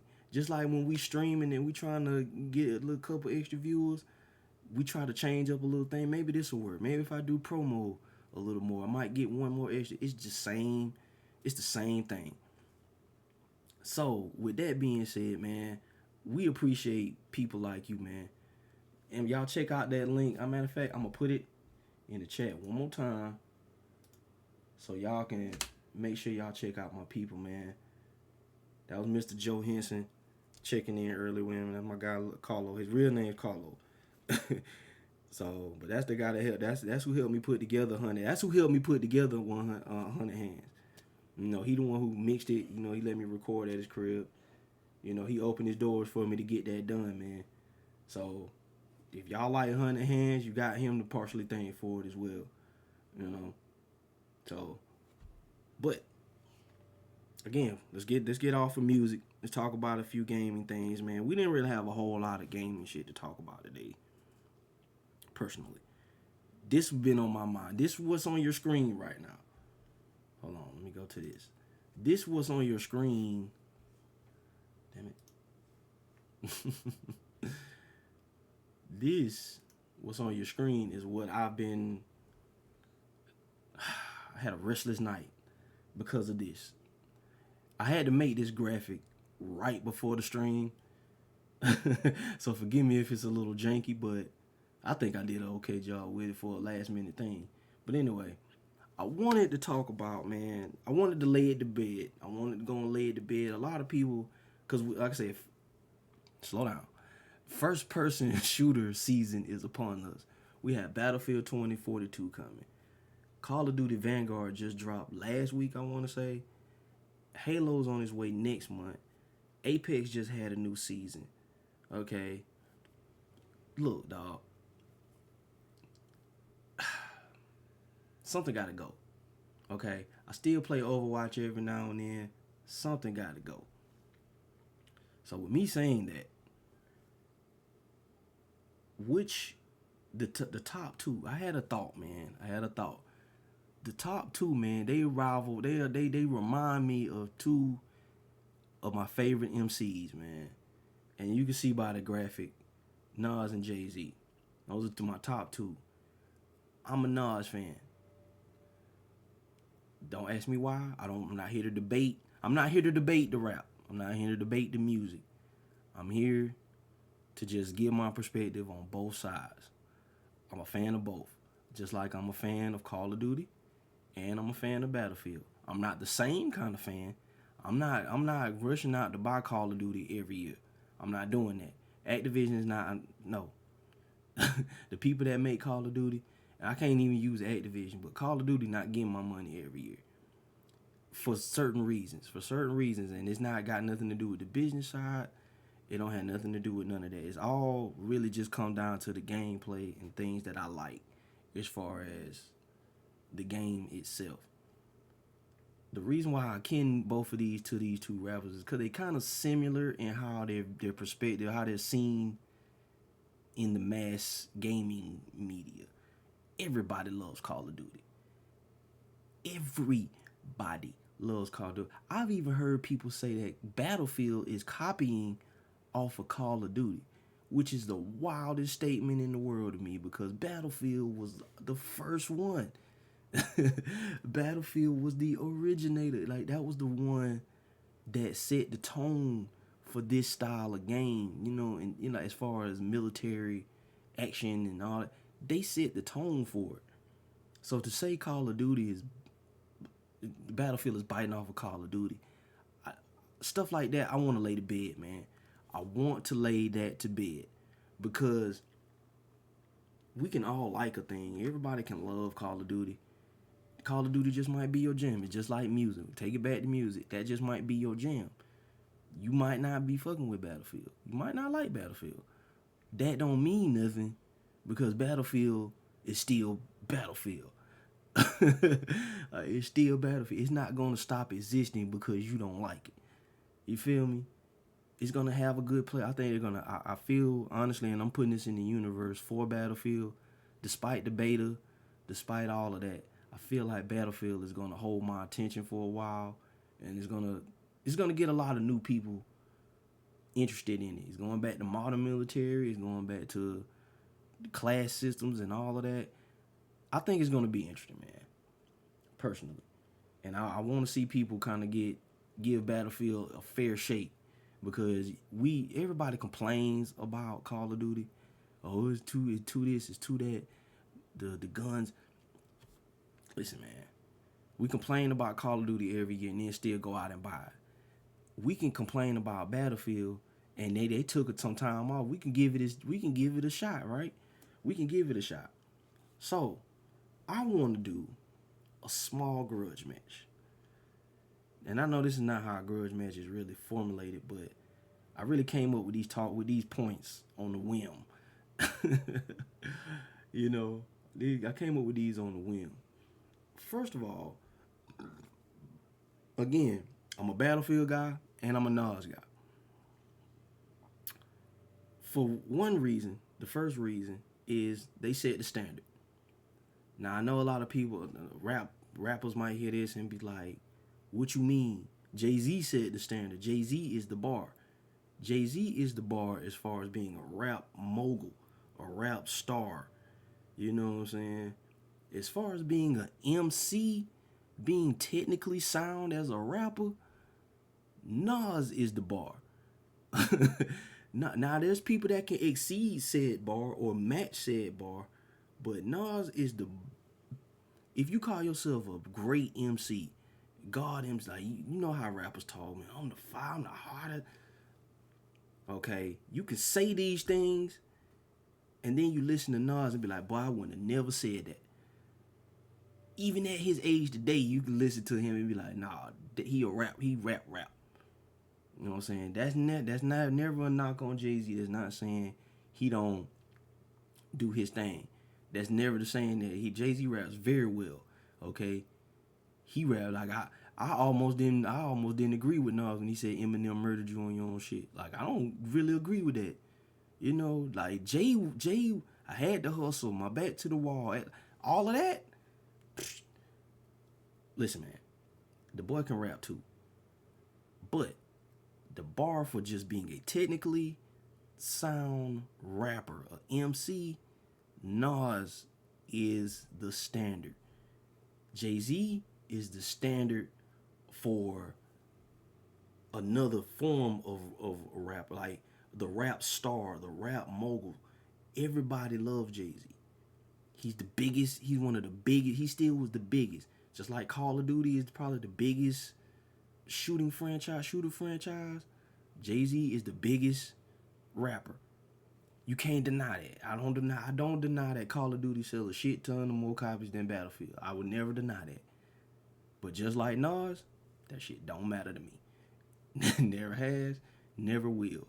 Just because you sell 2, 3, 4 more million than Battlefield, that don't matter to me. That means nothing. What experience am I getting from it? So, and this is not the win or lose situation. We're gonna end. I'm gonna tell you now, the anticlimactic. This is gonna end in a tie. I'm just making points for each side on why we can't always just run. Other than you just liking Call of Duty, the things that people, the points that people use to kind of beat down on Battlefield don't be making much sense. Okay, you can't use some of these arguments, you know. And a lot of it just boils down to preference. Like, let's just be real. A lot of it boils down to preference. So that's the one thing. Oh shoot. Here we go. Wait. Yeah, there we go. That's what I needed to do. Put you right here. So there you go. I need to back it down. Oh shoot. Let's put it behind something. Something. Yerk. There you go. So, boom. Now, that looks better. So I didn't want the talking points of why people beat down on Battlefield so much. And I want to make sure I give Call of Duty it's justified. This is almost, it's not I'm not going to do that. I'm not going to take it back to that. I'm not going to take it back to the trap versus conscious thing. I'm not going to take it back to that. But it does kind of fit that. Call of Duty would definitely be a trap rapper. A very good one. A very good one. But a trap rapper nonetheless. But all of it kind of sound the same. It all kind of play the same. It's just higher end of that particular genre. Note number one. While we're sitting here looking at it. Note number one on why those arguments are silly. They're not even the same kind of game. They just not. Comparing Battlefield to Call of Duty, the reason you got to talk about Battlefield is because Battlefield was the first. You have to talk about it. Just like you have to talk about Nas when you talk about best MCs and rappers and stuff. You got to talk about Nas. You got to talk about Battlefield. You have to put him up there. You have to. You know, there's really, again, because he's the standard. Like, he's one of the standard for MCs, like writing rhymes, rapping, period. He's up there. But just like Nas and Jay-Z, they're two totally different entities. They're two totally different rappers. They're two totally different games. Battlefield, Call of Duty, I'm going to say, Call of Duty is more arena, 6v6. I think they call it asymmetric. You know, asymmetric. Y'all start on, equal teams on different halves of a map. Something like that. They're more arena based. You can't go outside of that. Okay? Y'all in these arenas, there's walls set up to where y'all in this enclosure. Battlefield say the hell with all that. Jump in the car. Okay, you want a helicopter? You ain't gotta kill a bunch of people and get no score streak. No. It's a helicopter right over there. Just go get in it. And go mow down the other team real quick. You know? It's all out warfare. There's really no limit to how you approach engagement. Whereas Call of Duty is like everybody kind of set on the same. It just get as many kills as you can and get your score streaks up. Nothing wrong with that. There's nothing wrong with any of this. It's just distinctly different.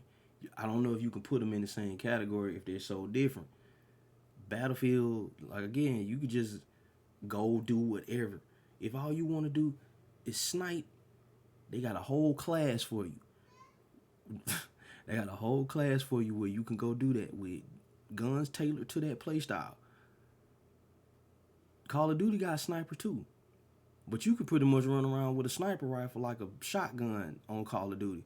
You ain't even gotta aim it sometimes. That's the thing with Call of Duty. Like, it's you don't even have to aim your gun sometimes. You can barely aim. All you gotta do is tap the doggone aim down sight and pull the trigger. You get a kill. So again, it's all out. Just it's what you want, what you prefer. I prefer to play objectives. I can come up with some kind of strategies. I can reshift my strategies. I don't have to just go kill 50 people and then that's gonna win. No, it's all out warfare. I can approach it how I want to. Again, if I just want to jump in a tank and shoot this building and blow this building down that these people are in, just shoot the whole shit down, I can do that. You can't do that on Call of Duty, really. You can destroy boxes, couple walls here and there, you know, some thin wood walls. You can, you know, some boxes and stuff like that. You can shoot them up. Battlefield say, I don't care if it's concrete, I don't care if it's glass, steel, whatever. If I can blow it up, I ain't finna blow it up. And you better not be on the other side of that wall because we finna find you. And I love that. I love that you don't give nobody a chance. I love that because it don't give you no chance to hide. It don't give you that camping. That's a big thing in Call of Duty that people hate. That's another complaint. Oh, you just camping. That's all they do. That's just camping. Man, I've seen so many folks rage online and rage while they playing Call of Duty because of campers. Battlefield say, man, bring the campers on, man. We ain't even worried about it. Get this rocket launcher, get the C4, and handle that. Figure it out. Figure out how to get him out that perch. Figure out how you gonna get somebody up there to get him off this tower over here. Figure it out. You could just shoot the whole shit down if you wanted to. Miss Mazza King, thank you for the host. Thank you for the host and the raid. Man, listen, man, look, man. Look, everybody, thank y'all. Thank y'all, thank y'all. Look, man, hold on. Let's get our people a shout out here. Oh, you ain't even in here. Wait a minute. We get your shout out anyway, because you know what? We appreciate you. Oh, shit. Man, shout out for everybody coming through the stream, man. I thank y'all. Man, y'all missed a good one day. Well, it's still going on. I ain't gonna say y'all missed it, but we here with it. Thank you, Amazonian. But yeah, Battlefield just say the hell with it, man. You don't have to wait on no score streaks. You don't have to you don't have to get enough kills to get this sentry turret. You don't have to get enough kills to get this helicopter, to get this jet. We just give it to you. Now you better you gotta learn how to fly it, which is my next point I'm gonna bring up. That's the next point I'm gonna bring up, because Call of Duty kind of put stuff like that on autopilot. You can call in your score streak and the chopper gunner just gonna do what it do. The napalm just gonna do what it do. You actually got to learn how to fly on Battlefield. Like, you got to learn how to fly those helicopters. You got to actually know how to orient everything, or you just gonna crash your helicopter and now your whole squad mad with you. Hey, Miss Mazza King, how you doing? Stay fluid, man. What's going on with y'all today?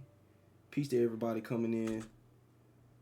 Thank y'all, man. Hey, this is High at Noon again, man. This is your host, Chauvin. This for all my new people that just came in. This is Chauvin, aka Chauvinistic.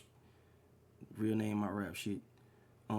This is High at Noon, man. It's just a little thing I do on Wednesdays where I smoke a little weed and do a podcast after, man. We talked about a lot of music going on earlier. Something going on in the music scene. I got in the clubhouse last night and we were talking about some local music scene stuff, but that was 4 hours worth of talking, man. Y'all check in the I'll put my people link in the thing. Y'all check out my people. Mr. Joe Henson came through, aka Carlo, or also known as Carlo. Y'all check them out, man. They came through, and that's some music that they had for us, man. Y'all give them. They got a show this weekend. Y'all check in with them. But now we having our little grudge match, man, that I've been talking about since Battlefield and Call of Duty dropping the same year this time.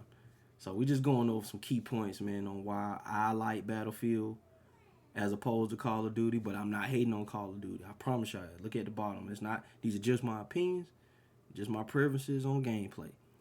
But our third point,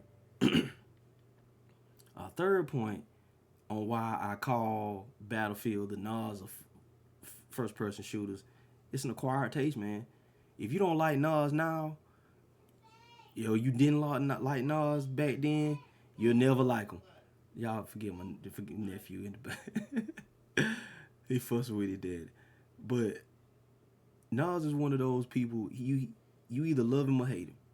Everybody loves Jay-Z. Nas, you either love him or hate him. It's up for debate all the time. And I don't understand why when Nas is the bar, okay, as far as rapping. So that's what I would say about Battlefield. It is an acquired taste. It's an acquired taste because it requires more of you. AKA being too complex. That's the part of the point. It's too complex, man. I've heard a lot of people say, man, I don't know how to aim the guns. The bullet drop. They move too slow. They run too slow. I've heard all of those criticisms, man, and it's like, while those are valid, again, they're different games. You can't, you can't slide 20 feet in Battlefield like you can on Call of Duty. You can't do a slide and then slide halfway across the map and still be shooting people. It's just not that kind of game. I think a lot of people got to come in. They come in with Call of Duty eyes or with a mindset or those reflexes, or they thinking, oh man, we had a Call of Duty experience, and then when they get it, it's like, oh damn, it's not Call of Duty. It was never meant to be. It was never meant to be. It's a slower pace. Ain't nothing wrong with a slower pace. And we in a game, with Apex and everything out now, we in a time of where everything got to be hyper fast, and that's Call of Duty's fault. Everything got to be all super fast and zip line. Okay, knee slides from 30 miles away. It's a double jump, back flip, shoot a portal. That's Call of Duty-esque. Like, that's Call of Duty's fault. Battlefield requires more of you than just shooting. Now, again, you got to know how to aim. Play sniper. You got to know how to adjust your distance. Okay, set it to 50, 150, 300 meters. You got to know how to adjust it. The thing I like about Battlefield, it gives you time to tweak all that. It gives you enough. The battles are slow enough so you get time to tweak all of that. You just got to be mindful of it. It's layered. I wouldn't say it's too complex. I just use the word layered. I say layered because it requires more of you than just getting 50 kills. It requires more of you than just getting score streaks and stuff like that. You don't need to be super soldier. Like, you can't be super soldier in Battlefield. You got to really know how to strategize to get those kills. And a lot of people don't want to do that because we all got ADHD. I don't know if video games is a result of that, but it's just the truth. We all got ADHD, and we just want everything fast paced, high movement. I love it. That's why I play Apex, because it does give you the movement that you want. I'm not completely sold on all of Apex's gunplay, just like I'm not with Call of Duty. Call of Duty got some okay gunplay, but it's just like, man, you could just shoot anybody. You could just shoot anybody. Thank you for the bits, Miss Alani. Hi. What's going on with you? Are you off? Is that piece of, oh, that's not my shit, saying piece of cake. But yeah.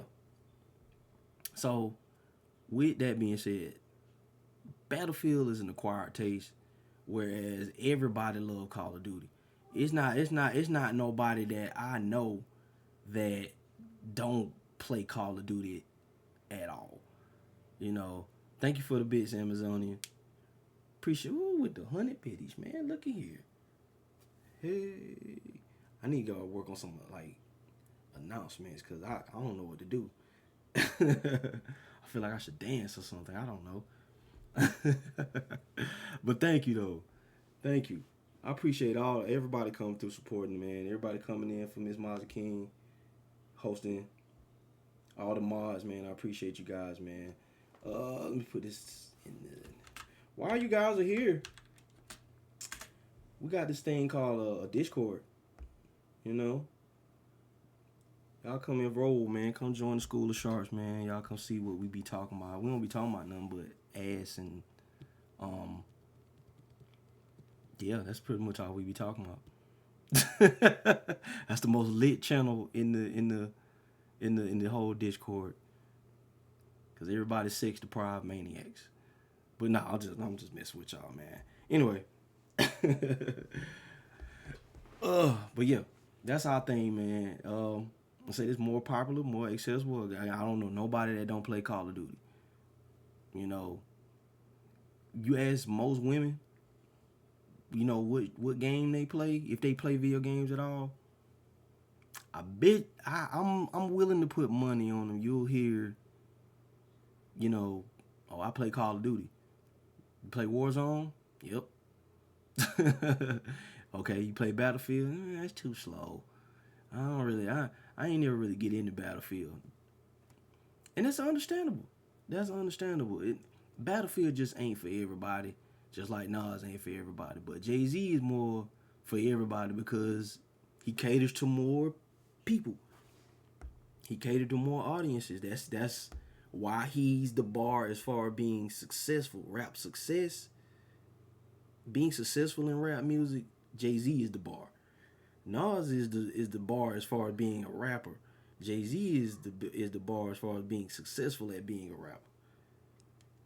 You know, because I'm talking about in all categories, he's most popular. Okay, he put out music more consistently. He put out high quality music more successfully.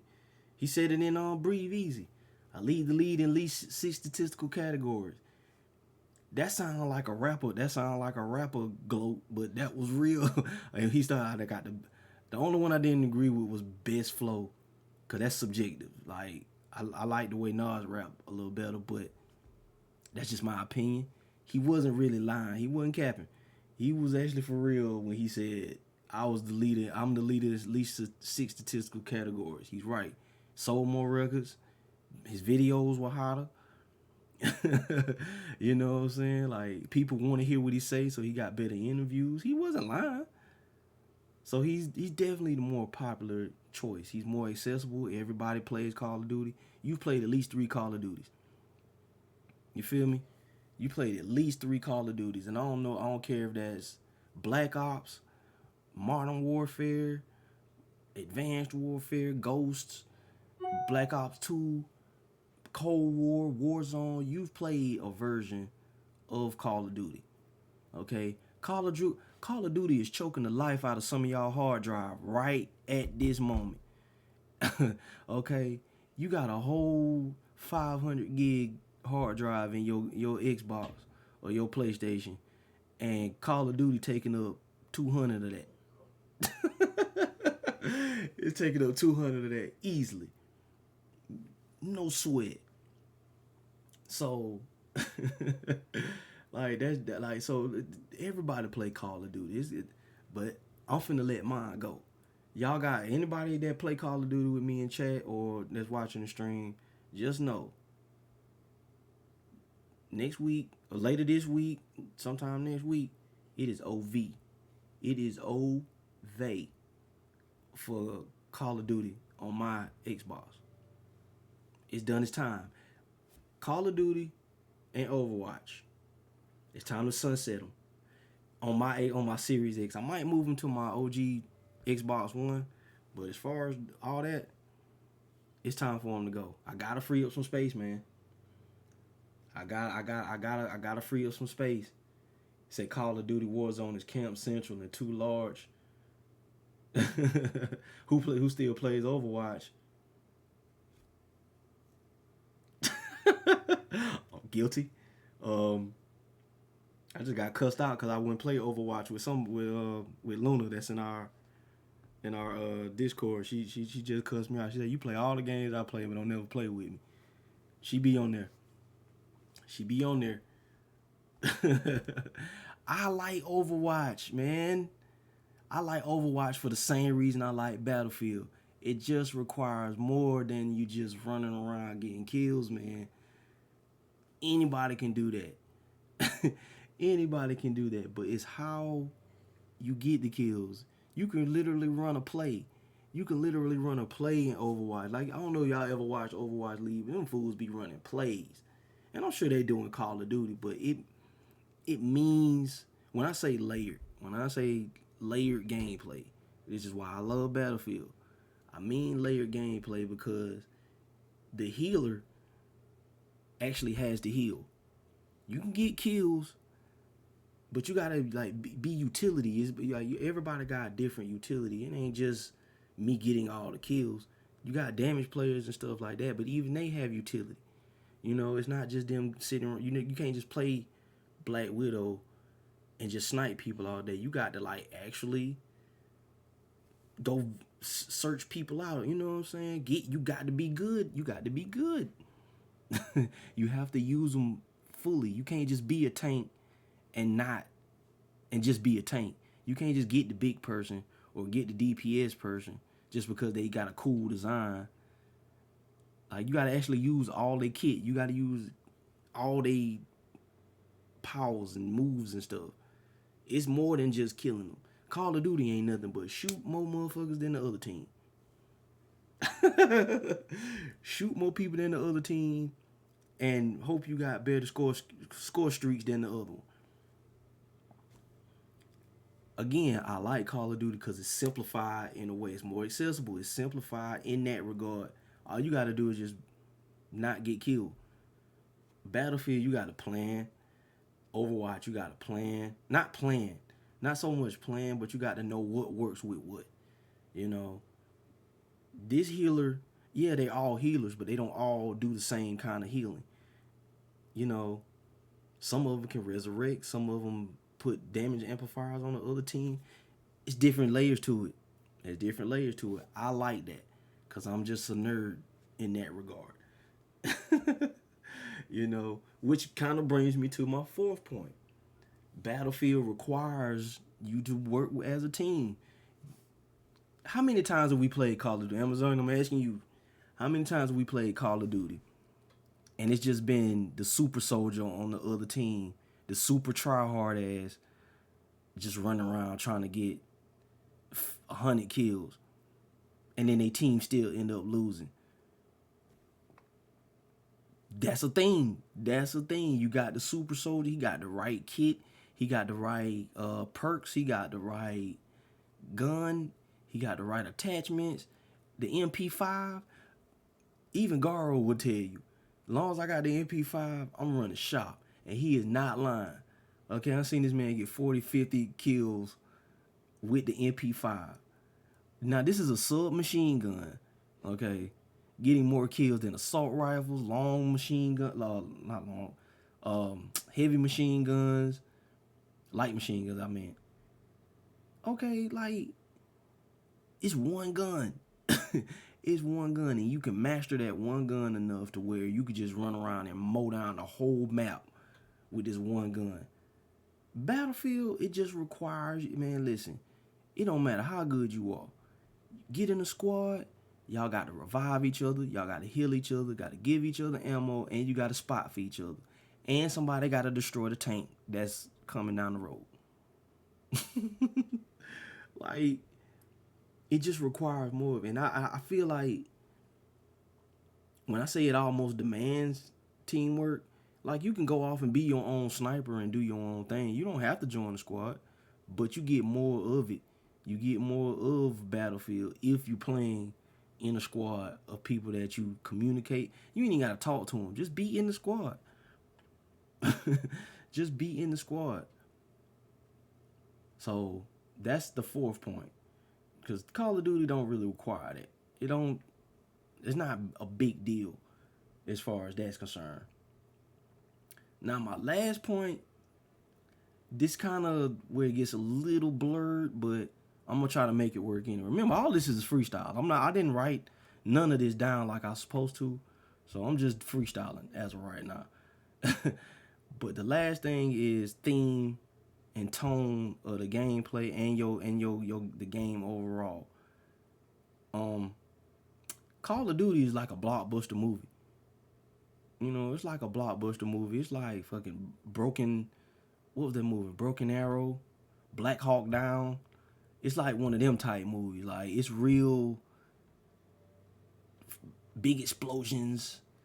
Okay, a fucking train get blown up. I was like, trains get blown up, and now you got to watch the whole train get slammed around on the rails. You know what I'm saying? A whole helicopter falling, a whole building.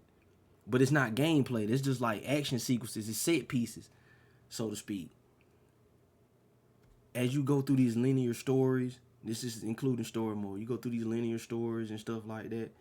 Call of Duty is just high action all the time. All the time. You know, they've been trying to do a little moody stuff, you know, sneaking around with stealth in the latest games, but for the most part, man, you just shooting shit up.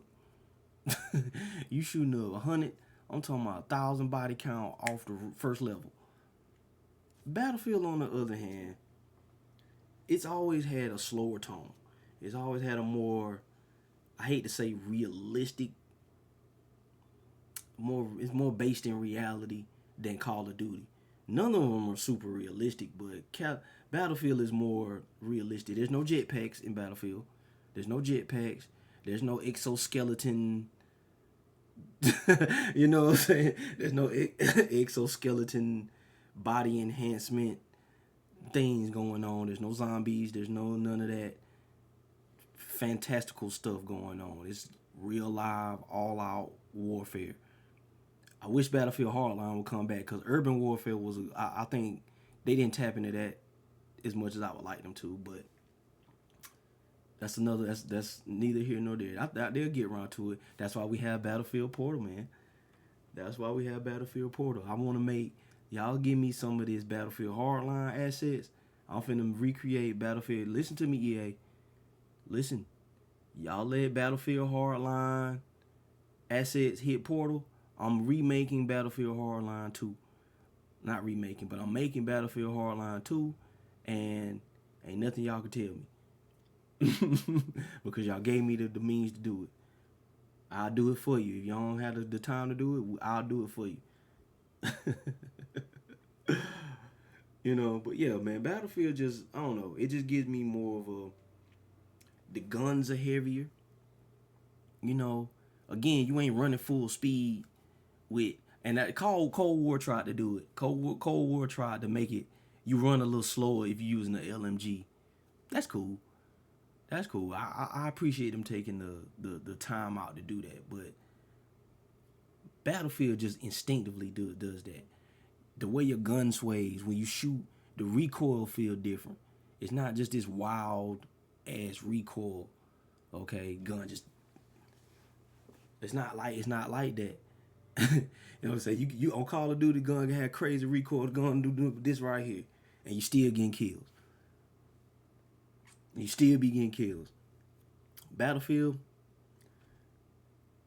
tone it down. Tone it down.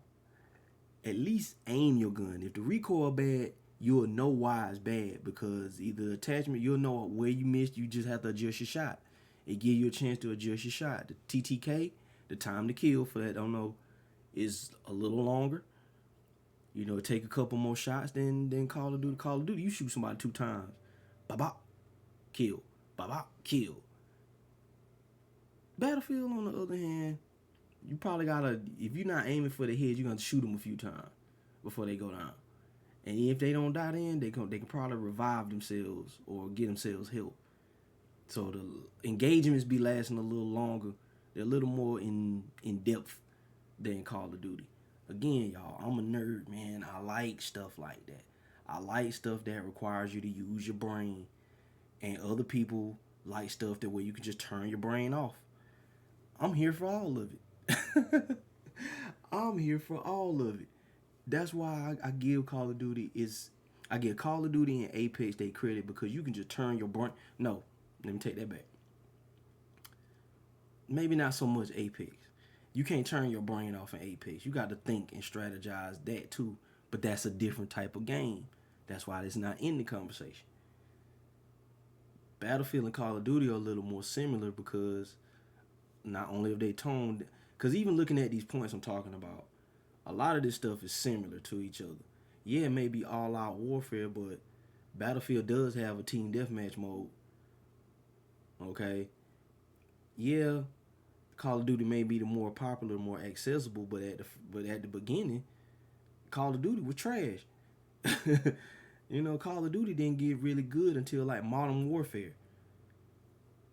You know, people were playing Battlefield 2. Some people swear by Battlefield 2. Okay, some people swear by it, like, nah, this was it. Okay, 2142, all of those games, some people swear by them. It got a good cult following, and that's kind of how I attribute it to like being like Nas. Nas got a good, solid cult following, enough so to where he always in the conversation, no matter what you say. No matter what you say, he's always in the conversation, and that's kind of why I take to Battlefield and Nas the same way, because it's like, man, I don't have to play the popular game. I don't always, y'all know me, when I'm streaming, I don't stream. That's probably to my detriment in some ways. I don't stream the most popular games because I get tired of everybody playing the same shit. Same thing. Damn, Gar, boy, you hit the theme today, boy. God damn it, Gar. Same thing. Call of Duty always be feeling like the same thing. Every match I'm playing, it's the same thing. Every game come out, it's the same thing. Battlefield, it's not the exact same thing. It's got some tweaks to it. You know, again, it's different. It's different.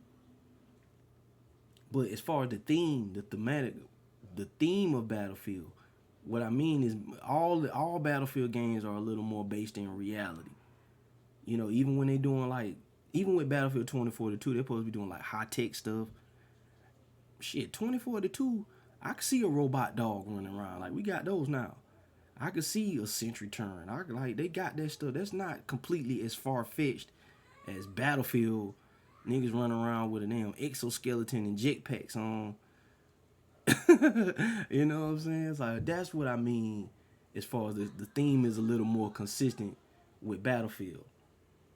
But we gonna end. I'm gonna end that with that, man. Cause again, I like Battlefield because it just requires more of you than just. I actually kind of like the skill level. I actually like it because they weed out people who really want to play a shooting game, as opposed to somebody who just want to run around. You know, it's just different. It's just different strokes, man. Different strokes, man. And Battlefield, it just got me. It just interests me in a way that Call of Duty don't never do. And I don't want Call of Duty. The thing is, I don't want from Call of Duty what I like in Battlefield. Just like I don't want in Battlefield what I want from Call of Duty. I don't want niggas running around.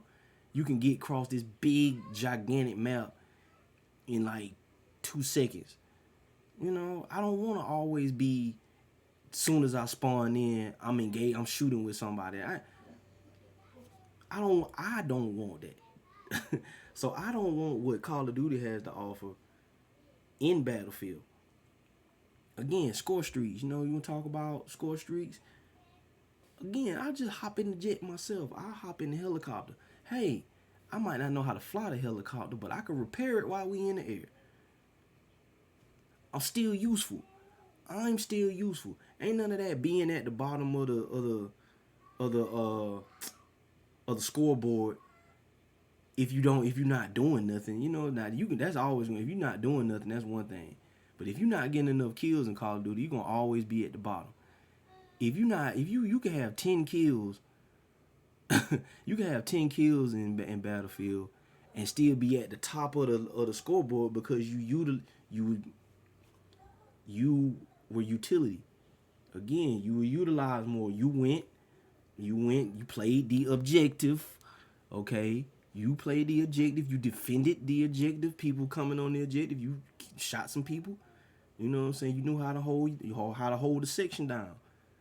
You were more useful than just running around getting 1,000 kills. You feel more accomplished when you play Battlefield. That's kind of what I'm trying to. You feel more accomplished when you play Battlefield because it just gives you more options to be useful or to help win. So when you hit a you won screen on Battlefield, you know you helped out. You contribute to that. Call of Duty, you know when you ain't contribute. You know if you didn't get 10 kills, you know if you didn't get enough kills, you knew you didn't. You was at the bottom of the board with your 3-4 kills, your 5 kills, and you died 70 times. You know? So that's again, I don't want from Battlefield what they got in Call of Duty and vice versa. You know, I don't want that. I want to be able to drive my own truck. You know the trucks you pull up in Call of Duty? I can keep driving that truck in Battlefield, pick up some of the homies, and we go to a whole nother objective while they not over there. You just more involved. It's way more involved than Call of Duty. You know, I know I give Call of Duty. It might sound like I'm bashing Call of Duty, but it's just preference. I just prefer Battlefield. But Call of Duty, again, it allows you to turn your brain off. If you just want to have some fun, just mindless shooting fun, get in and get those score streaks and blow up some shit real quick, Call of Duty is right up your alley. It's right up my alley sometimes. Sometimes I don't want to think like that. I don't want to do all that strategizing. I just want to get into the action. But I have Apex for that now. Call of Duty, Cold War, thank you for your service. Call of Duty, thank you for your service, man. You have done well. Black Ops, you were great. You were amazing. It's time to move on. It's time to move back. It's time to go give my people some love, spread the love out, and give it back. So we taking our talents to Battlefield. I need to look and see if they gonna be Game Pass people. We get it free. We get it. I think we get like a 20-hour trial or something like that. So y'all come on, squad up with us, man. I can help you like Battlefield, cause we'll learn it together. We'll learn it together, man. But listen, man, how long we been on? Ooh, 5 hours and 23. God, thank you so much for my doggone internet holding up. Our internet went out in the middle of the night, man, and I was tripping. I was like, bro, how am I gonna get this damn show ready? But that has been our thesis, man. That has been our grudge match. The final thoughts on that whole thing, just play both of them if you can afford it. If you can afford it, play both of them. And play both of them, Apex and get Halo. That's all that matters. So what would Halo be? What would Halo be as a rapper? As a top tier MC, who would Halo be? Halo would be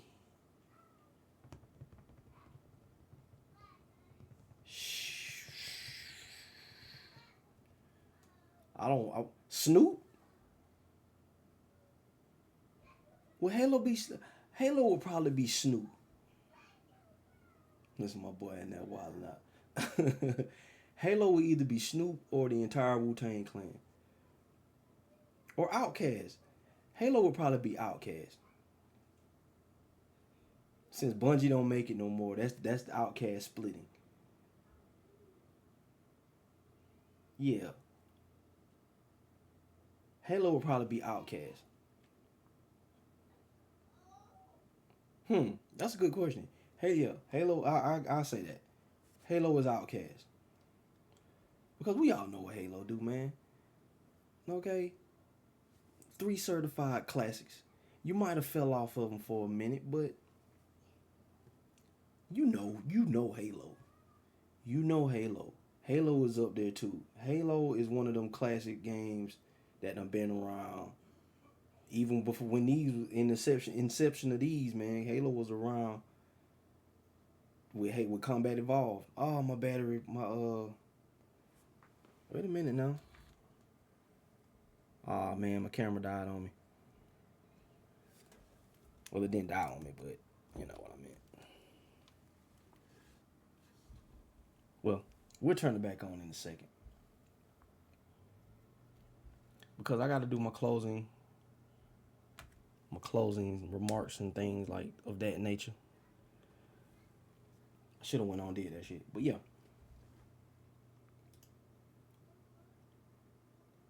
That's our final thesis, man. Love them both. Stop shitting on Battlefield, man. Y'all stop hating on Battlefield. Stop talking about Battlefield is copying. You young cats, man. I want you young cats to stop saying Battlefield is copying off Call of Duty. Stop that, man. Just because you like Call of Duty, nobody's copying off of Call of Duty, man. If anything, Call of Duty copied off of Battlefield. Okay? Let's just be 100% honest. If anything, Call of Duty copied off of Battlefield. It improved. I ain't gonna say copy. I'm not gonna use that. That's a negative. That's negative. We're gonna say it was inspired by Battlefield. Let's do that. Some things Call of Duty do better than Battlefield. And the things that Battlefield do better than Call of Duty, I prefer. And there we have it. Alright, man, listen. I can't play a whole lot of music, man, on this platform, but I appreciate y'all for coming hanging out, man. I'm finna go get me something to eat. Because I've been talking to y'all for 5 hours straight, and Lord knows I do not like talking that long. I don't ever have that much to say, man. Shout out to Joe Henson, man. Carlo coming through and just chopping it up with me, man. Again, Albany area artists, I love all y'all, man. Peace to everybody. Y'all continue to do y'all thing.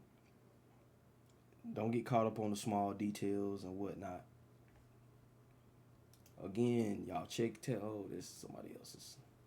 Y'all hit these doggone links in the chat. Bada bing. That's our Discord. You guys, I'm a graphic designer by trade. So if y'all need some flyers, y'all need business cards. I might even I can do your overlays. I can't animate them, but I can do them. I can design them for you. You know, if it's got graphics, I can work on it. I can do it. Don't even trip. We're gonna have merch coming out soon. So y'all check in with us. Y'all hit me up. Hit my email up if you wanna, send me some business, man. Send me some business. Send me some clients. I'm with all that. What else was I gonna give you guys? You guys have seen the 100 Hands. Oh, my website. Can't forget that. You can't forget that. Sometimes I be trying to talk like I'm from the islands. And that shit sounds terrible. Get this off the screen. Bada boom, bada bing. Yeah, man, y'all come check out this Chauvin.net. This is where I have my music posted. This is where I have the 100 Hands project, where you can donate to it, download it, put it on your phone. Join our email mailing list so you can get some updates on new stuff I'm working on. I got a couple things in the pipeline, man. So, again, man, we gonna play this beat, though, that I made. We back to this, though. So, man, I appreciate everybody. Can I get my camera on just for a few seconds? Yeah. Come on, baby. Yeah. Again, man, you guys have been amazing today. Fucking amazing. Turn me up, man. Once again, I am chauvinistic. Chauvin, SHOVAUGHN. Real name, my rap shit. That's what my mama called me. And this has been another episode, man. Number 6 of High Noon, man. appreciate everybody coming by, checking in on Facebook. Everybody checking in on D Live, Twitch, man. Thank you, man. Thank you. We're gonna get up out of here, man. This is the loop of the week.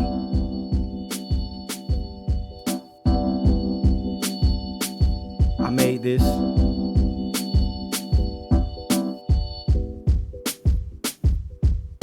It might sound a little weird on Facebook, but that's because they do this. I don't know. They got this thing where they slow your music down, but it still sounds fire, man.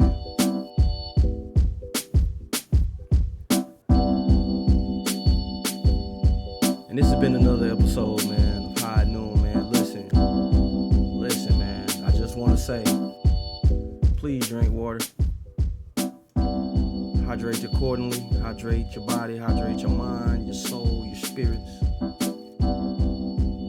None of that dried out shit, man. Just stay fluid, man.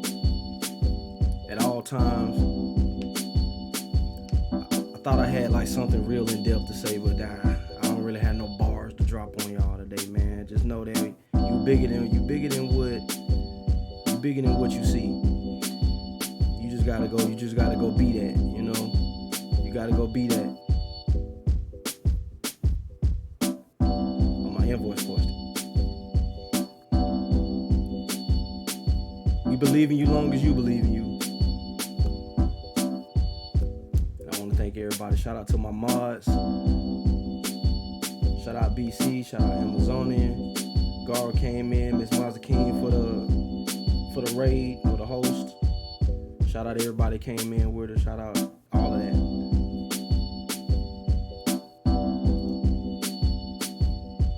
But man, we're gonna get up out of here. Let's find out somebody to raid. How about that? Let us do that. Who's streaming right now? Guess that'll be a good question. Laptop it up. Oh yeah, man, the pod is over now. You know what I'm saying? We just kind of hanging out. You know?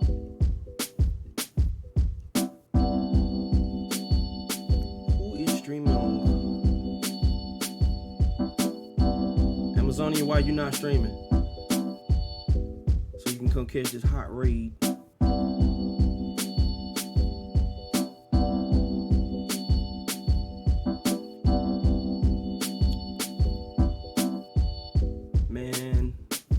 Finna drop y'all off with Blue Gas TV, man. Let's go check in with her. She's playing. Oh, she's just chatting as well. Cool. You guys go hang out with Blue Gas TV. That's BLUGAZZ TV. Get her queued up here, man, so we can get up out of here. Get up out of here the right way.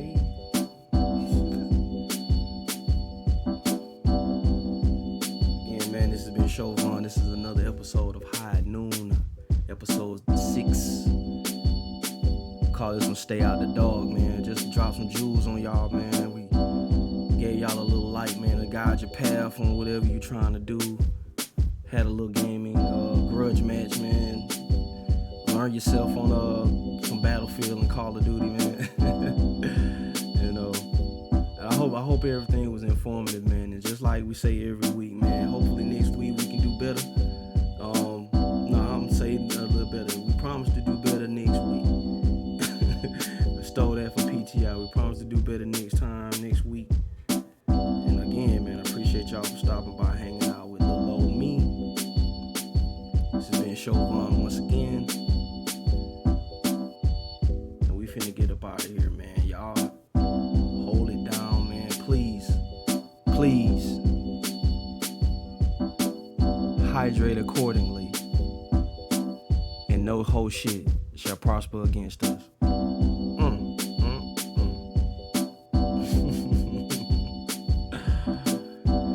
Yeah, man.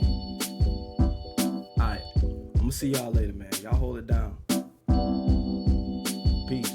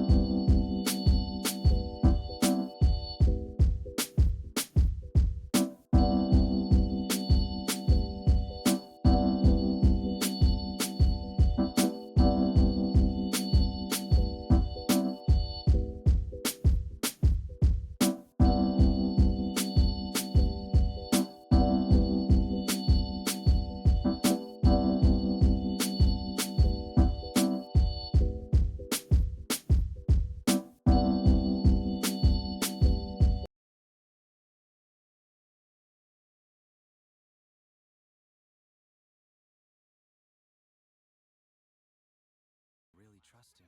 You know there was no way to avoid that. Bucciarati, this is one of my dearest friends in the world. Her troubled son has recently started beating her, and she's quite distraught. Aren't you? I see. Well, no wonder you're upset. I'll make it clear he crossed the line. What's your son's name? Thank you so much. Deep down, he's a good boy. But those damn drugs, they've changed him. Bucciarati, I've lived in this neighborhood for the past 50 years. In all that time, I've never been filled with such worry. What would make him do such a thing? I don't think I've ever been this scared. Please, you'll keep all of us safe, won't you, Bucciarati? You're one of us, aren't you? I need to hear you say the words. Yes. You can rest easy. I'm going to fix this.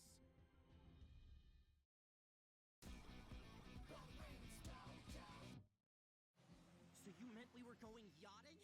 That's awesome! When did you get a hold of a yacht? We're renting one. Huh? We don't get to keep it? Hey, Bucciarati. Do me a favor and stay away from yacht number 4, okay? We'll sink to our deaths. Relax. The yacht looks like it's in tip-top shape. Shut up! If you like it so much, you take it! We'd like to rent a yacht if you don't mind. Prego, prego. Choose whichever one tickles your fancy the most. Just not number 4. I know. All right, we'll take the one on the far left. Certainly, signore. I'll fetch your keys. I'm interested in renting the craft for 3 days. How much? What? Oh, I could never take money from you, Bucciarati. Use it as you see fit. Grazie mille. Hey, old guy!